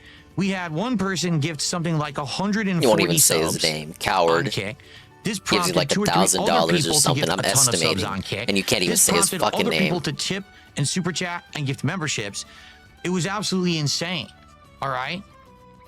So it's fucking we had dollar a crazy signs to amount you. of support just on the podcast. Gives you his fucking Then SSI check. You we can't even be continued bothered into to remember his Adamfall, name. And as I was playing Fucker. Adamfall, the support continued. So much support. If you remember, we started today at I don't care if it's Ryan. You better remember that fucking stock account name. You know, this is awesome. We're getting really fast towards our goal for the big Minecraft meals at McDonald's. And let's see when we hit them. We hit 5 goals on the first stream and unlocked the Minecraft meal, and we did it today. No, I'm not kidding. I'm not exaggerating. It was insane. I never expected it. It just happened out of nowhere. I was like, holy crap, amazing. On top of that, we exceeded it. We ended up actually hitting 7 freaking goals on the first stream, ending it at 92 out of 100 goals. We haven't even begun to talk about what the 100 goal celebration is going to be yet, and we're at 92. It's just wild, because some days, you know, you think that something's going to do well, and it does poorly. And then one day you'll just come to work, and I work my butt off, you know, covering the Switch 2. I'm having a great time doing it, and it explodes. And right, so like an ass absolutely off, yeah. amazing. Thank you to everyone who did that for me today. So appreciated and helps a ton, right? So we actually did the Minecraft Meals DSP tries it. And Man, since neighbor, so can much we support talk about came what in, you I got fucking 3 did? meals. What I got the games did we kids meal, play? and I got the 2 different adult meals, and we compared the toy or / collectibles. In fact, you can see them right here in my background. I'll show them off tomorrow on the podcast. The 2 that I got.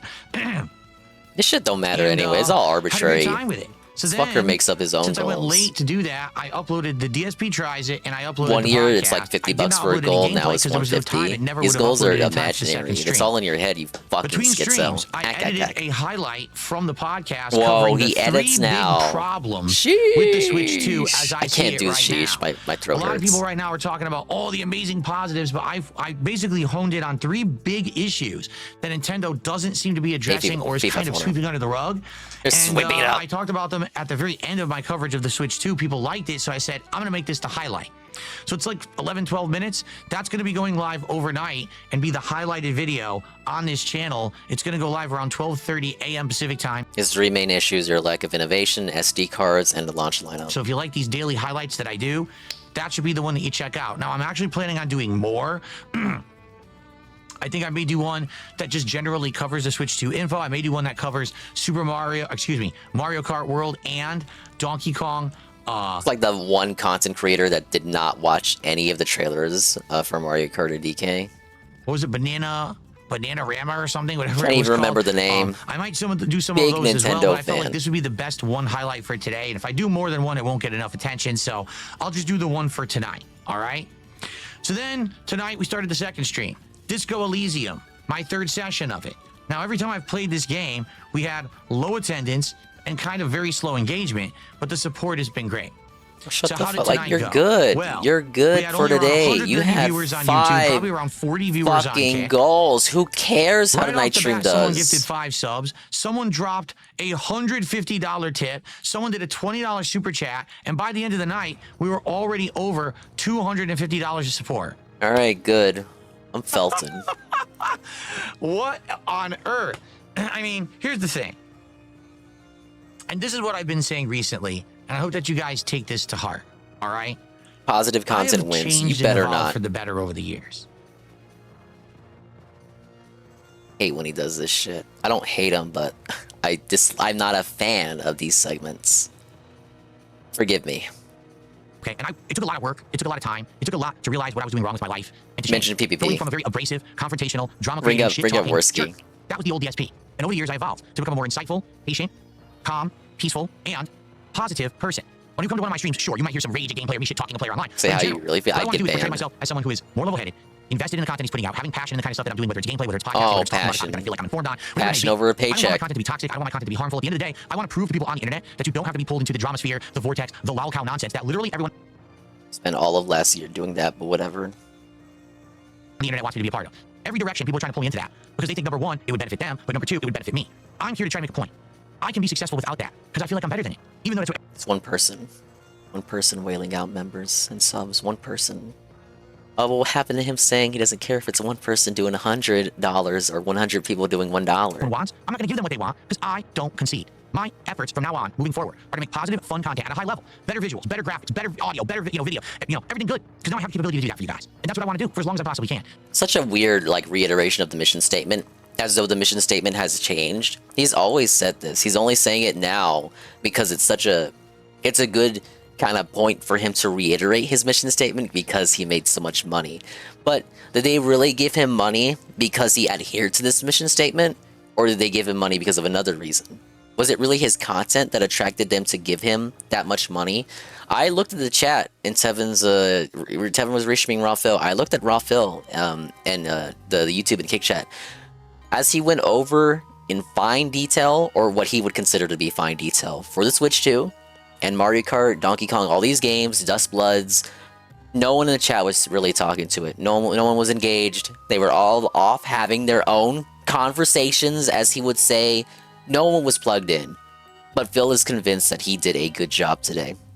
And that the subs are proof of that. They would not have given him subs if they think he did not do a good job. Really? There's no other reason that they would give you subs. No other ulterior motives they might have. This won't be a future chargeback. This won't be something intended to piss off detractors. This isn't something they get a sick sexual thrill out of, right? It's only because they thought you did such a great job with the Switch 2. And the fact that you guys are coming out and supporting me in droves the way that you have shows that you're the like mind of me. That there are enough people out there who like the mentality of what I'm trying to do, that you're behind me. And I appreciate that. I realize that. And I'm so grateful, and I thank you for that, because that's how I want things to keep going. So, today was I amazing. gotta deal with it. Disco Elysium, we made good progress. We ended up going to a new area of the map, checked out one of the foremans of the Union, did some stuff there, went to another new area. Are you done with this segment? Checked out other areas, doing checks, unlocking stuff, fighting hidden items, all kinds of stuff. It was a really fun night. Now, was there tons of engagement? There was some. Was there tons of support? Yes. So, as long as people seem to be liking this playthrough, I don't see why I would stop playing it. I'm actually enjoying it. I'm having a good time with it. It's so unique and different from other games that I've played. It stands out among the pack for me. And I think I'm going to stick with it, again, as long as we get support and people are coming by who are coming by. It doesn't matter if I'm doing a stream for 200 people or if I'm doing a stream for 2,000. As long as people enjoy it and I'm able to make a living doing it, why do Bro, he says this, then he constantly makes it a point that only one person supports Disco Elysium and that it's getting him worried. I'm getting nervous. I care, right? And that's the thing. There will be streams when I'm playing bigger games this year. I'll have a huge audience. I don't need it every stream, correct?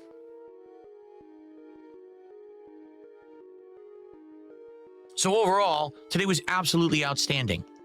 Thank you all. Overall, I think today we hit, 8 goals. 8 freaking goals in one day, guys.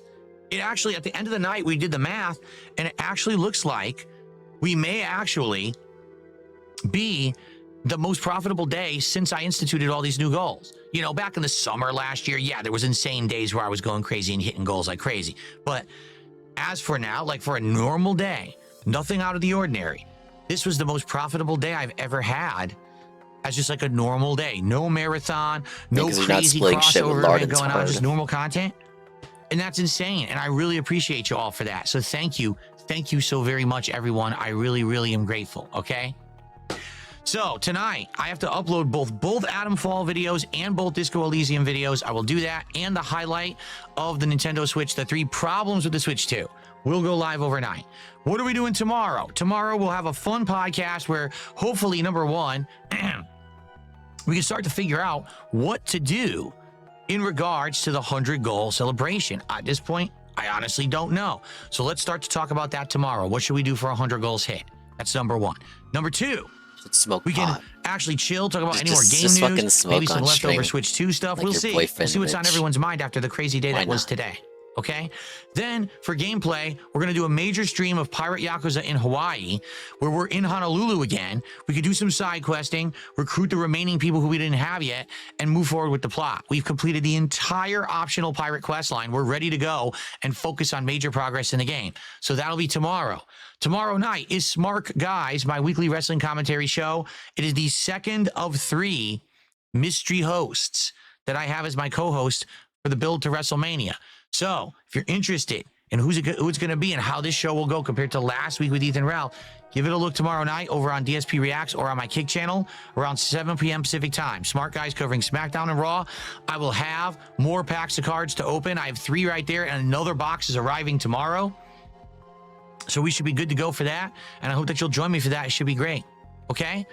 Good stuff, guys. And thank you. I mean, what an awesome week building up to my birthday on Sunday, which is also, I think, going to be an amazing day. So thank you guys so he's much. actually going to be 43. Night. Enjoy the content. No, we were joking. He's going to be 43. And I'll see you tomorrow for another full and fun day right here on DSP Gaming. Have a good night, everyone. Peace out. Cringe. I got to go watch how Synthetic Man reacted to the Nintendo Direct. You know, maybe he'll like Mario Kart. And then I gotta catch up with Kino Casino. I got so much I gotta do. I can't stay up again. I just can't. I'm fucking dying. I'm sick. and sleep deprived and sore. I'm dead and dying. I'm gonna call in at this point. When your job is talking to old ladies over the phone, you gotta sound like their grandson. You can't sound like their dead grandson who rose from the grave. I will be calling in. I'm just gonna sleep it off and hope I'm better by the weekend. Thank you very much, everybody, for stopping by. Can't wait for Phil to cry about low support tomorrow. You guys are withholding. Why are you guys withholding? We're all trying to get attention for the show, but threatening to dox people isn't going to work how he wants. I would say he's a little protected because he's in Mexico. I think it's the other way around, where DSP will get the blowback from working with Ralph. The second he does something that Ralph does not like, Ralph does not forgive and forget. He's an attack dog. Once he's sicked on you, there's really no getting rid of him. That goes double for people who choose to interact with Ralph. I don't really have anything against Duty, but I know people don't like him. But Duty did talk to Ralph this Monday, which I would say on the face of it was not a good move. Probably nothing will come out of that. But Ralph did boast a $500 bounty for Duty's information. It's just like, don't ever integrate yourself with the sector or any of Ralph's crowd. It's just not a good idea. No, they say point and laugh with DSP. I cannot stress this enough with Ralph. Point and laugh. Ralph will fuck with DSP most certainly. I don't know what is wrong with DSP for doing that. So Ralph it really depends on what Ralph you get. It could be lazy, cucked Ralph who's, just yelling at you from afar in his shack in Mexico. But there are a few locals with the tenacity to actually go to Renton if Phil were to fuck with him. And unfortunately, Ralph is one of them. Ralph does have the gusto. Ralph was this close to fighting Steel Toe Man in Rekida's state. Yeah, he'll actually go. He'll drive. He'll make the drive. Just because he's Mexico doesn't mean he can't go to the U.S. He's been to America countless times since moving to Mexico. There's nothing that can stop Ralph. It's like he's the unstoppable force and Phil is the immovable object. But if Phil continues down this rotten path of like interacting with Mersh and Beardson and around just all these stanky people from the sector, or all dangerous types who have connections and with schizophrenic people, just the people you don't want to mess with, that really know how to fuck with somebody and just don't give a fuck. Ralph has nothing to lose. I've been watching him for so long.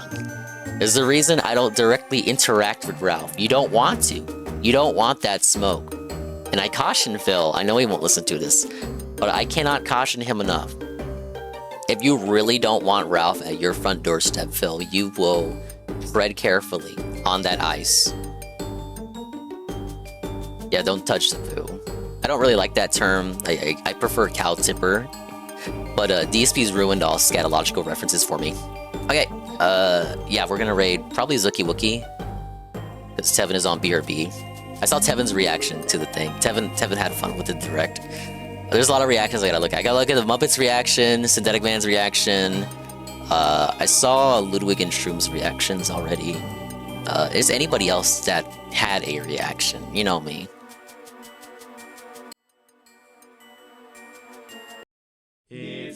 Damn, P5 phone would be like, let him suffer. Suffer, bish! Ralph's gun versus the hatchet. Be careful, Phil. I don't think you'll be able to cut through that flesh. It's a bit reinforced. But, bye-bye. Adios in meantime. We'll see you when we see you. And if we didn't see you, then we didn't see you. But if we did see you, then we saw you. And if we didn't see you, hopefully we will see you next time. I can see myself in the mirror each and every single day. Hopefully I can inspire viewers like you, Rue, too, to see themselves in their mirrors each and every single day. Pray for me. I probably won't stream tomorrow. Let me take that night of rest, that eve of rest there. But call in from work, sip on some tea, sip some coffee. I kind of want to sip on some tea now. But here's hoping I can rest up and heal. I'm very sorry that this happened during this day of all days. Thank you to Thank you to Eddie B43 to tier 1 for 28 months. Mr. Pun to give the tier 1 to Vice City Automatic. Theo for the raid with a party of 2. UNF to give the tier 1 to Expired Bread for the 1 month. Expired Bread with the raid with a party of 16. Bambi Whip the tier 1 to Conwooble for the 1 month. Bearded Biscuit the re-up tier 1 for 20 months. Bosch to re-up tier 1 for 29 months. GPM the tier 2 for 17 months. Thank you very much, GPM. GPM with the raid. Stephanie Ann the 5 bits. Andy with the follow. Not that Andy. And Cerulean Ray with the party of 13. Thank you all for making this day worthwhile. However sick I may be. It was fun. I'm glad I did it. But it's gonna come at the cost of me having to take the next couple of days away from streaming. So I hope you understand. I hate taking long hiatuses because I know I owe a lot. I owe a lot of stuff. But yeah. Please understand. Pray your hands and all that. Oh man, my voice is out of it. Zuki Wookie raid. But thank you guys.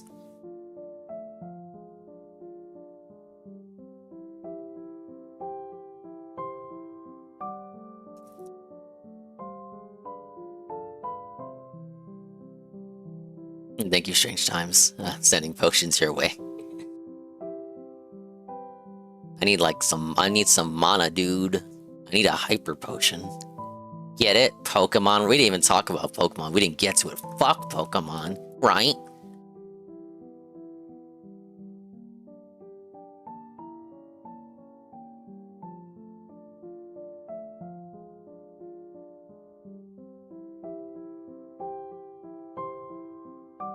Alright, raid message is that. Oh my god. That's the raid message. Oh man. I gotta go find some Canella. We're gonna do some Canella tea. That's what I need.